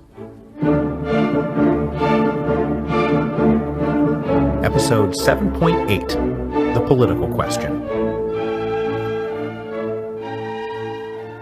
Welcome to the last of our groundwork-laying episodes, where we discuss the details of the political question hanging over Europe in the 1840s. A political question that would merge with the social question we talked about last week, and then suddenly explode in a furious eruption. Now, I will be taking next week off, and we'll tell you at the end of today's episode why I am taking next week off. But when we return in 2 weeks, we will open our hymnals to January of 1848 and begin the slow march through about 18 months of very convoluted revolutionary insanity. The biggest question of the whole post-Napoleonic age was, do you have a constitution? Now, we know that the French had been granted a charter of government in 1814, a benevolent grant from the restored King Louis XVIII, who gave his subjects a written compact that spelled out how the new government would work, while making it very clear that this all came down from God, not up from the people. A few other places in Central and Northern Europe had constitutions, the Kingdom of the Netherlands, the Kingdom of Bavaria, and the Duchy of Baden being a few examples, but most everyone else re-embraced absolutism in the reactionary age of Metternich. A source of major recurrent tension, then, was about the struggle for those without a constitution to get one. And we saw this during the episodes on Spanish-American independence, when the Spanish Constitution of 1812 became the basis of the Cadiz Mutiny of 1820, a revolutionary uprising that then migrated over to Italy and became the rallying cry of Italian revolutionaries across the peninsula, from Naples up to Turin. The Italian project only briefly got off the ground before being crushed by Austria, while the Spanish liberals lasted 3 years before being crushed by the French. Now, the July Revolution in France then kicked the issue off again, as the French altered their charter to say, oh no, sovereignty does in fact come up from the people.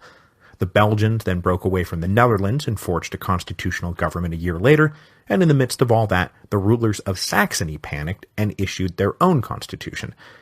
But by the 1840s, most of the rest of Europe, watched like a hawk by Prussia and Russia and the Austrian Empire, remained fiercely absolutist. So the first big question is, do you have a constitution? And if not, do you want one? Now, if a country already had a constitution, they were then driven by a further question. What's in the constitution? How does it function? Who should be allowed to participate in government? What are the responsibilities and rights of the rulers? What are the rights and responsibilities of the subjects? And shouldn't subjects maybe really be citizens? This further question is one of the reasons why guys like Metternich were so opposed to any leader in Europe granting a constitution, no matter how conservative or by the grace of God it was. Granting a constitution was always the beginning of trouble, not the end of it. So now we have a second big question. Do you have a constitution? If yes, do you want to reform it? Perhaps on liberal lines. Now the third big question, meanwhile, fused with both of those questions, and it involved nationalism. If popular sovereignty was in fact your jam, how do you define the people? What was the link between the nation and the state? How do you define what a nation is? Now, it's very easy to say, well, the Germans are Germans and the Hungarians are Hungarian. But all these areas had ethnic and religious minorities who might not fit in with the definition of what a German is or what a Hungarian is. What would their place be? How excited could you expect them to be for national unification and self-determination when that nationalism was in part built around, oh, by the way, you're not one of us? So one looming problem out there is that it was not at all clear that nationalism and liberalism, so tightly linked at this moment, were ultimately even compatible with each other. Now most in the majority groups would say, well, of course it is, but minority groups would beg to differ. But at the moment, this tension was not yet fully apparent. So with these three big questions in mind, let's take a look at some of the specifics. Now, I imagine a lot of this will inevitably get lost in the coming whirlwind, but I'll at least be able to remind you of it to jog your memory from time to time. But we are now going to talk about some details in our 5 revolutionary zones. So, we left France in episode 7.2 with the rather hypocritical inauguration of the July column on the 10th anniversary of the Revolution of 1830. By then, most anyone with a sense of idealism now felt betrayed, let down, and disillusioned by the new regime. Even the return of Napoleon's body a few months later, engineered by the government as a patriotic bit of propaganda and celebrated with great fanfare in Paris, mostly served to remind everyone that the glory days had long since passed. Though it did hilariously trigger his nephew Louis Napoleon's second disastrous coup attempt when he thought that the cheering for Napoleon meant that the people of France longed for Napoleon's heir. Landing in Boulogne with a few dozen supporters in August of 1840, Louis Napoleon was quickly rounded up by the authorities and tossed in prison, where he would sit for the rest of his life and never bother anyone ever again, and certainly never fulfilling what he believed was his destiny, to become Emperor of France. What a nutball. Now, if you remember from episode 7.2, the political history of the July monarchy in the 1830s was one of constantly shuffling ministries, and defined mostly by petty acrimony, with small c conservative liberalism charting the course of the ship of state. The revised charter of government would be revised no further. Risks, both domestically and in foreign affairs, would be avoided at all costs, and liberty was now routinely obliged to bend a knee to order. This course was then firmly locked in place in October of 1848, when Adolphe Thiers' second stint as prime minister came to an abrupt end when he nearly triggered a pan-European war over the renegade Egyptian leader Muhammad Ali. Don't ask. Tossing aside Thiers, King Louis Philippe elevated Marshal Soult to be prime minister again, but by everyone's internal agreement, the real power was now given to the new foreign minister, François Guizot. The conservative liberal par excellence, Guizot believed in a strong and orderly constitutional monarchy. Now on the inside looking out, rather than the outside looking in, Guizot turned his back on the idea that the king should reign but not rule, and argued that the royal throne could not be merely an empty chair. Now actively defending the prerogatives of Louis Philippe in matters of state and his appointment of ministers, the king came to at least appreciate the work of Guizot, even if he didn't like him much personally. I mean, nobody really liked Guizot personally. Guizot's stubborn resistance to any further change or reform also endeared him to Louis Philippe, who was now almost 70 and getting awfully stubborn in his old age. If the 1830s were marked by ministerial turnover, the 1840s were then marked by a remarkable continuity. Guizot would remain the de facto prime minister, and then actually the prime minister, all the way until February of 1848, until the revolutions of 1848.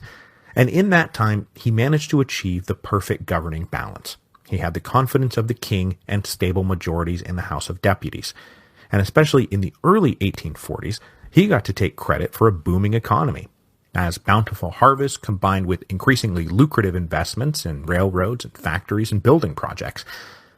But we know where that's headed. The crop failures of 1845 and 1846 led to recession, unemployment, starvation, and misery. Hard hit in particular was Paris, where the working population was approaching something like 50% unemployment, or at the least, catastrophic underemployment. 58% of metalworkers out of a job, 72% of furniture makers, 64% of men in the building trades, aka people who might know how to construct a barricade should the need arise. Now, whether it was his fault or not, Guizot and his policies were blamed. You can't take credit for boom times and then try to fob off responsibility for bad times, though it is a trick every politician in the history of the world has tried to pull off. Now, as we discussed last week, the conduct of the July monarchy during the economic crisis of the mid-1840s was not nothing. For both humanitarian and political reasons, King Louis Philippe pressed his government to do more to alleviate the suffering of the people. So they drained the state treasury trying to blunt the effects of the crisis. They bought grain from abroad. 300,000 people in Paris alone received government bread coupons. But it was never going to be enough. And Guizot especially would not be able to shake the charge that he let his doctrinaire liberal economic philosophy ignore the social crisis. Now, once upon a time, some people had come to pester him about enlarging the electorate because they did not qualify for the vote, and his advice to them had allegedly been, enrichissez-vous, or enrich yourself, and it was now a biting joke, though the whole thing is likely as misattributed as Marie Antoinette's let them eat cake.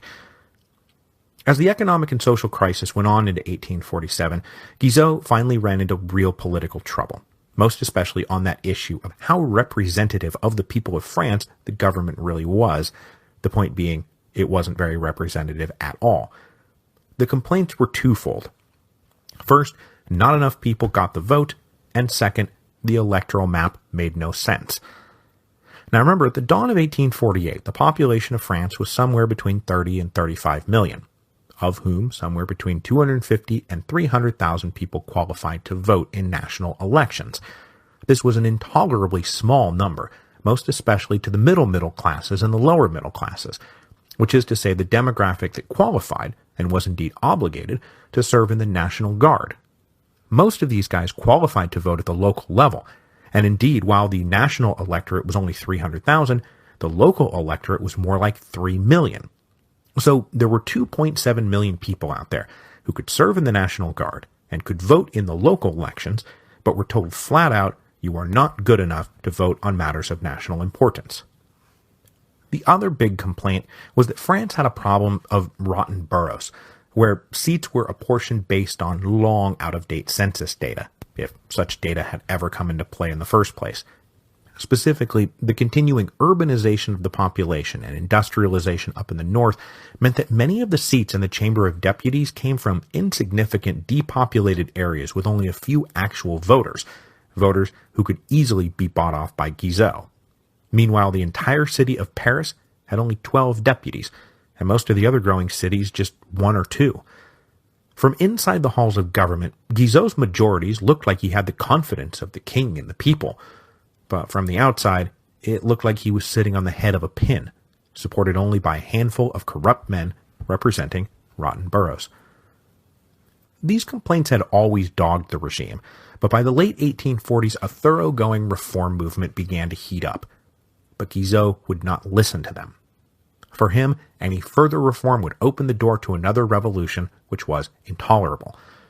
So rather than follow the path of the British leadership, who accepted the Reform Bill of 1832 as necessary medicine, Guizot refused to even consider rationalizing the distribution of seats in the House of Deputies or increasing the electorate. Now, the British probably did not get caught up in 1848 thanks in part to the Reform Bill, which cleaved the interests of the middle classes and the working classes. Guizot's resistance, which was premised on avoiding revolution, probably brought one down on his head, because history does oh so much have a sense of humor. So when we return to France, it will be to join in the controversy of the banquets, political gatherings that skirted the rules against political gatherings by declaring themselves to be mere private parties, banquets, when the government challenged their right to hold these banquets, both sides engaged in a game of political chicken that, as Alexei de Tocqueville wrote, the government, by its defiance, goaded the opposition into adopting this dangerous measure, thinking thus to drive it to destruction. The opposition let itself be caught in a spirit of bravado, and lest it should be suspected of retreating, and thus irritating each other, spurring one another on, they dragged each other towards the common abyss which neither of them as yet perceived.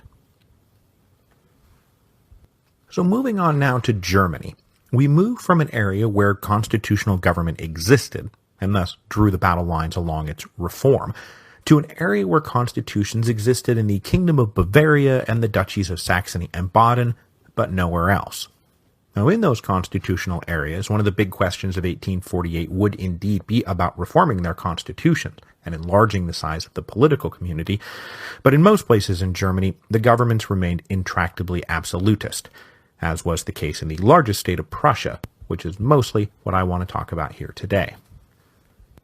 Now, after Prussia had gotten stomped on by Napoleon, King Friedrich Wilhelm III had inaugurated an era of reform designed to modernize the administration and finances and education in the kingdom, most especially to see it through these dark times and, most importantly, to pay off the oppressive indemnities owed to France.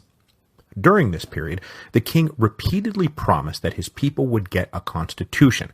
He made this promise in 1810, 1811, 1814, and then again in 1815. But with the reactionary turn of Europe after 1815, the king had very little incentive to follow through on his promise, even after he renewed it one last time in 1820. The promise of a constitution had also always come with the promise of a pan-Prussian national diet, like the one in Hungary, but the king stopped even bringing it up after 1820, and he ran a conservative absolutist regime in line with Metternich's vision for Europe. Now, this was all very annoying, most especially to the people who lived in the West, which was generally more liberal and industrial and modern, while the East was more traditional and conservative and agrarian, and run by the landowning aristocracy that also dominated the upper rungs of the Prussian military, bureaucracy, and state ministries, also much to the chagrin of the more quote-unquote modern Westerners.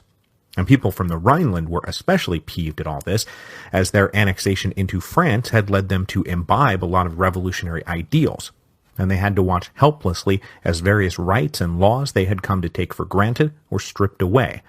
The upper rungs of the state were the preserve of the aristocracy. There was no freedom of speech, freedom of the press, or freedom of assembly. So an old King Friedrich Wilhelm III died in 1840 after 43 years on the throne. His son Friedrich Wilhelm IV ascended to power, and any hope amongst the liberal Prussians that he would bring with him constitutional reform were quickly dashed. Friedrich Wilhelm IV was a conservative absolutist, who, in his own words, believed that he ruled by the grace of God alone. His sovereignty came from above, not below. Now, Friedrich Wilhelm IV is an interesting cat. He was a romantic and a patron of the arts and German culture, but he centered his romanticism on the glory of feudal and medieval Germany. He was very much backward-looking rather than forward-looking, and to the extent that he supported pan-German unity, it was to be under the careful domination of a great power like Prussia. And to the extent that he loved his people, it was as a father-protector. It would never be as a citizen king. But that said, he too always held out the promise of liberal constitutional reform. He just never followed through on it. And so liberal disenchantment with his regime set in. Now, the king did finally appear to give an inch in 1847 in the midst of the great economic crisis. Remember, his capital, Berlin, had been rocked by that potato revolution in April. The king called for the first national diet, and it was called for the same reason any autocrat calls for one of these things. It was to raise more money. He called this national diet thanks to a holdover law from his father's time that said that new state loans had to be approved by a national diet, even though no such national diet had ever been called. They were called for much the same reason that Louis XVI was forced to finally call the Estates General. The international bankers, who the king wanted to borrow money from, said they wouldn't lend the king any money unless he called the national diet.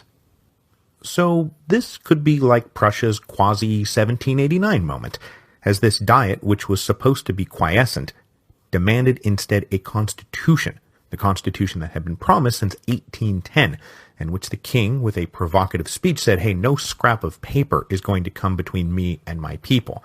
So the Diet refused to approve the funds without their own guarantees, most especially that this new United National Diet would be granted a regular sitting so that they could competently weigh in on matters of state. The king refused and tried to change the subject by bringing up the idea of German unification. Hey, everybody likes that. And he said he approved of it as long as it was done in a federal way under Prussian leadership. But the king was shocked when everyone kept their focus on getting a constitution for Prussia. So the Diet was dismissed before 1847 was up.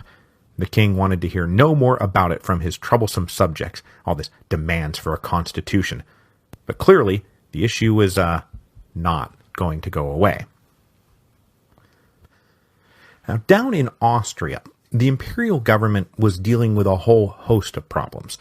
Many, both inside and outside the creaky government, believed the empire needed to reform to survive. The Austrian government in the 1840s was, to be blunt, wholly inadequate for the job they had to do. Now, things had been bad enough under Francis I, who, remember, was both a micromanager and someone who took forever to make a decision, which is a terrible combination. But when he died in 1835, things got even worse. His son Ferdinand I succeeded him, and Ferdinand was disabled, so instead a regency council was convened to do the real governing. It was called the Secret State Conference, and it was made up of the new emperor's uncle and brother, who were both pretty inert and unambitious, so real power was wielded by the two other members of the council. And that was Foreign Minister Metternich and Finance Minister, wish me luck, Franz Anton von Collorat-Liebsteinsky. The problem was that Metternich and Collorat were fierce rivals, and their contradictory aims led to a lot of gridlock and inaction on any front. So instead, it was just a lot of inertia. Fatal inertia. Now, Collorat is often described as a liberal, but it was more like he was not as conservative as Metternich, which, isn't really saying that much. Collorat did resist Metternich's insistence on maintaining large armies and his beloved police apparatus, but that was mostly on budgetary grounds. As I said in episode 7.3, in 1830, the emperor was told point blank that Austria couldn't afford a war. Well, that was Collorat who was telling him that. Collorat, though, is generally more favorable to the national demands of the empire's subjects and inclined to be sympathetic to their demands for more local autonomy, but again, it was more on a pragmatic level than any kind of liberalism. If Collorat was a liberal, then Francois Guizot was a frothing radical. It's all in the perspective of the thing. So inside Austria proper, a growing reform movement built up among Viennese intellectuals and liberal nobles and the rising bourgeois middle classes who started to question and challenge how the imperial apparatus was run. And the aim did seem mostly to be, look, our empire is going to collapse into a heap if we let things go on like this. It's either going to be state bankruptcy or mass national insurrection. Probably both. So in books and pamphlets, published anonymously in Germany and then smuggled back into Vienna, a lively, if still pretty small, debate started up about what was to be done. One early influential book that came out in 1842 called Austria and Its Future argued that the problem was the central bureaucracy. It would be one thing to have centralized absolutist rule under the Josephist enlightened ideal, but what Austria had at present was a bureaucracy that was as inept as it was arrogant, and as arrogant as they were irritating. The book advocated for power to be devolved to the local level, so that the local people could participate in and run their own local affairs. This was the only way to ensure responsible government. Responsible government is the only thing that would diffuse growing national hostility to Vienna. It also advocated for a strong imperial diet that would be composed of representatives from across the empire who would come to Vienna and be able to keep a close watch on the emperor and the taxes he levied and expenditures he approved. All of these arguments were gobbled up most especially by liberal nobles, because it was the nobility who would naturally dominate all those locally empowered governments, and their eyes widened at the possibilities.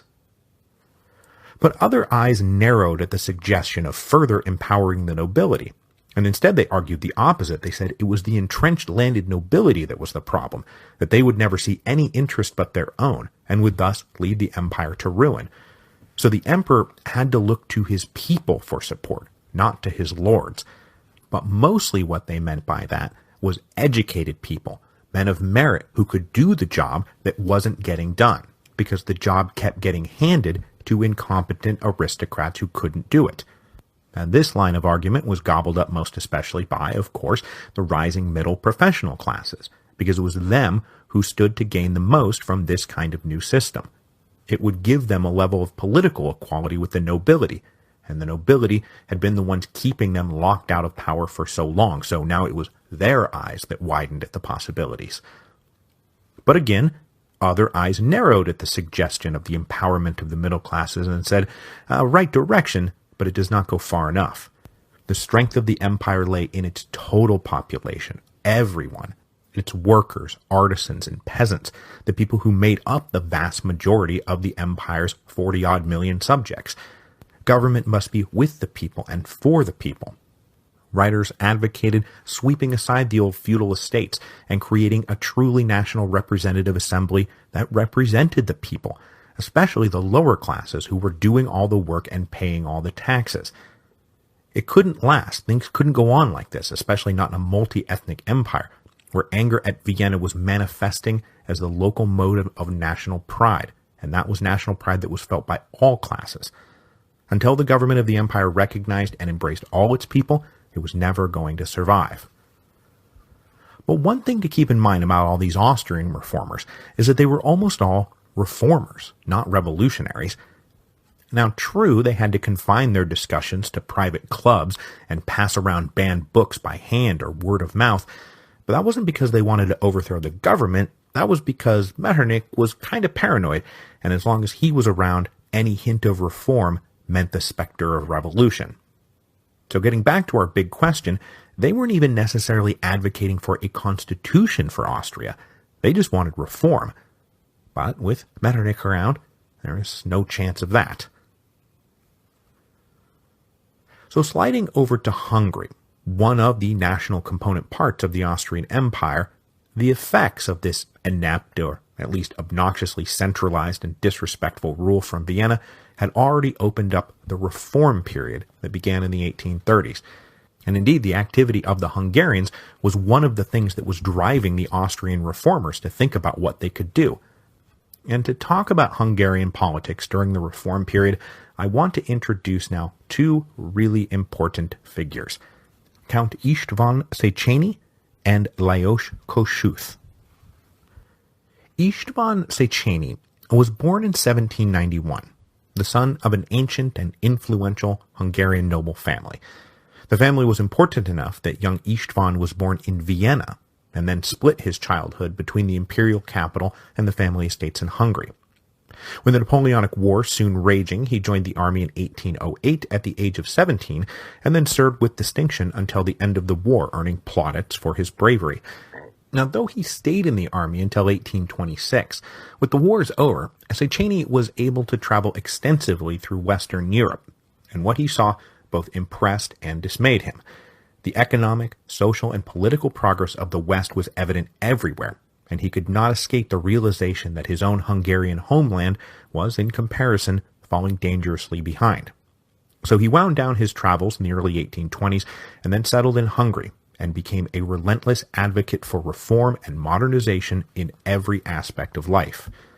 Széchenyi was a proponent of fostering and celebrating Hungarian culture, a trait he inherited from his father, who had founded the Hungarian National Museum back in his own day. So in 1825, Széchenyi famously donated a full year's income to found the Hungarian Academy of Sciences. His generosity inspired others to kick in, and they raised a further amount equal to his own donation. He also wrote books imploring his fellow nobles to abandon their feudal privileges, and most especially that one privilege that would always hold the kingdom back, the noble exemption from taxation.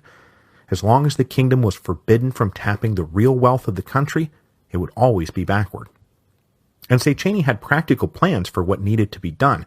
He focused a lot of his attention on infrastructure improvements, roads, canals, navigation of the Danube to improve lines of trade and communication, which would be so important in a future that was already looming.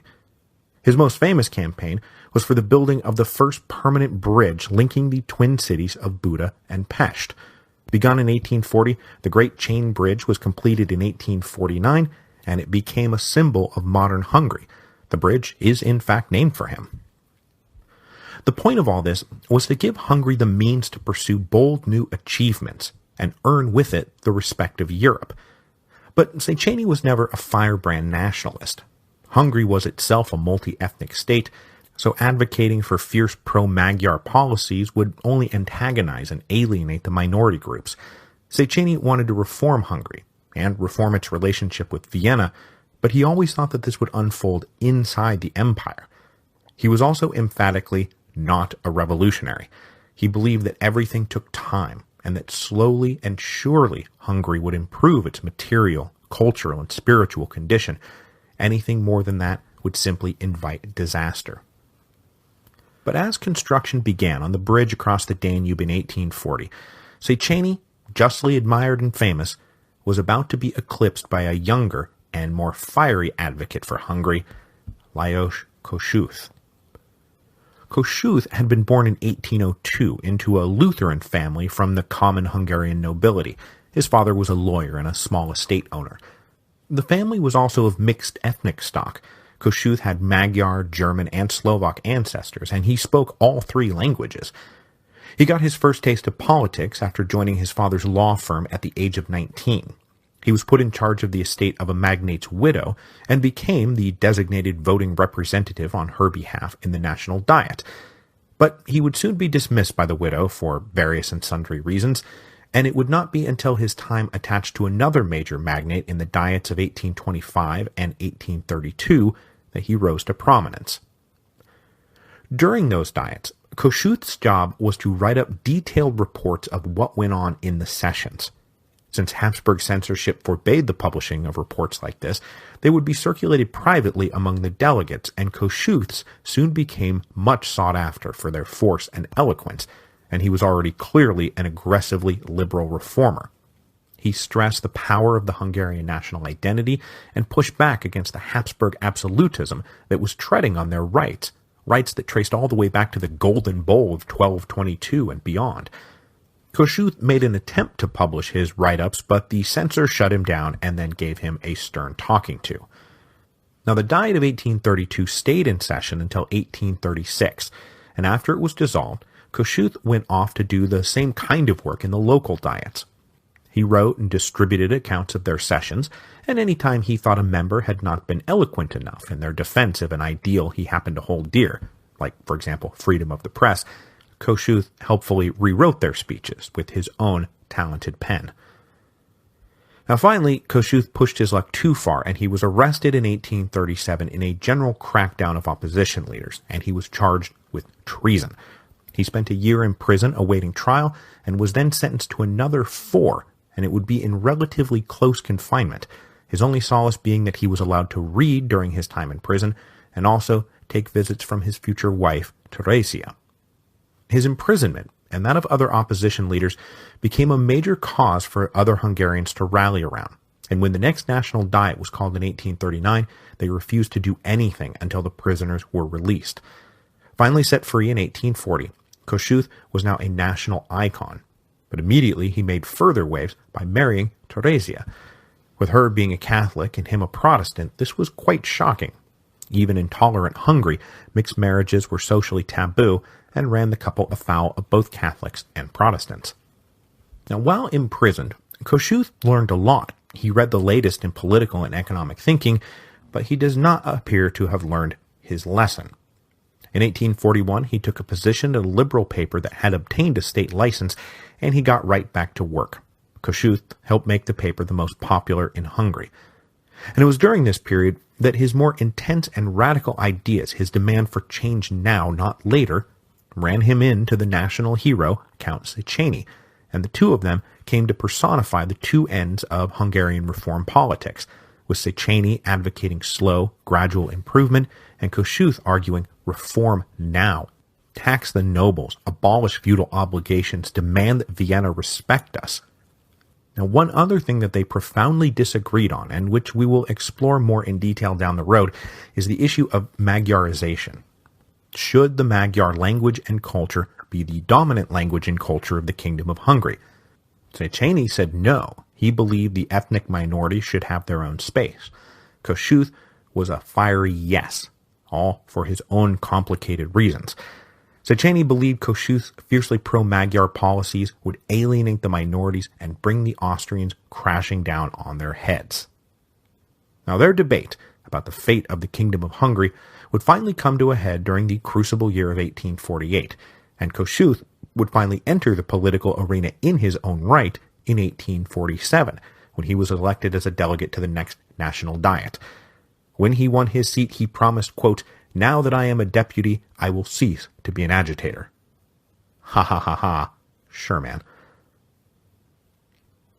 So we'll wrap this up today with the situation in Italy, which by the late 1840s had become volatile, with lots of potential outcomes being laid out and plenty of opportunistic plays to be made. The situation in Italy was defined by three poles: the revolutionary Republican Giuseppe Mazzini, King Charles Albert of Piedmont, Sardinia, and the new Pope, Pius IX. Giuseppe Mazzini was the great Italian nationalist and revolutionary agitator of his day. If anyone was the living, breathing embodiment of liberation and unification, it was him. Born in Genoa in 1805, Mazzini was drawn from a young age to radical politics and the dream of national liberation. But that meant the liberation not just of the Italians, but of all the people of the earth. Liberation from whatever despot they happened to be laboring under. So it should come as no surprise that he joined the Carbonari at the age of just 22 and was forced to depart Italy for Marseille when he fell under suspicion.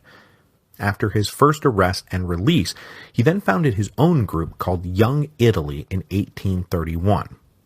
To be eligible for admission into this most seditious of secret societies, you had to be under 40 and dedicate your life to the principle that Italy must be one, independent, and a free republic, because there were no kings for Giuseppe Mazzini and Young Italy, which put them all on the radical edge of revolutionary politics. After a failed revolt in 1834 that saw his fellow Genoese revolutionary Garibaldi depart eventually for South America, Mazzini was booted from France too, and forced to bounce from place to place. Up in Switzerland, he helped found a larger Young Europe movement that was dedicated to the same ends as Young Italy, but covering every nationality on the continent. It was exactly the kind of international revolutionary organization that haunted Metternich's dreams, and Mazzini was without question public enemy number one for the Austrian secret police. He was finally able to settle in England in 1837, where he became a popular member of a certain segment of society, and wound up at the center of a shocking scandal when the British government turned out to be reading his mail. This was shocking to the liberty, but more important, privacy-loving British.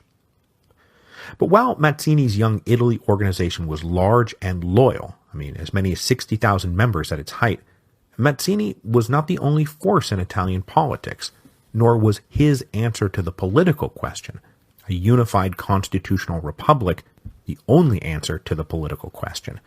And in fact, a more plausible answer to the question was as anti-republican and anti-constitutional as it got. That was everyone rallying behind King Charles Albert of Piedmont, Sardinia. Now, we introduced Charles Albert already. He's the guy who got cold feet during that insurrection in 1821. Well, as I said, he inherited the crown of Piedmont, Sardinia in 1830, almost certainly with a promise to Metternich that he would never, ever offer his subjects a constitution. And he didn't. He stayed conservative and loyal to Austria all through the 1830s and most of the 1840s. But by the mid-1840s, he had spied himself an opportunity. The Austrians were clearly becoming weak, and the Italians were clearly ready to be rid of them. And as I said, nearly every patriotic Italian recognized that war with Austria would be part and parcel of liberation and unification, and Piedmont Sardinia was the only kingdom with a military strong enough to do the job. Nobody knew that better than Charles Albert himself. There were also plenty of Italians who thought the fanatically Republican Mazzini was kind of a pain in the ass. Among them was a Piedmont noble and occasional ne'er-do-well, Massimo d'Azeglio, who believed the best option was a constitutional monarchy under King Charles Albert. It was not until he traveled a circuit of central Italy in 1845 and won some adherents to the idea that Charles Albert was a better option that d'Azeglio took the idea to the King of Piedmont, Sardinia, who, in a secret early morning meeting, said, "Tell your friends to lay low for now, but when the time comes, I will be ready." Inscrutable, and with a history of side-switching, no one really knew the king's true intentions. He was also extremely coy about whether or not he was going to deliver a constitution, which for most of the revolutionaries would be a necessary guarantee. Even d'Azeglio himself was not sure if he could really trust the king, but as he later said, "You can't trust a thief to reform himself, but what if you are asking him to help you plan a robbery?" The third great political pole to emerge in Italy came from the momentous papal conclave of 1846. The election of Pope Pius IX felt like it lurched the entire process of Risorgimento forward and made liberation and unification a really real reality. The future Pope Pius was born Giovanni Maria Mastai Ferretti, and he was ordained as a priest in 1819 under the patronage of the aging Pope Pius VII. He's the one who had served and suffered through the Napoleonic era. Mastai Ferretti's first important job, Revolution's tie-in alert, was that from 1823 to 1825 he went to the newly liberated Chile and Peru to arrange the status of the church in the newly independent South American countries. So he was showing up just as Bolivar was departing. This also made him the first pope to ever set foot in the Americas. Just thought I'd throw that out there. As an archbishop back in Italy in the late 1820s and early 1830s, he got a reputation as a generous friend of the poor and the downtrodden, and also as pretty lenient towards patriotic revolutionaries of the Carbonari variety. He always advocated clemency and amnesty. Was he secretly in favor of liberation and unification? So when Pope Gregory XVI died in 1846, after 15 years of being the furthest thing from a friend of revolutionaries, his conservative heir apparent and an openly liberal cardinal went head-to-head in the subsequent papal election. But when the College of Cardinals couldn't break the deadlock between the two candidates, Cardinal Mastai Ferretti emerged as the compromise candidate, and he was elected on June 16, 1846, taking the name Pius IX. For the next 20 months or so, he was easily the most popular man in Italy. He released a bunch of political prisoners and instituted reforms to improve the administration of the papal states, going so far as to call a new council of state that would be made up of competent administrators. Pius was now being identified as a man of great revolutionary promise by other revolutionaries in Italy. I mean, if any one person could unify all of Italy, all of disunited Italy, the Pope was that man. And now they have this brand spanking new liberal reformist Pope. I mean, my God, think of the possibilities. King Charles Albert certainly thought of the possibilities, and in conjunction with the Pope's elevation and reforms, he liberalized some of the more restrictive laws in his own kingdom, all of which Metternich viewed with intense suspicion. If this upstart Pope joined his moral authority to the military power of Piedmont Sardinia, the empire was going to have a real mess on its hands in Italy. Okay, so that's a pretty good roundup of European politics on the eve of 1848. The regimes that had been in power since the Congress of Vienna, or in France's case since July of 1830, had spent decades just trying to make today like yesterday and tomorrow like today. If there was not yet a constitution, you weren't going to get one. And if you had a constitution, it wasn't going to be reformed. And though a regime might dabble in it from time to time, nobody really wanted to stick a fork in the light socket that was nationalism. But this conservative system was sitting on top of bubbling magma. There was social and economic transformation and upheaval and a growing political consensus, at least among the educated classes, that absolutist tyranny was simply incompatible with the realities of modern life. So all the ingredients for revolution was there. But one thing is very clear. Nobody saw the revolutions of 1848 coming, even though they are now just months away. Nobody saw it coming. Even de Tocqueville, who predicted the eruption of the volcano just weeks in advance, sheepishly admitted later that he had been exaggerating for effect. So it was with surprise, some horrified surprise, some jubilant surprise, that Europe suddenly and violently exploded in early 1848. And I elected to wrap things up this week in Italy, because, little known fact, the first outbreak of revolution in Europe in 1848 was not in France, as it's usually described, but in Italy. I will really wrap things up today by telling you that there is going to be no episode next week because I am off to record the audiobook of The Storm Before the Storm, the beginning of the end of the Roman Republic, which is now forthcoming from Hachette Audio on October the 24th. You will be able to find it at our old friend audible.com or wherever fine audiobooks are sold. I even found out, and this is for some reason hysterically funny to me, they're going to be on CD. I didn't even know they still made CDs. But also, please remember that while the audiobook will be great, and I will read it to you all with great relish, it does nothing for the mission to land the book on the New York Times bestseller list. That is a list for hardcover and ebook purchases only. Mostly hardcover's the thing. So you're going to want to get that book on your shelf. It's going to look gorgeous. It's going to look great. And if you're still on the fence about pre-ordering the book, please know that anyone who pre-orders the book or who has already pre-ordered the book is going to qualify for some fancy bonus prizes that I'll tell you about when I get back in 2 weeks.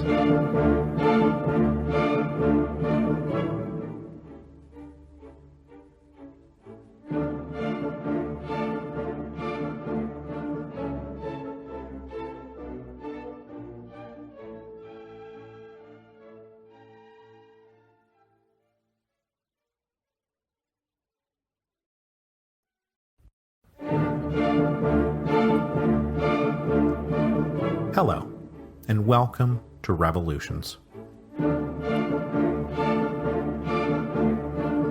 Episode 7.9, The Pope and the King. Okay, welcome back. Before we get started with the revolutions of 1848, I want to open with a fun, good announcement. Many people have been asking about this, and the answer is yes, there is going to be a book tour on behalf of The Storm Before the Storm, which means that for the first time ever, I will be out there in the world doing events and signings and giving talks.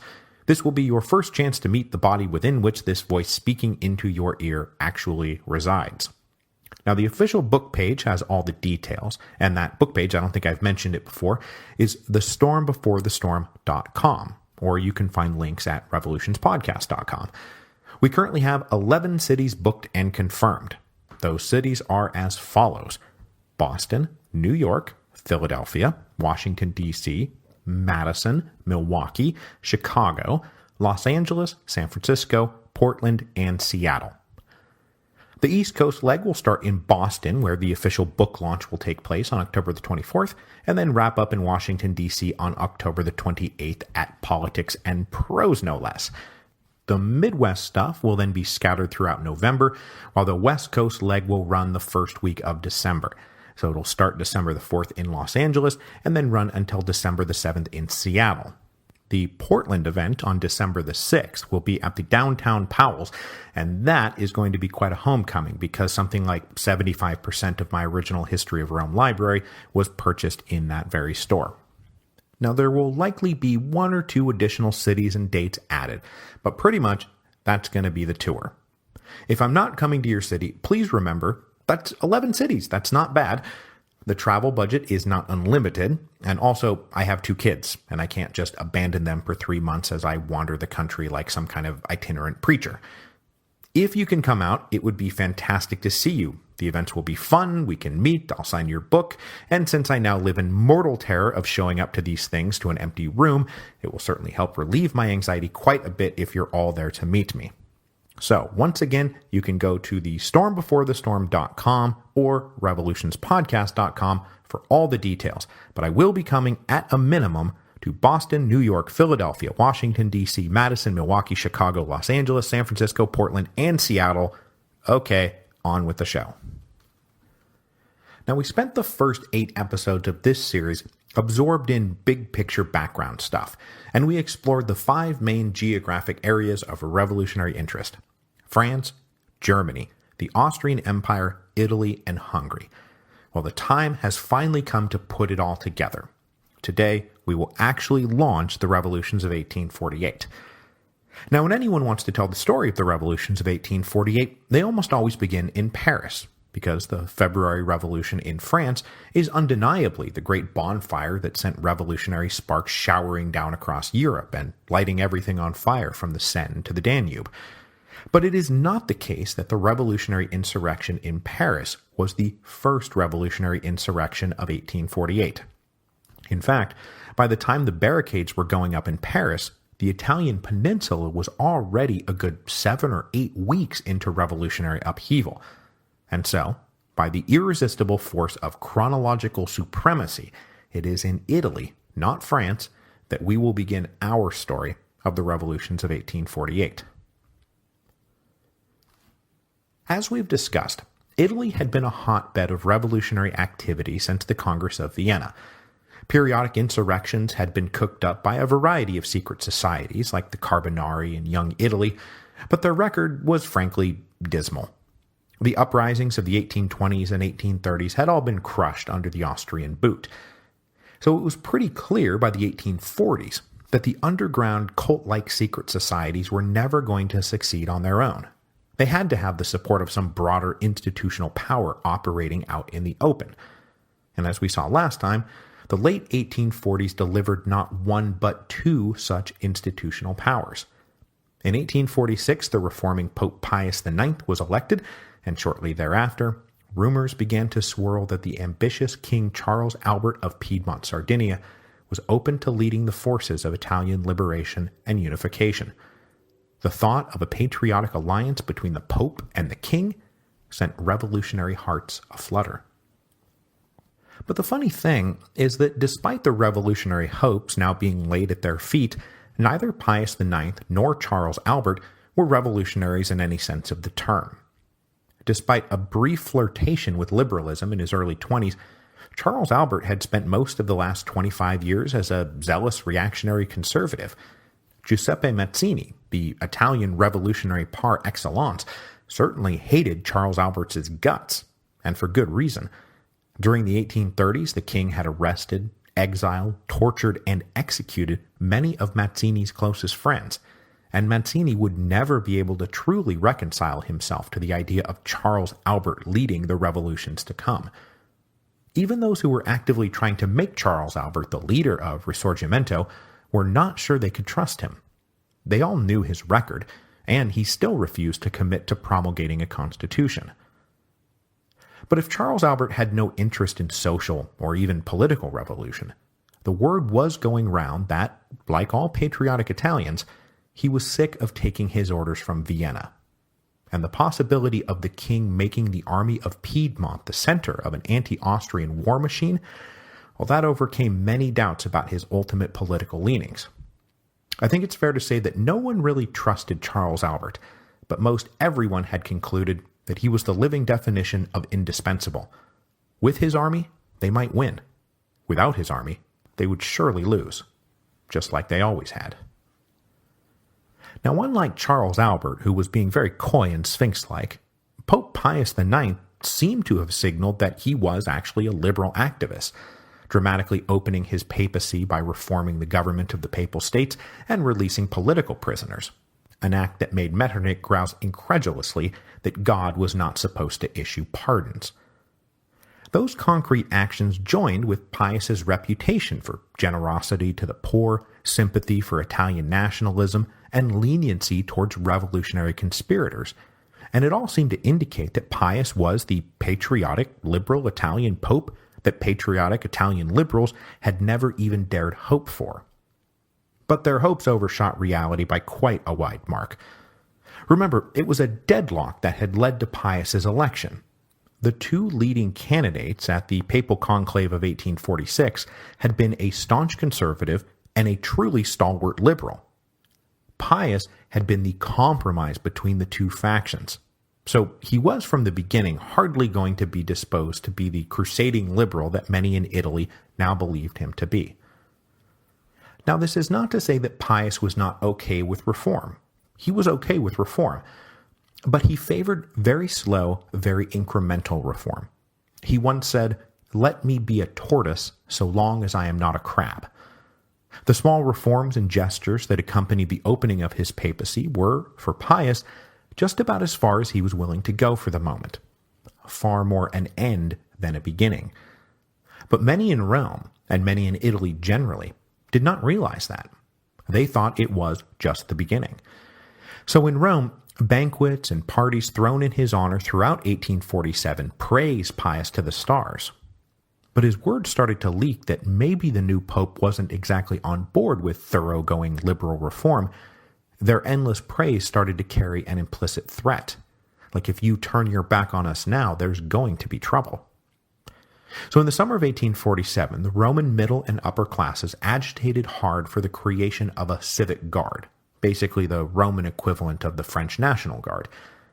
The petitioners said the civic guard would be a tool for maintaining domestic order.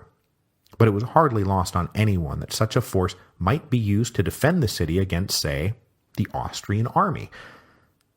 Unwilling to risk a showdown, Pius bowed to the request, and in early July 1847, the civic guard in Rome was inaugurated. But it was already clear, at least in hindsight, that there was a disconnect between how far Pius wanted to go and how far the Italians now expected him to go. But though revolutionary hopes were now being foisted onto a very non-revolutionary king and a very non-revolutionary pope, both men shared one thing in common that made the hopes being foisted on them not mere flights of fancy. Both resented Austrian dominance of Italy. For Charles Albert, it was a matter of raw ambition. He had concluded that he could be more than merely the king of Piedmont Sardinia, that he could potentially be the king of Italy, and the Austrians stood in his way. Pius, meanwhile, was annoyed that the papacy, and thus the entire Catholic Church, had been made a mere dependent client of the Austrian Empire. His conservative predecessors may have been content with Rome being a mere protectorate of Austria, but Pius wanted more freedom, autonomy, and dignity for the Church. So just a few weeks after acquiescing to the creation of the Civic Guard, Pius gave a further signal that Rome might still yet lead the charge for liberation and unification. In late July 1847, a small uprising broke out in the city of Ferrara, a city inside the domains of the Papal States, just on the other side of the border from Austria's kingdom of Lombardy-Venetia. Unwilling to allow the unrest to spread, the commander of the imperial army in Lombardy ordered his troops across the border.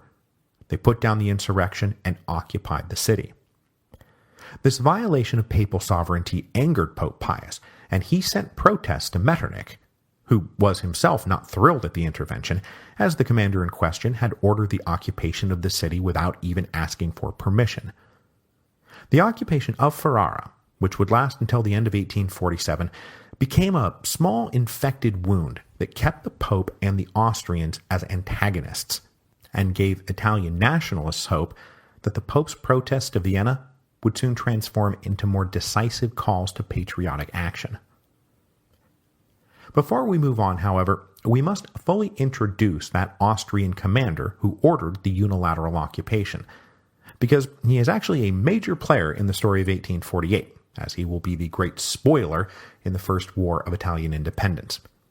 His name is Joseph Radetzky von Radetz, and he was, in the summer of 1847, a sprightly 80 years old. And that is not me misspeaking like I did with that British admiral who I said was 84 when he was really 48. Field Marshal Radetzky was really born all the way back in 1766, and really was 80 going on 81. But far from presiding over the Milan garrison with a mix of lethargy and senility that one might reasonably expect from an 80-year-old Austrian field marshal, Radetzky was still bright and nimble, keenly aware of the revolutionary forces gathering on the Italian peninsula, and eager to defeat them. Radetzky had been orphaned at an early age, and basically raised in an Austrian military academy. He moved from the academy to the army in 1785 at the age of 19, just in time for an entire generation's worth of war to break out between Austria and France. He fought his way through the French Revolutionary and Napoleonic Wars, always showing courage, zeal, and above all, that greatest of all gifts, competence. A general by the end of the wars, he was most useful as a chief of staff and master of logistics and planning, without ever losing his tactical or strategic edge. After the peace, he remained in the army. It was, after all, the only life he knew.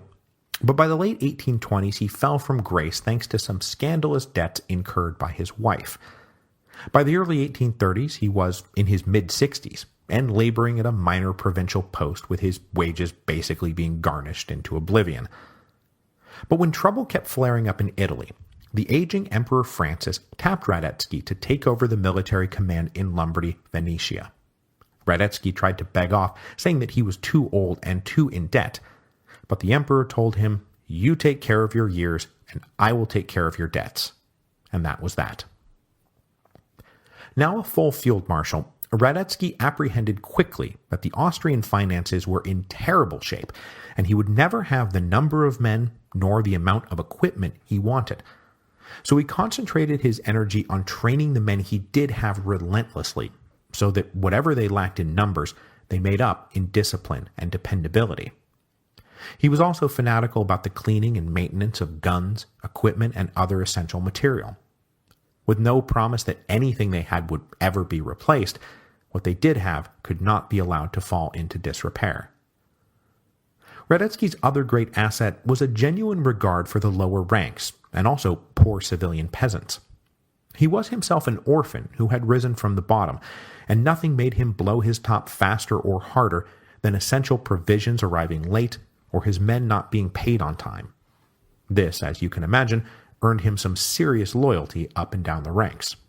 He also brooked no abuse of the local peasantry, and he did not allow his men to steal from those who had nothing. So Radetzky's name was well known and well liked among the lower class Italians. But this was for sure not just benevolence, though.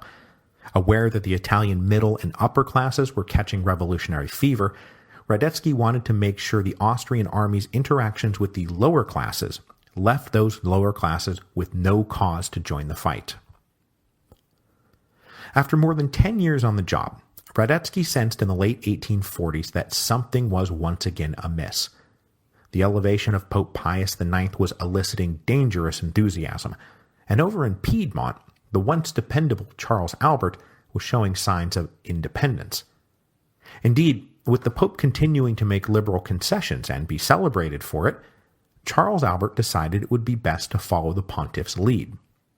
As I mentioned last week, he had so far been super cagey about whether or not he was willing to accept a constitution. And the truth of the matter was, he was dead set against it, and starting to admit it privately.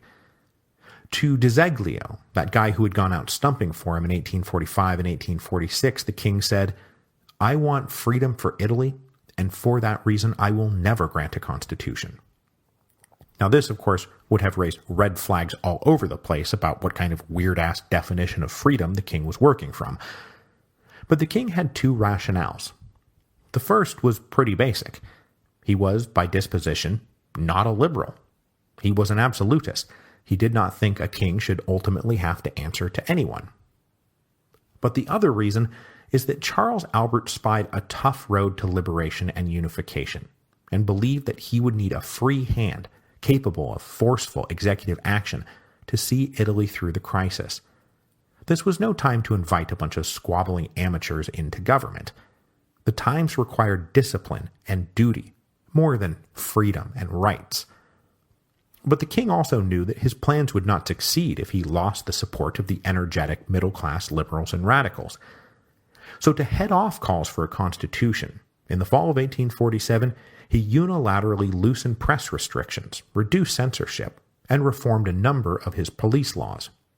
But it was all a free gift from a benevolent king, not the actualization of some inherent natural right, and certainly not a constitution. So in the kingdom of Piedmont, one man in particular used the loosened press laws of Charles Albert to found a newspaper in that same fall of 1847 that would serve to advocate all manner of social and economic reform, but not shy away from explicit political commentary in an attempt to push the king to adopt a constitution. This paper was founded and edited by Camillo Benso, the Count of Cavour, who wanted a thoroughgoing reform of the kingdom so that it could serve as the righteous vehicle for the liberation and unification and transformation of the Italian peninsula. Cavour had been born in Turin in 1810, at the height of the Napoleonic era, and he was born into one of those families that was doing quite well under French rule. He was a massively intelligent and incredibly headstrong kid, and in his 20s he joined the Piedmont Army as an engineer. But military life did not take, and he resigned in 1831. He spent most of the 1830s and 1840s managing his family's estates, which used up a mere fraction of his available intellect, which he then turned mostly to matters of economic, social, and political reform. He toured France, Britain, Germany, and the Netherlands, and came home bursting with ideas. He organized an agricultural society that was ostensibly meant to improve farm output, but since the land and its produce touched on every part of life, the society pursued topics as varied as fertilizer, banking, railroads, and tariffs. Other more dedicated political activists thought Cavour's wide-ranging program distracted from the central goal of constitutional reform. But for Cavour, social progress was more likely to be the predecessor of political progress than the other way around. Though he himself also scolded economic reformers who were simply in it to make a buck. He said, "Those who see nothing in the progress of industry except material things have small minds." But though he was an energetic and passionate reformer, Cavour was not an aggressive revolutionary, and he butted heads with guys like Mazzini, the same way that Széchenyi butted heads with Kossuth in Hungary. Basically, wide-ranging but slow and economic progress, or a lightning strike at the evil political regimes. With non-Austrian Italy getting excitable, over in Austrian Lombardy Venetia, relations between the native Italians and the German administrators was only getting worse. Still living under tight censorship, the people of Lombardy Venetia used piety as a cover for their own political ambitions. At various holy days and feast days, they would get together and make ostentatious declarations of support for Pope Pius IX, which no Austrian agent missed the point of. And the participation of the local clergy in all this was really aggravating for Metternich, and from his later exile in London, he rued the loyalties of the clergy. Now, during the French Revolution, the clergy had served as a major conservative bulwark against the evil revolutionaries. But during the anti-Austrian campaigns in Italy, they always seemed to side with the revolutionaries. Hell, half of them were revolutionaries. It was indicative of a general divergence of national identity, with Italians congregating with Italians and Germans with Germans. And many German officers and functionaries serving in Lombardy Venetia noted by the end of 1847 that their social lives had become frozen and uncomfortable. We're talking right down to invitations being sent out for a routine dinner party or soiree, and none of the Italian couples showing up. The Germans felt isolated and nervous. But still, as was the case with the old North American revolutionaries in 1775, there was a wide split among the Italians in Lombardy Venetia between a hardcore group of radicals who now saw independence as the only way forward, and more conservative liberals who just wanted to improve their position within the imperial system. Younger students and struggling lower middle-class professionals tended to demand independence. Liberal nobles, prosperous merchants, and established professionals simply wanted to pressure Vienna into making concessions, allow more Italians to participate in government, lose repression of speech and assembly, make some tax reforms. Basically, this group wanted a better and more dignified life in the empire, rather than a full break with the empire. In December of 1847 and January of 1848, reformers of this type decided it was high time, though, to do the unthinkable, to actually criticize the government. But it was all framed as, look, we're loyal subjects, but that means you are our government, and we need you to start living up to our expectations for what our government ought to be. But that was the more staid liberal reformist line. More radical elements, all those members of Young Italy and the Carbonari, had much grander ambitions, and they were now routinely smuggling in radical literature and arms and ammunition from both Piedmont, Sardinia, and Switzerland, all of which Field Marshal Radetzky knew about, but was increasingly unable to stop. Believing that things would soon be coming to a head, he canceled all leave requests from his officers in December of 1847 and requested Vienna send reinforcements. Now, he was beefed up a little bit and told that a loan from the Rothschild Bank had recently come through, so some money would be available, but none of the figures quoted were as big or would be coming as quickly as Radetzky would have liked. His situation was tenuous, but he publicly told his men that any insurrection would be dashed like fragile surf against hard rock, just like always. Receiving no satisfactory response from Vienna about their petitions, the people of Milan decided to hit the empire where it hurt, right in their already threadbare purse. Despite making up 1/6 of the empire's population, the Italian subjects contributed fully 1/3 of the emperor's revenue. So the plan was to starve Vienna of all those funds until Vienna recognized the Italians as the critical members of the empire they were and afforded them the dignity they felt they were being denied. Explicitly using the Boston Tea Party as their model, the word went round that they were going to dry up Vienna's two most lucrative revenue streams, the tax on tobacco and the national lottery. So as they approached New Year's 1848, the people of Milan made one of the great all-time inner circle members of the New Year's Resolution Hall of Fame. They were all going to quit smoking. On January the 1st, 1848, Milan woke up ready to give up their vices. No more smoking, no more playing the lottery. Deprived of critical tax revenue, Vienna would have to make concessions. But Field Marshal Radetzky did not plan to let it get that far. In the face of this mass challenge to the existing order, Radetzky decided to provoke a confrontation that would justify beating the Italians back into submission. Radetzky was someone who believed, as he put it, that 3 days of bloodshed was worth 30 years of peace. So, if you want to provoke a confrontation with a bunch of people who have just given up smoking, what do? Correct. You issue every soldier under your command 6 extra cigars, and then send them out into Milan to puff away as openly and obnoxiously as possible. Do it right in front of the people trying to quit. Blow it in their faces. Tease them whenever possible. He also issued his men extra brandy rations to ensure that cooler heads would not prevail. It did not take long for cooler heads not to prevail. On January the 3rd, a fed-up Italian knocked a cigar out of the mouth of one of these provocative Austrian smokers. In response, the Austrian and his comrades beat up the Italian and some of his friends. That triggered a response from other Italians, and soon a mob surrounded those soldiers, and they got beaten up. So now we've got ourselves a full-fledged riot, and the main garrison gets called in, guns and sabers drawn. Everything escalated exactly as Radetzky wanted it to, and soon 6 lay dead and another 50+ were wounded before order was restored.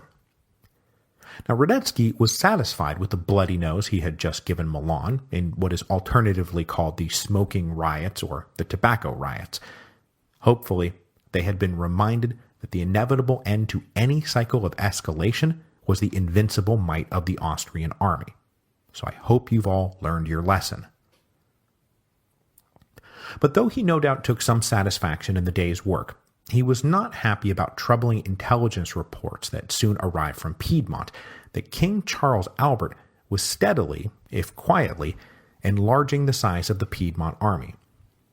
Radetzky was also informed that after the smoking riots, the merchants of Turin had presented a mass petition to the king begging Charles Albert to assist their beleaguered cousins in Milan, to be their savior.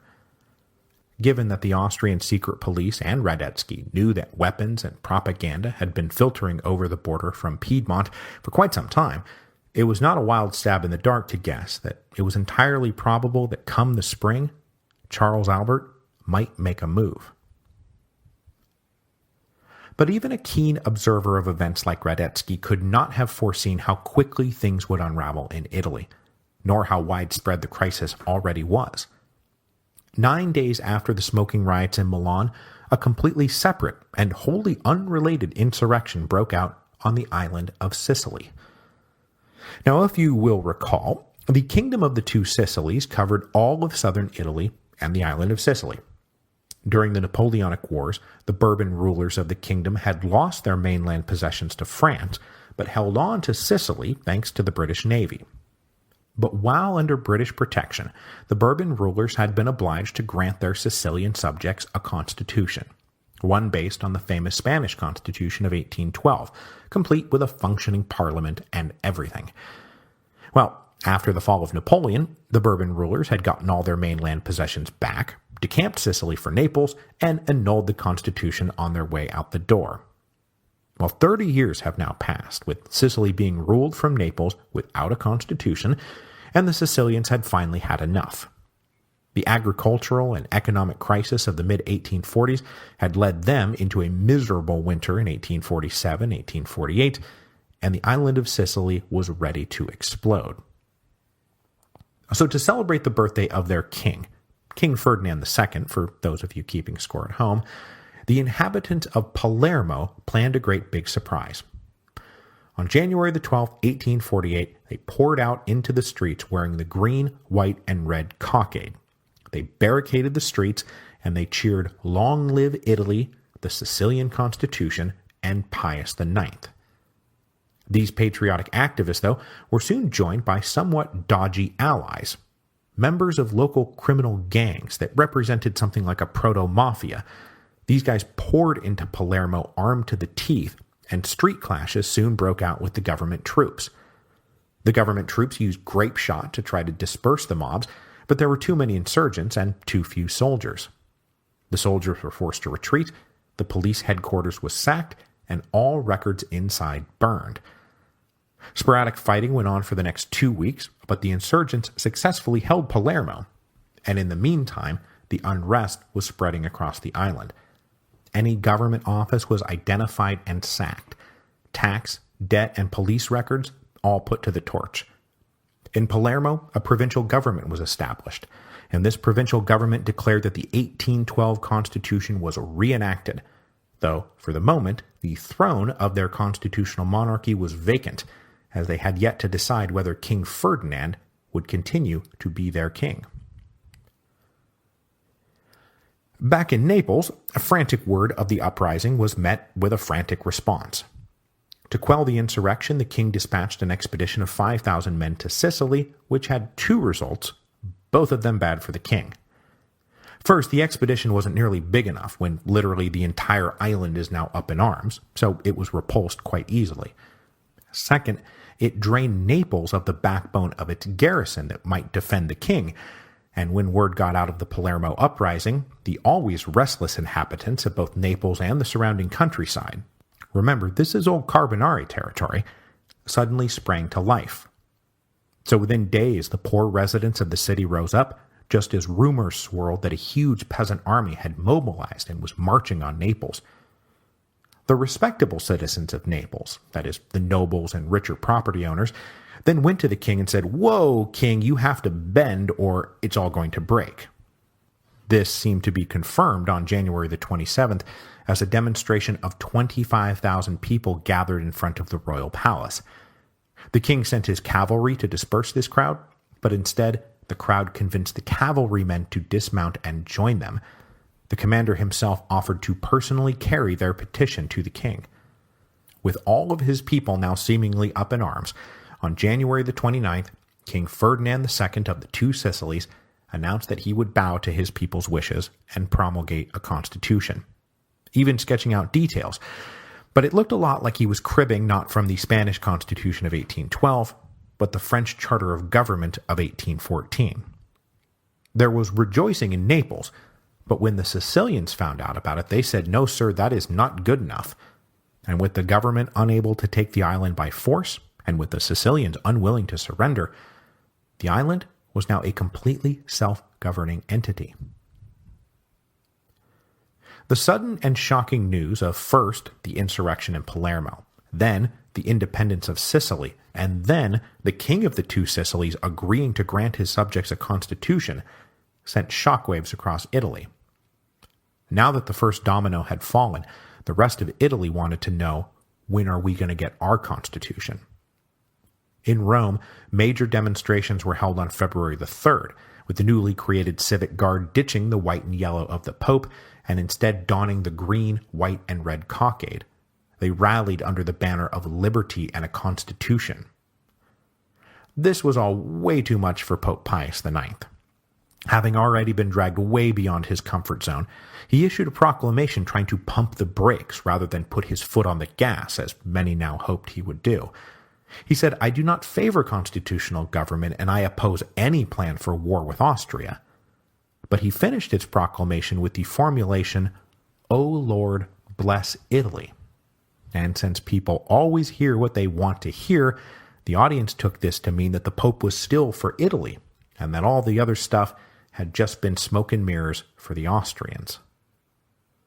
The news of the Constitution in Naples spread north, and when it ran through the Grand Duchy of Tuscany, demonstrations in favor of a constitution turned violent in a number of cities, and the Grand Duke, Leopold II, did not waste much time buckling. On February the 4th, he announced that he would promulgate a constitution that would take effect on February the 17th. With the Kingdom of the Two Sicilies and the Grand Duchy of Tuscany having now granted constitutions, and the Pope under heavy pressure to follow, King Charles Albert of Piedmont, Sardinia, faced a major dilemma. He did not believe in constitutions. He did not want a constitution. He had done everything in his power to avoid granting a constitution. But now all those liberals in his own dominions were looking at him expectantly. Would he reveal himself to be the same absolutist conservative he had always been? Or was he really with them? Charles Albert was finally forced to conclude that denying a constitution at this juncture would simply alienate too many critical allies. They were as indispensable to his project as he was to theirs. Young Italy had infiltrated his officer corps. His army might mutiny if he refused a constitution now. And I'm putting words in his mouth here, but he was pretty clearly also following Talleyrand's old maxim that when something is inevitable, it is best to embrace it early when you can still be applauded for moving, than waiting until you are scorned for being dragged against your will. So on February the 13th, 1848, King Charles Albert announced that he would promulgate a constitution, though he planned to keep it as conservative as possible, with as much latitude and initiative reserved for the king built in as he could muster. When the announcement landed, Turin burst into celebration, though the king had cleverly also included a mandated reduction in the price of salt to curry favor with the lower classes, who might not care about such constitutional matters. Over in Milan, Field Marshal Radetzky learned of all of this with a sense of grim resolve. The wave of constitutions did not bode well for Austria's position on the peninsula. When word of Piedmont's constitution landed in Milan, the city burst into celebration, and Radetzky had every reason to suspect that come the spring, war would be at hand. And Radetzky was not wrong. War would be coming in the spring. But what he did not know, what no one could have known, was that all of this was merely a prologue to an almost incomprehensibly large revolutionary wave that was about to sweep Europe. Because just a few weeks after the dominoes of Italian constitutions started to fall, word came over from France that Paris had exploded, that the July monarchy had fallen, that King Louis Philippe had abdicated the throne and was on his way to exile in England. And so next week, we will leave our friends in Italy where they are and move up to France for the French Revolution of 1848.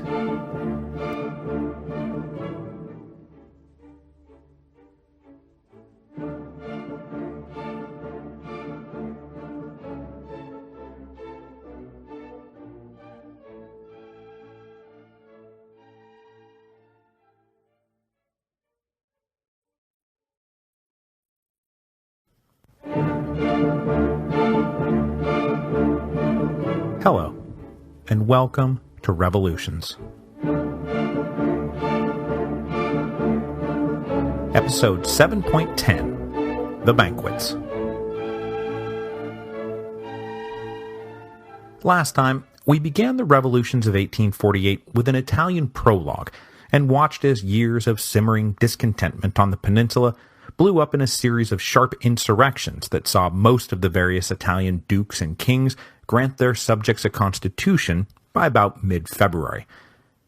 Well, meanwhile, up in France, years of simmering discontentment were also about to blow up into a sharp insurrection. But since France already had a constitution, the issue at stake was not, do we get a constitution, but how representative should our constitution be? And as sudden and surprising as the insurrections in Italy were, the insurrection in France was even more sudden and surprising. It proceeded so quickly and so uncontrollably that the July monarchy had fallen before anyone even knew what happened. And as I said last week, it was the news of this revolution in Paris that truly triggered the Year of Revolution. You can more or less mark the beginning of each revolution in Europe by about how long it took to get mail from Paris. So we will actually spend the next couple of episodes walking through the February Revolution in France, a revolution that no one, not even the men who carried it out, ever saw coming. The stage for the revolution in France was set in the elections of 1846 that saw the government led by François Guizot win a solid majority in the Chamber of Deputies. As we discussed 2 episodes back, there were 2 problems with this quote-unquote solid majority. First, thanks to a tiny electorate, the deputies only represented a thin sliver of the population. And second, the voting districts were riddled with corrupt, rotten boroughs. So the government of François Guizot commanded a solid voting majority, despite being broadly unpopular. To the opposition, that just didn't seem right, and one member claimed that representative government is in danger. It is no longer, as in 1830, threatened by violence, but undermined by corruption. This was all further confirmed in March of 1847 when 2 reform bills were floated by the opposition deputies. The first proposed to cut in half the minimum amount of tax a man had to pay to qualify to vote. This would double the voter rolls to about 440,000, still a hilariously small fraction of the more than 30 million people who lived in France, but better than it had been. The other bill would have made it illegal to serve as both a deputy and a functionary, that is, to hold down some post inside one of the various government ministries. In charge of hiring and firing, Guizot was able to use these cushy jobs to bribe deputies to stay with him, because if Guizot went down, bye-bye cushy job. Somewhere between 100 and 150 of the deputies simultaneously held such government posts, and could be counted on to vote Guizot's way no matter what. So after some spirited debate, the suffrage expansion bill was defeated 252 to 154, and the anti-functionary bill went down 219 to 170. These were large enough majorities to thoroughly demoralize the opposition. They wondered if the Chamber of Deputies was even a viable battlefield for political change. If they wanted to win the larger war, they might have to take the fight outside the narrow confines of the Chamber of Deputies into the realm of public opinion. So before we proceed, let us ask, who exactly is the opposition? Well, by 1847, it was a mixture of 2 broad camps. The first is called the dynastic left, and the second is alternatively called the radicals or the Republicans. Now, by the dynastic left, we mean left-leaning constitutional monarchists. They wanted to broaden suffrage and take down Guizot's government, but they did not want to topple the monarchy. They were, in this sense, the loyal opposition. But they did mostly believe in the old maxim that the king reigned, but he did not rule. And if they took power, they planned to put the king in a box, and invoke Lafayette's old formula that the king should be surrounded by republican institutions. Leading the dynastic left was a man named Odilon Barrot. Barrot had been born in 1791, and was the son of one of the delegates to the National Convention. but though a member of the convention, Barrot's father voted against the death of King Louis. When he grew up, Barrot followed in his father's mostly revolutionary footsteps. After nearly 15 years of being a left-leaning lawyer in Paris, Barrot joined the Help Yourself and Heaven Will Help You party that was organizing resistance to Charles X in the late 1820s. He actually presided over a major banquet for the 221 in March of 1830, and then, when the revolution actually hit, he joined the National Guard. So, unlike many of his respectable liberal colleagues, Barrot actually carried a gun. He was a participant in the July Revolution in a number of capacities, the most famous of which was that he was one of the 3 commissioners sent to tell Charles X that it was time to get out of the country. You remember that? After the 3 glorious days had come and gone, when that Parisian mob was led on a long march out to find the king, and those commissioners rode out ahead to tell Charles, there's a mob coming and we can't control them, so you have to go. Barrot was one of those 3 commissioners, and then he traveled on the slow funeral march to the coast to make sure the ousted King Charles X left the country. But after the Revolution of 1830, Barrot was among those disappointed by the July monarchy, and he was sympathetic to those who wanted more. He personally appealed to the king for leniency for the insurrectionaries of the revolt of 1832. After that, he continued to serve in the Chamber of Deputies on the far left of the chamber, but always on the dynastic left. He was not a Republican, and he did not want the monarchy overthrown. He just wanted it to be better, more representative of, and more responsive to, the people of France. Further to the left of the dynastic left were the radicals, who believed that suffrage should be universal and that a king had no place in a modern state. They basically wanted to follow the lead of the United States, which had by then achieved universal manhood suffrage, at least white universal manhood suffrage, and labored not under the tyranny of kings. Of particular note in this group of radicals was Alexandre Ledru-Rollin. Ledru-Rollin was 15 years younger than Barrot. Born in 1807, he grew up not under the Revolution and Napoleon, but the Restoration. He was just entering into a new legal practice at the age of 23 when the July Revolution hit. His politics took a very radical turn very early, and Ledru-Rollin made a career as the on-call lawyer for arrested radicals, whether those picked up in police sweeps or those caught up in the various insurrections of 1832 or 1834 or 1839. In addition to this work, his legal practice prospered mightily, and by the early 1840s he was a rich man. Rich enough to be elected deputy in 1841. But the radical Ledru-Rollin was so radical and so combative in his speeches that he ran afoul of the government and was arrested and convicted of breaking speech laws. He spent 4 months in jail until he cleverly got his conviction overturned thanks to a technicality. Taking an interest in newspaper work, Ledru-Rollin found that he was too radical for even the supposed radicals running the National, and so he used his wealth to found his own paper, Reform. And this new paper published the outer edge of the political left, and that included Louis Blanc, Pierre-Joseph Proudhon, and young Karl Marx. By the spring of 1847, both the dynastic left and the radicals concluded that no one was getting anywhere in the Chamber of Deputies, and they needed to find some other means of putting pressure on Guizot and the king. So they joined together to pursue a common public agenda. There were obviously stark differences between the dynastic left and the radicals, so to keep the alliance simple and intact, they settled on a single issue: electoral reform. Both agreed that the voting base needed to be enlarged. Now, it's true that the dynastic left thought that it only needed to be enlarged, while the radicals thought it needed to be universal, but both could agree that the current electorate was simply not big enough.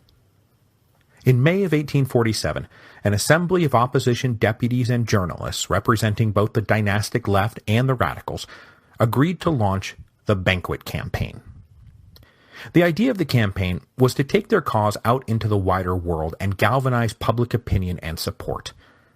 To sidestep the laws against political clubs larger than a certain number of members, they would instead organize a series of ostensibly apolitical private banquets. if these banquets happened to attract reform-minded attendees and speakers who just so happened to say reform-minded things, well, that was out of anyone's control. The first banquet was held in Paris on July the 9th, 1847, and it attracted 1,200 guests. With the price of admission set at 10 francs, the banquet was attended only by the bourgeois upper middle class. And that price of admission was meant to exclude the shiftless rabble who may want to open the floor to more than just extending the vote, perhaps addressing real social issues. Skipping the banquet, though, were men on the more moderate side of the opposition who did not like Guizot's government, but who also didn't want to get involved in extracurricular nonsense that might get out of hand. Among those skipping the event were Alexis de Tocqueville and Adolphe Thiers, though Thiers' role in all this is murky. De Tocqueville says that Thiers and Barrot were now working in alliance, but that Thiers had his eye squarely on becoming prime minister again after Guizot went down, and for that reason didn't want to be tainted by these controversial banquets. So instead, he pushed Barrot to take the lead. As de Tocqueville observed, Thiers wanted the result of the banquets, that is, the fall of Guizot, without the responsibility. Also not attending, though, were the really radical radicals, the proto-socialist Louis Blanc and the radical editor Ledru Rollin, who both refused to attend, believing the whole thing to be a contrived farce that would not go nearly as far as they thought necessary. So the banquet wound up being attended by a very particular group that included radical moderates on the one side and moderate radicals on the other. When the first banquet got underway, it was controversial, but just this side of inviting the government to crack down. The attendees sang La Marseillaise and toasted the nation, the Revolution of 1830 in the city of Paris. Barrot capped things off with a keynote address where he stated unequivocally what they had all known for 17 years, that the July monarchy had betrayed the July Revolution. The banquet received plenty of glowing coverage in the opposition newspapers, and this first show in the capital being so successful, the production was taken on the road. A central committee in Paris helped cities across France organize their own banquets, and over the next 6 months, there would be somewhere between 50 and 60 of these banquets, with about 20,000 total attendees. With tickets to get in still priced high, these were all strictly upper-middle-class affairs, and mostly attended by local notables, mayors, members of the local National Guard, and prominent businessmen. A few of the more committed opposition deputies made trips out to these provincial banquets, with Odilon Barrot being the most conspicuous speaker out on the banquet circuit. One of the first banquets thrown outside of Paris was also one of the best attended. In the city of Mâcon, about 40 miles from Lyon, a banquet was thrown in honor of the city's deputy, Alphonse de Lamartine. Born in 1790 to a family of minor provincial nobles, Lamartine skipped all the drama of the Revolution and Napoleonic era, but emerged in the 1820s as one of the most celebrated authors and poets in France. A member of the Chamber of Deputies since 1832, Lamartine was a member of the left opposition, but remained aloof from any particular faction. The banquet in his honor was thrown in July of 1847 to celebrate the runaway success of his History of the Girondins, which was the first major rehabilitation of the Girondins, and who Lamartine portrayed as noble liberal moderates unjustly sacrificed at the altar of Madame la Guillotine. His banquet sprawled over 2 acres and 500 tables, with over 3,000 attendees and 3,000 more paying to sit in bleachers and listen to the speeches. When the man of the hour took the stage, he rose and delivered a memorable speech about the future of the July monarchy, which ended, "It will fall, this royalty, be sure of that. And having had the revolution of freedom and counter-revolution of glory, you will have the revolution of public conscience and the revolution of contempt." Contempt being the only reasonable response to the bitterly inert conservatism of François Guizot and King Louis Philippe. But though the high subscription fee tended to keep these affairs on the precariously balanced line between radical moderates and moderate radicals in the upper bourgeoisie, a few were organized with much more explicitly radical agendas. These were banquets that those who had skipped the inaugural event in Paris did attend. Louis Blanc and Ledru Rollin among them. The dynastic left leader, Odilon Barrot, was once set to attend a banquet in Lyon, but he was told that more radical elements had gotten hold of the agenda and were planning to skip the obligatory toast to the king. This was no mere formality either. Barrot was scrupulously maintaining the dynastic part of the dynastic left, and he did not want to open himself to charges that he wanted to topple the monarchy. So he cancelled his appearance. Later on, a similar radical banquet in Dijon saw Ledru Rollin attack Barrot right alongside Guizot as a force for conservative injustice. By the end of the year, the banquet campaign was beginning to run out of steam. Historians are still mixed about how effective or important the whole exercise was.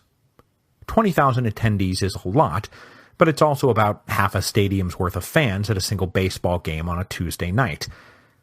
Many contemporaries, even those who were sympathetic to its aims, were caustically dismissive of the banquets as silly and pointless.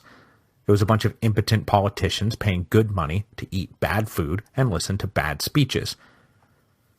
The banquets did, however, have some morale-boosting effect.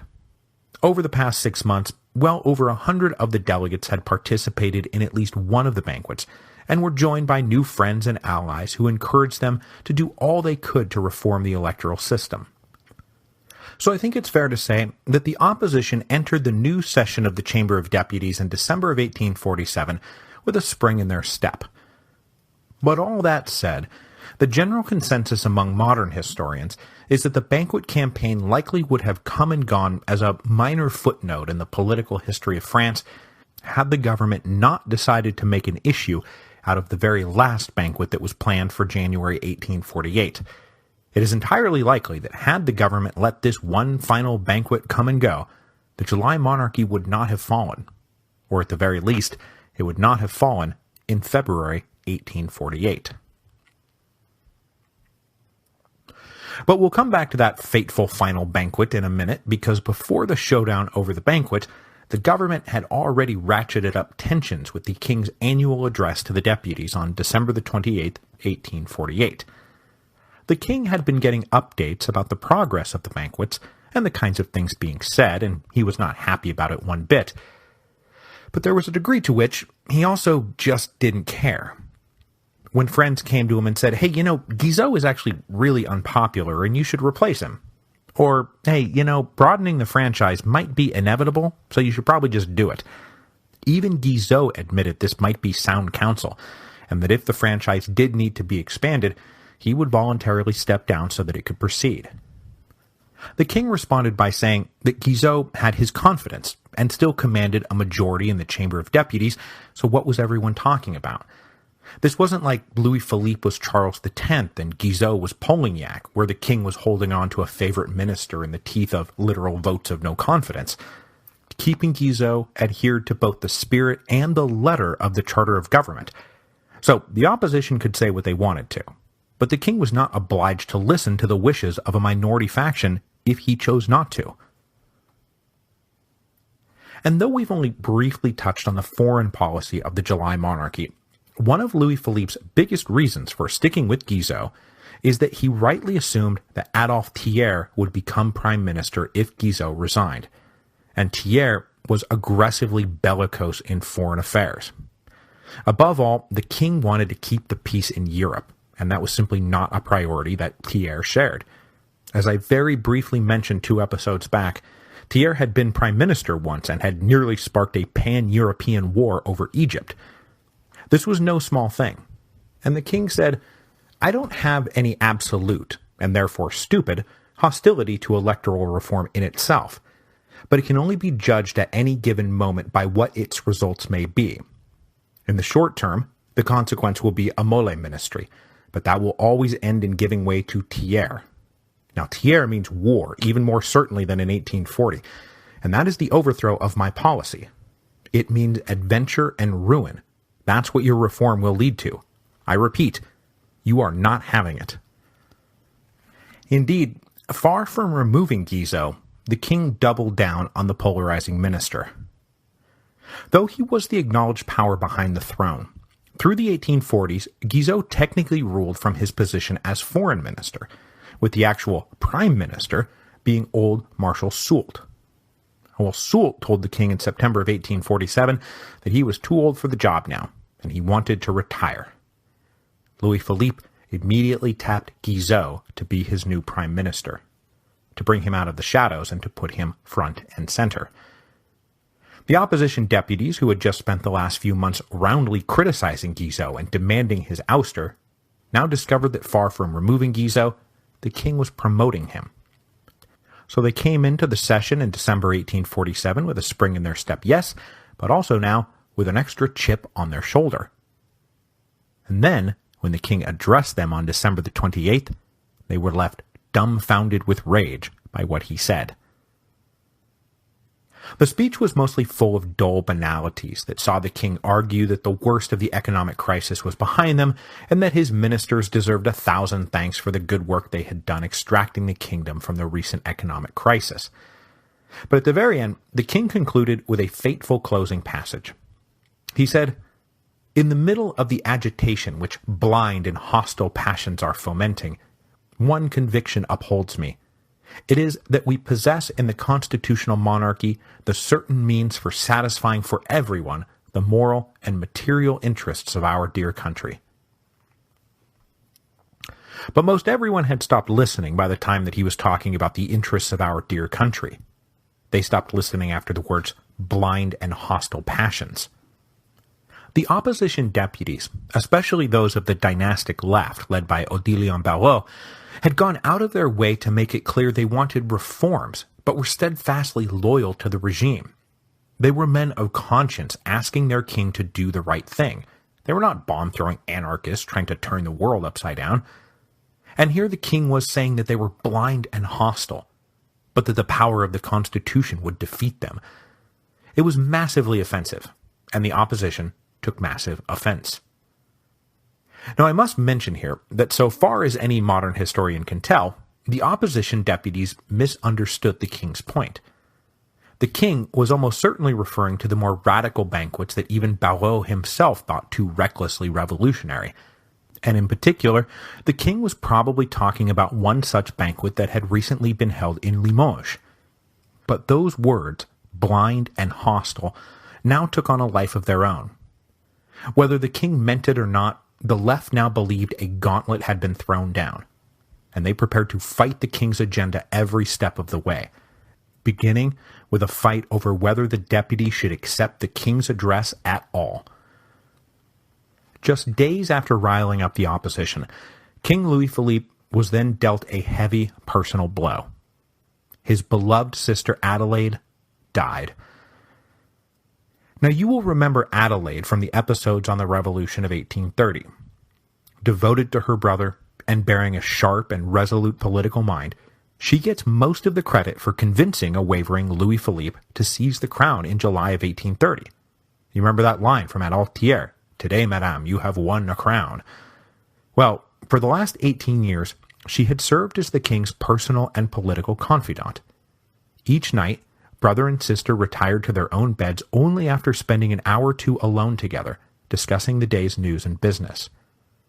This was well known enough that there was an entire genre of political cartoons that depicted the king as the puppet of Madame Adelaide. But approaching her 70th birthday, Adelaide began to deteriorate, and she caught a bad cold at the end of December, slipped into a coma, and died on New Year's Eve 1847. The death was a personal and political blow for Louis-Philippe. He was robbed of his beloved sister, but also the sole constant in his political life. And unlike other advisors, her advice was untainted by ulterior motives. Her only agenda was his success. So his bearings were constantly checked by and corrected by her. Louis-Philippe was not a mere puppet, but it's fair to say that half his mind, half his heart, and half his soul were ripped out when she died. Historians still debate the impact of her death. That is to say, had she lived, would the monarchy have fallen just 7 weeks later? It's hard to say, but it is certainly not a stretch to say that Louis-Philippe was severely handicapped on the eve of the crisis of 1848. But while the king and court went into mourning, politics continued. The opposition decided to go through the king's address line by line and find cause to complain about everything. Of particular interest to us was the debate over the monarchy's policy in Italy, where the opposition felt that a liberal constitutional monarchy like France should be supporting the cause of constitutional liberalism in Italy, not cutting side deals with the tyrannical Austrians. But of even greater interest for us is that it was during the course of these debates that Alexis de Tocqueville rose and gave the speech that I opened this series with, the speech that gave us our operating metaphor of the volcano upon which Europe slept. Now, by de Tocqueville's own admission, this was all hyperbole, and even he didn't know how squarely he had nailed things on the head when he said that revolutionary social passions would soon swamp the narrow political arguments of the day. The poet Lamartine then followed this up 2 days later with a speech where he accused Guizot of being a force for reactionary conservatism everywhere in Europe. That across Europe, in Spain, Italy, Poland, and Germany, their liberal brothers and sisters faced the oppressive weight of counter-revolution, and France was nowhere to be found. These debates wrapped up on February the 12th, with the predictable result that the deputies voted to bring the speech in anyway, and all of this appeared to be just a bunch of grandstanding. But the end of this fight simply marked the beginning of the next fight, as it was now time for the showdown over the final banquet. The planning for this last and most infamous banquet began back in December 1847. Unlike most of the previous banquets, this one was meant to be a bigger and more populist affair, with tickets only costing 3 francs. But more alarming to the government than the low price of admission was the location of the event and the character of the organizers. Planned by radical officers in the Paris National Guard, the event was scheduled to take place on January the 19th in the heart of the 12th arrondissement, a quarter around the pantheon of mostly students and working-class artisans. This was a hotbed of radical republicanism, real radical republicanism, revolutionary republicanism. So on December the 30th, the prefect of the Paris police flat out denied the permit to hold the banquet. Undeterred, the radical organizers refused to cancel the event, and they tried to enlist opposition deputies to attend. But at the moment, the opposition deputies were focused on the king having besmirched their honor and were getting ready to do battle over his inflammatory address. Besides, most of them were not exactly sympathetic to working-class radicals. Meanwhile, a whole different radical stream was forming at the same time, because in the same quarter where the final banquet was scheduled to be held was also the Collège de France. Over the years, battles had been waged between students, faculty, and government over what was to be taught there, and the government had, on occasion, stepped in to dismiss professors believed to be leading the students to seditious conclusions. A recent controversy surrounded the now legendary French historian Jules Michelet. For you trivia buffs out there, Michelet was the first one to coin the term Renaissance to mean the rebirth of arts and culture and philosophy, which has obviously had a permanent effect on how we think about the course of Western civilization. Now, during the 1840s, Michelet was also working on what became a monumental cornerstone of French revolutionary historiography called The History of the French Revolution. Michelet was set to deliver a series of lectures about his work starting on December the 16th, 1847, but the lectures were so staunchly anti-clerical and pro-republican that Michelet only got 3 lectures into his series before the government dismissed him from his seat in the college on January the 2nd. His firing set 3,000 students marching through the streets. Now, the students then tried to organize their own banquet in support of Michelet, but when they too could not get permits or permission, they decided to join with the organizers of the 12th arrondissement banquet and make it a joint affair, and it was shaping up to be quite an affair. Now, as I said, it is quite likely that this event would have come and gone as a sub-footnote in the political history of France had the government left well enough alone. But instead, the government decided to make a thing of it. As the planned January 19 date for the banquet approached, the organizers again said, "We're going to do this," and the government said, "Oh no, you better not." And then the organizers finally managed to get a radical member of the deputies to ask the Minister of Interior whether private banquets like this were a protected right, or whether the government had been merely tolerating the 50 or 60 odd previous banquets that had been held over the past 6 months. And the Minister of the Interior replied, "Oh, yes, we have been merely tolerating the banquets, and we reserve the right at any time to withhold permission." And that made the entire left opposition drop what they were doing and go, "Say what now? No, no, no, these banquets are legal, and we have the right to organize and attend them. We're not doing it just because you let us. We do it because we have the right to." And just like that, we have a major constitutional principle on the line.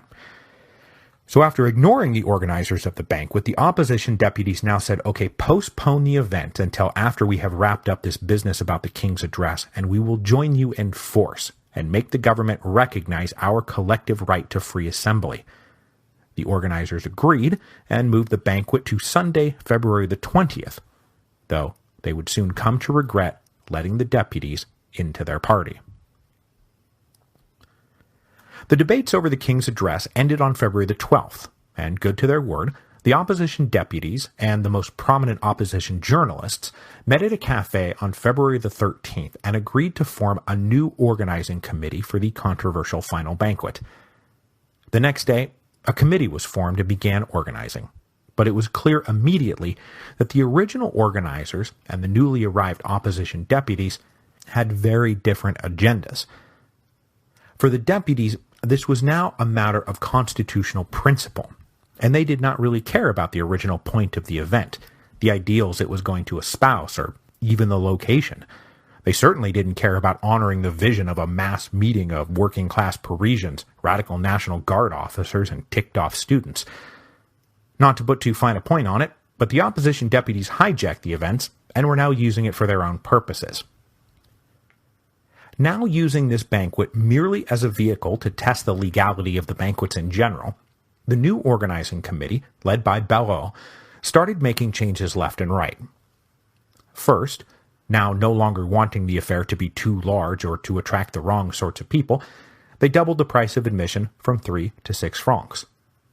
Then they moved the event from Sunday, February the 20th to Tuesday, February the 22nd, when most people would be at work. They also moved the location from the lower-class 12th arrondissement to the richer neighborhood around the Champs-Élysées. Finally, they issued a call to the opposition newspapers to print up advertisements about the banquet and a planned march that highlighted that this was about exercising their legal and constitutional rights, and that was it. The original organizers, the radical National Guardsmen, the students, the local artisans, they were furious at how thoroughly they had been co-opted and pushed aside. The fact that this was all now merely about testing a constitutional principle was made even starker when the opposition deputies and police more or less worked out a deal to turn it into nothing more than a bit of public theater. It was agreed that the demonstrators would be allowed to gather at a church, and from there walk peacefully to the site of the banquet.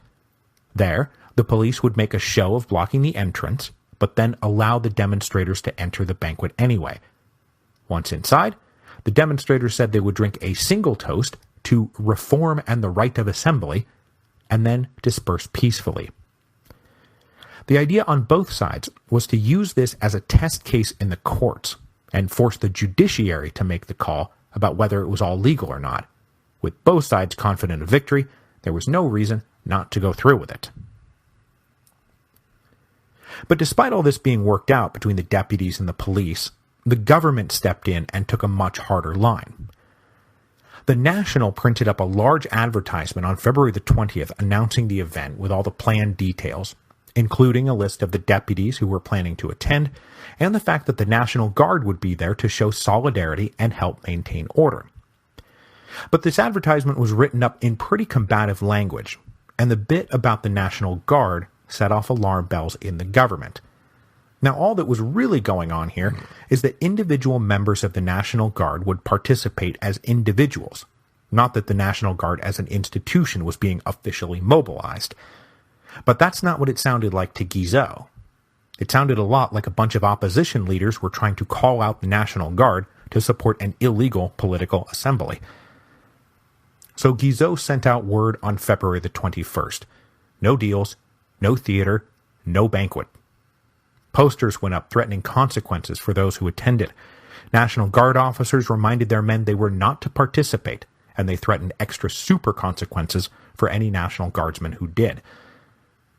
With the peaceful test case threatened, and unsure whether they could control events if more agitated demonstrators clashed with the police, the organizers met at Ballot's house on the night of February the 21st and decided to call the whole thing off. None of them wanted bloodshed. None of them wanted a revolution. The members of the National Guard that had been planning to attend found out they had lost the support of the deputies and figured it's all futile now. Even Reform, the staunchly radical newspaper, advised its readers to watch events on February the 22nd carefully, but with their hands in their pockets. A very satisfied King Louis Philippe remarked to a friend that night, "I told you this would all disappear in smoke." And I'm sure I do not need to remind you what King Charles X said to a nervous duke on the night of July the 27th, 1830, when they first heard about the disturbances in Paris. The king said, "I repeat to you for the 100th time that there is nothing to do or to fear. It is a straw fire that will make only smoke." But while the respectable political elites, government and opposition alike, were getting ready to walk away from the field, in the streets of Paris, a different mood was in the air. Next week, we will see the betrayed radicals, students and artisans who did not want to quit the field. The smoke that King Louis Philippe detected was not just smoke, but the output of the fires being set in the lower class quarters. And in one lovely little anecdote from the eve of the Revolution of 1848, a landlady became convinced that revolution was in the air because everywhere she went, people were singing. Then she apparently saw her water carrier with 5 loaves of bread under his arms. It was enough for 3 days, he said. We always do these things in 3 days.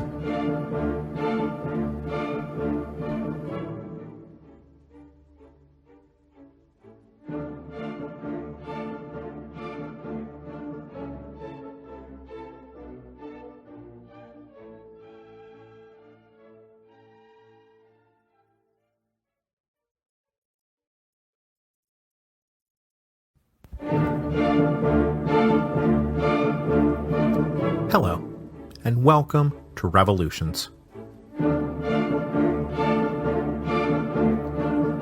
Episode 7.11, The Last King of the French. We left off last time on the evening of February the 21st, 1848. As we discussed, the government of Prime Minister François Guizot had just said that the recent banquet campaign had not been an exercise in constitutionally protected assembly. If the government decided not to grant permission for a banquet, then that banquet would be illegal. And they announced this while not granting permission for a final banquet in Paris that had been organized by students, artisans, and radical officers inside the Paris National Guard. Opposition leaders in the Chamber of Deputies and the press seized on the banquet as a test case to prove that the government did not have the authority to cancel the event. But after the opposition and the Paris police worked out a deal to hold a symbolic banquet and then let the legal chips fall where they may, the government dug in their heels and said, "No, this is illegal. Do not do it." Not wanting their symbolic test case to turn into a bloody clash, the opposition backed down, canceled the banquet, and settled for a strongly worded petition. With the opposition clearly blinking, there was every reason for Guizot and King Louis Philippe to believe on the evening of Monday, February the 21st, 1848, that this little crisis had passed, that it really all had been a bunch of smoke, and it was all now dissipating. The government's confidence that things were well in hand was further bolstered by the forces they had at their disposal. Thanks to the run of revolts in the 1830s, the government now kept more than 30,000 regular troops of the line garrisoned around Paris. Then, maintaining order inside the city on a day-to-day level, were 3,900 municipal guards, which was basically the Paris police force, and then, in times of emergency, there were tens of thousands of National Guardsmen who could be called on, and for the last 18 years, the National Guard had always rallied to the side of the regime in the end. The government was so satisfied by the conclusion of this recent showdown over the banquet that they actually canceled an order to deploy soldiers in the streets of Paris on the morning of February the 22nd, believing that it would be needlessly provocative. They would come to regret this decision, because while the more respectable members of the political elite went to bed believing the showdown had come and gone, the working-class neighborhoods of Paris had decided to not let it go. This was one of those classic cases you find in history where intransigent authorities go to bed believing their latest repressive antics will be swallowed like all their other repressive antics, and then wake up to discover that actually they have just broken some last straw without realizing it. You will find this, for example, in Chapter 9 of The Storm Before the Storm, the beginning of the end of the Roman Republic, forthcoming October the 24th, 2017. In Chapter 9, the Romans will once again deny the Italians full citizenship, and go to bed believing that this was just another in a long string of times they had denied the Italian citizenship.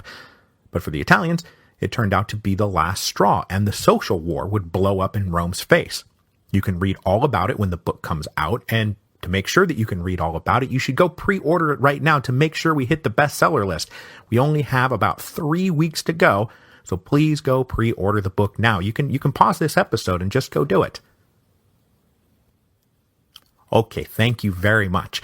Well, a similar thing is happening right now to the July monarchy. And specifically, what the government did not realize on the night of February the 21st is that by winning the showdown over the banquet, they lost the loyalty of the National Guard, and this would prove to be fatal. So before we get going with the run of events that will see King Louis Philippe abdicate the throne by the end of today's episode, we need to talk about how much and how inexplicably the July monarchy blew it with the National Guard. Okay, so quick trip down memory lane because this is important. The National Guard is a citizen militia composed mostly of lower and middle-class Parisians. We discussed in episode 7.2 how much they had controlled the balance of events since 1789. Whichever side the National Guard was on almost inevitably won. If they backed a regime, the regime stayed in power. If they turned against a regime, that regime fell. It happened to Louis XVI. It happened to Napoleon. It happened to Charles X, which King Louis Philippe knew all too well. Stepping up as organized and disciplined middle-class defenders of the Orleanists, the National Guard was the decisive weight that propelled the Orleanists to victory in 1830. It was understood by all, then and now, that the National Guard was the great legitimizing foundation of the July monarchy. And as we also discussed, they then stuck with the regime during the more radical uprisings in 1832 and 1834 and 1839. The fortunes of the July monarchy were tightly bound to the support of the National Guard. But as we also discussed in episode 7.2, while the July monarchy readily acknowledged the importance of the National Guard, they refused to give most of the guardsmen a voice in government. The wealth requirement to join the Guard fell well short of the wealth requirement to vote in national elections, so the vast majority of the rank-and-file National Guardsmen were not deemed worthy of the vote. This was never a popular state of affairs, and any political reform package proposed in the 1830s and 1840s inevitably included a call for enrollment in the National Guard to automatically grant suffrage. A huge petition with hundreds of thousands of signatures was presented in 1839, but it was rejected. The unwillingness to let the National Guard have a share in the vote turned out to be stubbornness of the stupid and fatal variety. The Guizot government refused to budge one single inch on any call to extend the vote because Guizot argued that it would be the first step towards revolution, or something, though I personally suspect he had much baser motivations. As we've seen, Guizot's parliamentary majorities were shallow and thin. Bringing in more voters, especially of the lower middle-class Parisian variety, would almost certainly be the end of his government. But in blocking the extension of the vote to protect his government, Guizot managed to bring down the whole monarchy. This now long-festering frustration inside the ranks of the National Guard was given an enthusiastic outlet when the banquet campaign got going, because what was the single issue the opposition decided to unite around? That's right, expanding the vote. So the National Guard was totally on board with the banquets. Many of them watched expectantly as the opposition resisted the government's claim that the banquets were not constitutionally protected, but then also watched in disgust as the opposition shrank from the fight and decided to settle for yet another meaningless petition. So had the morning of February the 22nd, 1848 opened with merely students, artisans, and some more militant political activists demonstrating in the streets, the whole thing goes down as a non-event. But the National Guard had now had enough. This was their last straw. They were done putting their lives on the line for a government so committed to ignoring their very reasonable request for a very small voice in government. I will never for the life of me understand how you can successfully identify the National Guard as one of the keys of your regime's survival, and then so obstinately refuse to grant them what is in every way a perfectly reasonable demand. If I'm in the National Guard, I get a vote. But that's the story of 1848, the great unforeseen and eminently avoidable revolution. It is obvious just how oblivious the government was to their alienation of the National Guard because on the morning of February the 22nd, all their plans to defend Paris in case of an uprising still relied heavily on the National Guard. Neither the king nor his ministers liked the optics of using regular troops of the line to suppress civilian uprisings. That was how despotic tyrants behaved. The king believed he needed not just physical strength, but also moral authority. And so, just like always, it was to the National Guard whom he expected to give him that combination of physical strength and moral authority. But the king did not realize, nor did any of his ministers realize, that they had already lost both. The morning of Tuesday, February the 22nd, 1848, dawned cool and drizzly. Despite the rain and warnings that demonstrations would be considered illegal, students, artisans, and more radical activists began gathering at the Pantheon, near where the controversial final banquet was supposed to have been held before the whole demonstration had been co-opted and moved to the Champs-Élysées by the more respectable members of the opposition. The plan that morning was to walk together to the planned starting point for the now-cancelled march to the banquet, a march that had been advertised in all the opposition papers. At 10 a.m., this group set off from the Pantheon, reaching their destination at 11 a.m., and finding at that starting point about 1,500 people who either did not know or did not care that the banquet had been cancelled. This group of now somewhere between 2,000 and 3,000 marched not to the proposed site of the cancelled banquet, but over to the Palais Bourbon, where the Chamber of Deputies would be sitting, and who were now the intended audience/target of the demonstration. But when the small mob arrived, they discovered that the Chamber of Deputies was not yet in session, but that 2 companies of infantry and a company of cavalry were patrolling the grounds against just such a mob demonstration. The soldiers methodically pushed the crowd back across the bridge into the Place de la Concorde, where the first sporadic violence broke out. Predictably, a flurry of cobblestones, roof tiles, rocks, and bricks started flying at the troops. Then a few shots rang out, but mostly warning shots fired over the heads of the demonstrators.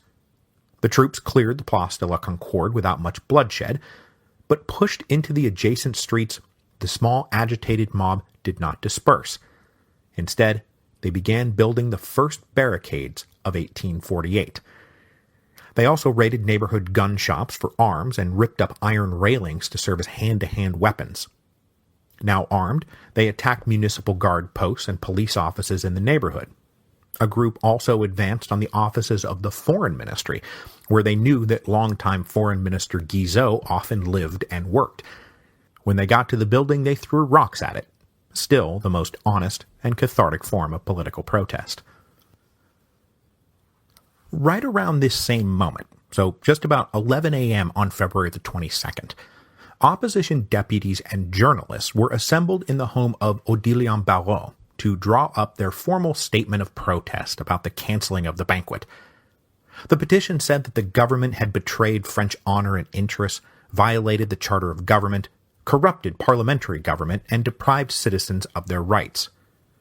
So in a superficially similar way, This is starting to look like the dual revolution of 1830.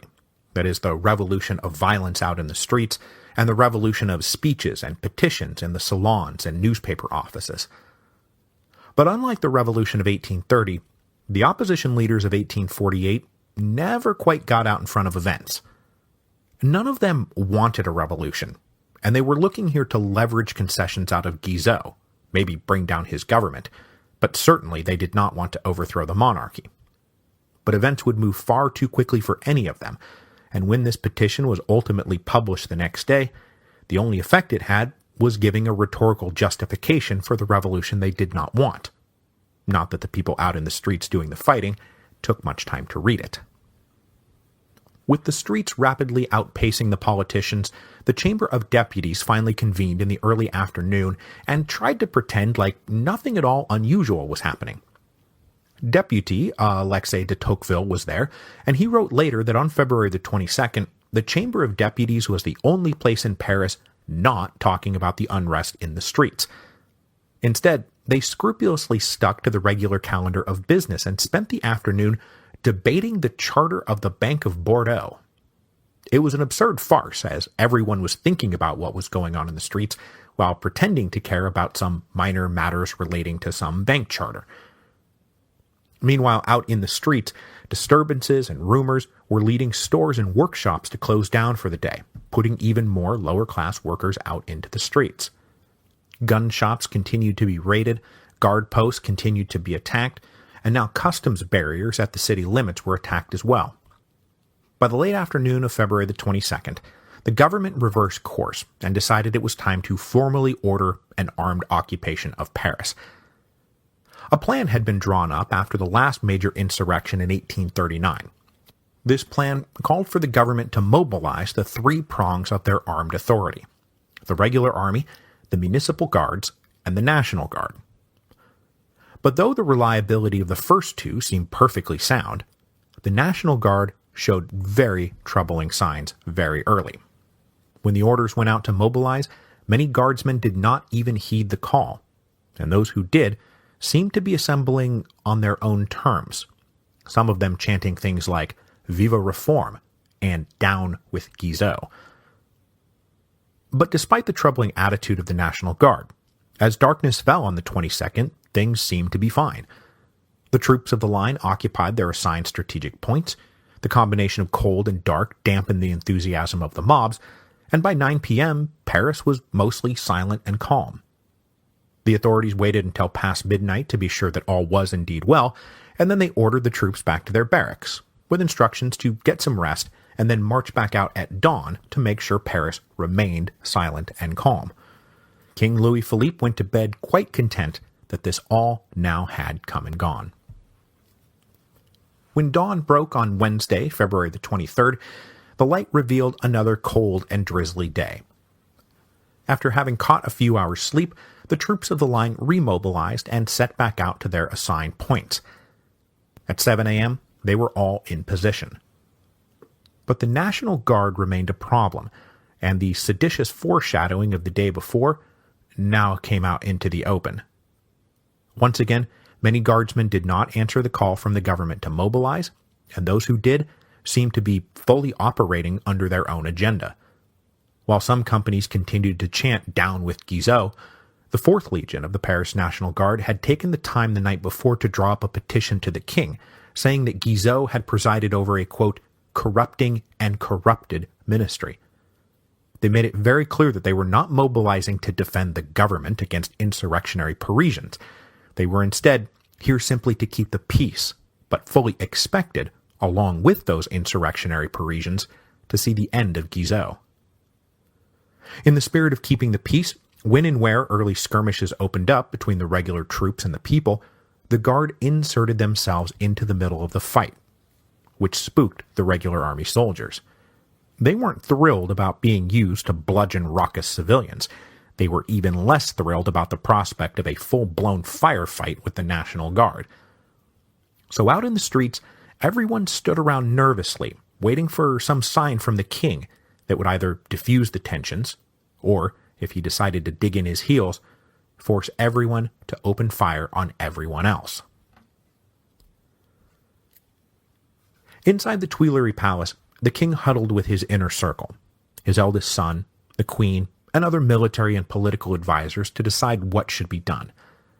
It was impressed upon the king that if he wanted to avoid further escalation that there was only one solution. He had to drop Guizot. The king bitterly resented the demand. In this confrontation, he was the one operating inside the law and inside the Constitution. It was the opposition that was acting unconstitutionally. And to submit to their unconstitutional, illegal, and violent demands would betray the very principles of constitutional government they allegedly held so dear. But Louis-Philippe was in the end a pragmatic man who favored cautious compromise over bold adventurism, and so he relented.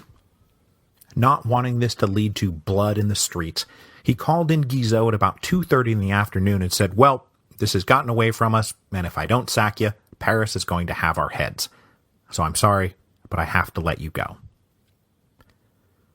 Guizot was as furious as the king that this is what it had come to, but was no less pragmatic. He would not fight the dismissal.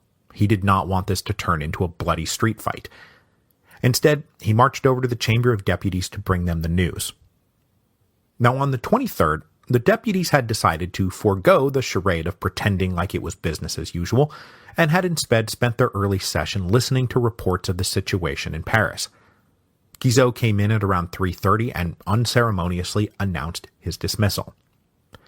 Now remember, though Guizot had very little popularity outside the chamber, inside the chamber, he still commanded a loyal majority, so they exploded at the king's betrayal of the Constitution and his cowardly capitulation to the rabble in the streets. Was this to be a constitutional monarchy, or were they to be ruled by brick-throwing radicals? So while a minority of opposition deputies high-fived each other in the back, the rest of the chamber swarmed Guizot to show him support and find out what they could do for him. De Tocqueville was in the chamber that day as well, and watching these deputies he knew to be loyal to Guizot only because Guizot meant cushy jobs, de Tocqueville said they looked like a pack of hounds whose prey had been snatched from their half-full mouths. With the dismissal of Guizot, King Louis-Philippe was well aware that everyone now expected him to make Adolphe Thiers prime minister. But to avoid that distasteful conclusion, the king instead called the Comte de Molay. Now, we don't have to spend too much time on Molay because he won't be around for very long, but he was a principal player in the governments of the 1830s. He was himself a former prime minister who had drifted decisively into the reformist opposition with the permanent ascension of Guizot. But at their first meeting that afternoon, Molay told the king there's no way I can form a government without Thiers, so we're gonna have to bring him in. The king was incensed. He said, "Thiers, what will Europe say?" To which Molay replied, "It's not Europe we should be thinking about. The house is on fire." The king fumed, but finally agreed that Molay should bring Thiers into the government. While this was going on in the palace, out in the streets, the people of Paris continued to man their growing number of barricades. The army continued to hold their strategic points, and the National Guard continued to monitor the spaces in between.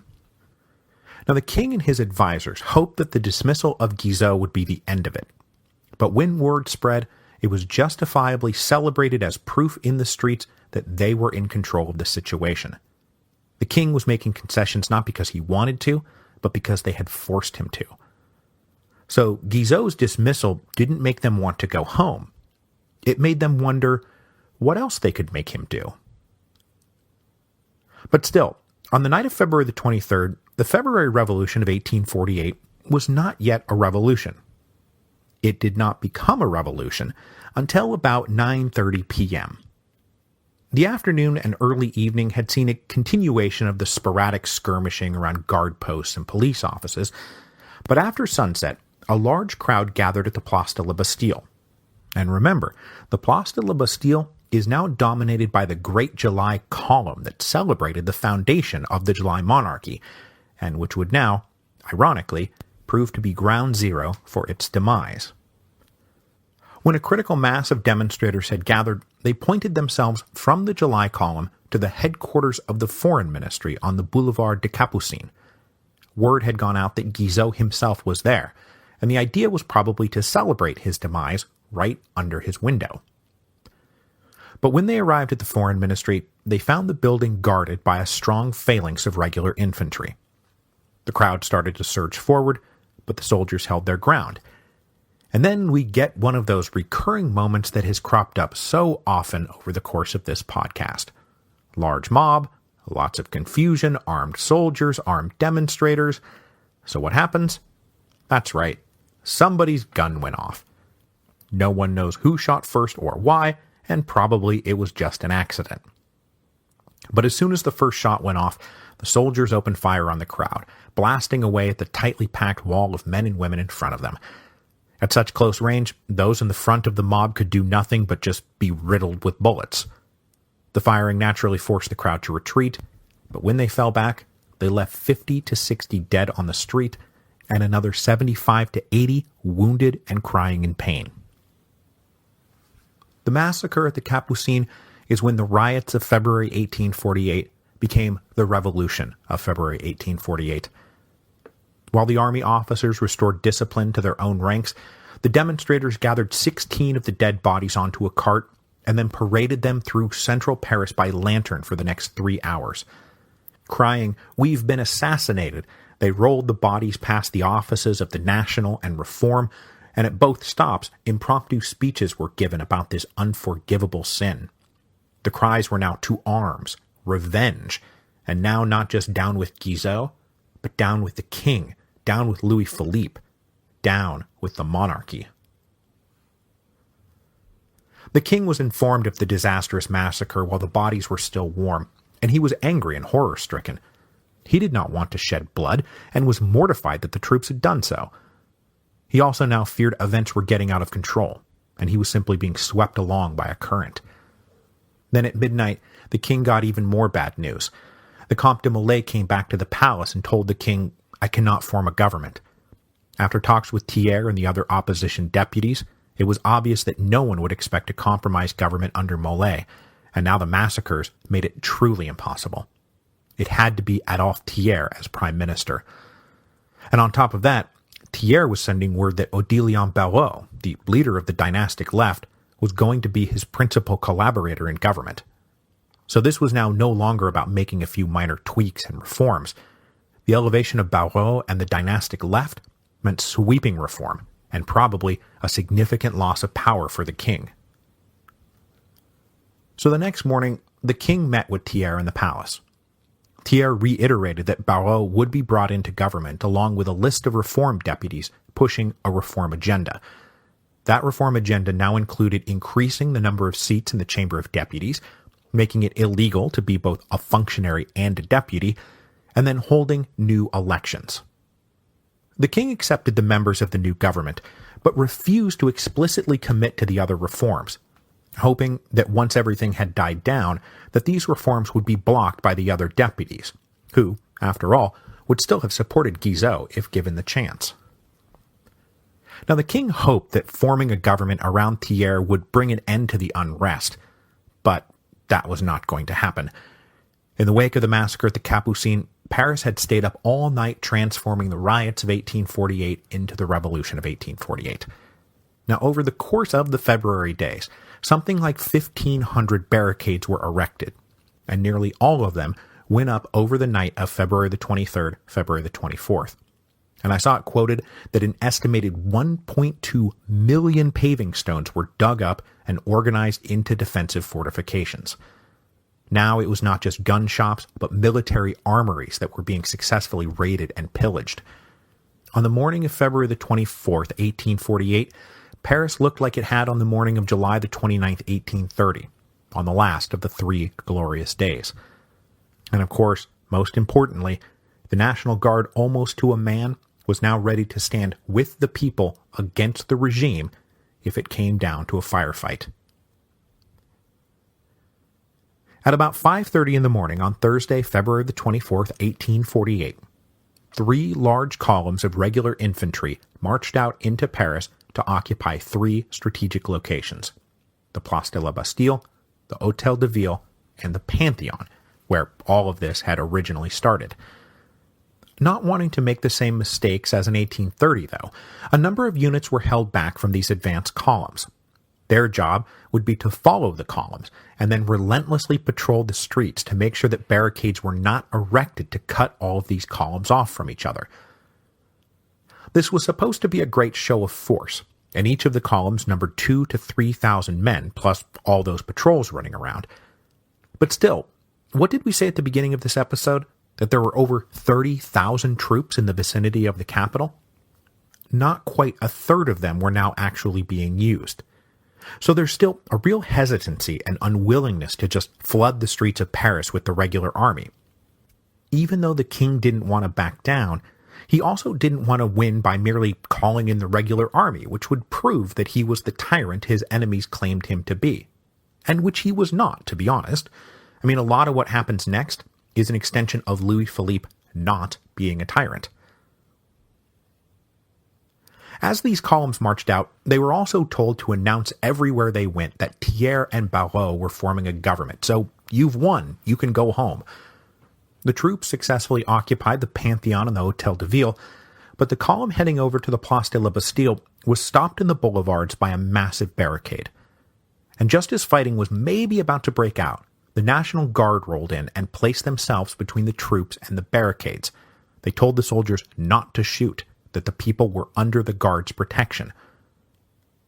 Without really clear instructions about what he should do in this situation, the officer in charge hesitated, and the National Guardsman said, "Look, send back to the palace for instructions, and we'll all just wait right here together."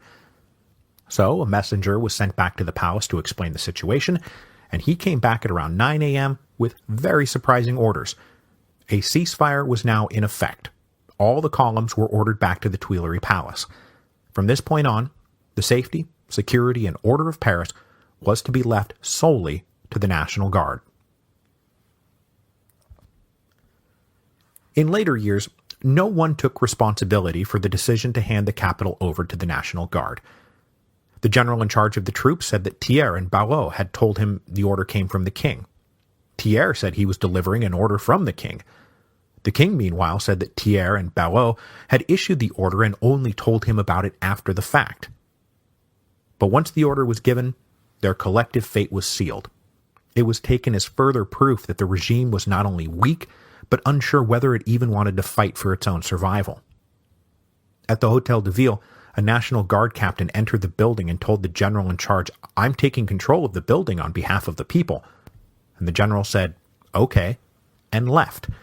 He didn't lead his troops away, the general just walked out. So the troops left behind then prudently surrendered and handed their guns over to the National Guard and dispersed back to the Tuileries Palace, not in good order, just leaving in small groups and picking their own individual ways back. In his recollections, de Tocqueville recounts a story that he ran into the column that was supposed to have gone to the Place de la Bastille returning under demoralizing harassment from the people. When this little mob saw de Tocqueville, they surrounded him, and he said all the right things. He said, "I'm in the opposition, long live reform, down with Guizot." But he cautioned the people against letting this all go too far. He said, "Reform forever, but you know that Guizot's ministry has been dismissed." And one of them answered, "Yes, sir, I know, but we want more than that." With everything now coming undone, the king tried to make further concessions. He decided to bypass Thiers completely, and instead elevate Odilon Barrot to prime minister and bring in his whole crew of reform opposition. Maybe that would finally settle things. But it was way too little and way too late. Plus he had no way of telling anyone in Paris about these further concessions. With crowds now congregating near the palace, the Queen urged her husband to go review his troops, and especially the National Guard unit stationed at the palace, to win them back to his side. But this review was truly the end of King Louis Philippe. Now this had worked before. Remember, there was that decisive moment in 1832 when Paris was rising, and the king had boldly gone out to review his troops and bolster the morale of the National Guard, to keep them on his side. Well, this time he went out, and after a few half-hearted "long live the kings," he started to get hit with much louder "long live reform." And when he passed the 4th Legion, they broke ranks and started to surround him. This shattered what was left of the king's already dangerously low morale. He spurred his horse and bolted back to the safety of the palace, where he hunkered down in a chair and bewailed his fate. The king now knew that the only way out of this was to turn the full force of the army against the National Guard, but it was a step that he refused to take. If the only way to save his regime was to open fire on the National Guard, then his regime was past saving.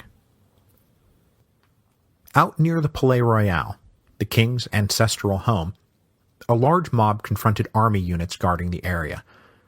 The mob knew that some among these units had been those who perpetrated the massacre at the Capucines the night before. Shooting and killing began, with the troops now very unsure of what they were supposed to be doing, and the officers aware that a ceasefire was supposed to be in effect. The violence could be heard from the palace, as could chants from a mob that was now gathering. They were shouting, "Down with Louis Philippe, down with the king," and then relentlessly, "Abdicate, abdicate, abdicate." 74 years old, surrounded by an angry mob and brutally demoralized, the king said, "If they want me to abdicate, then I shall abdicate."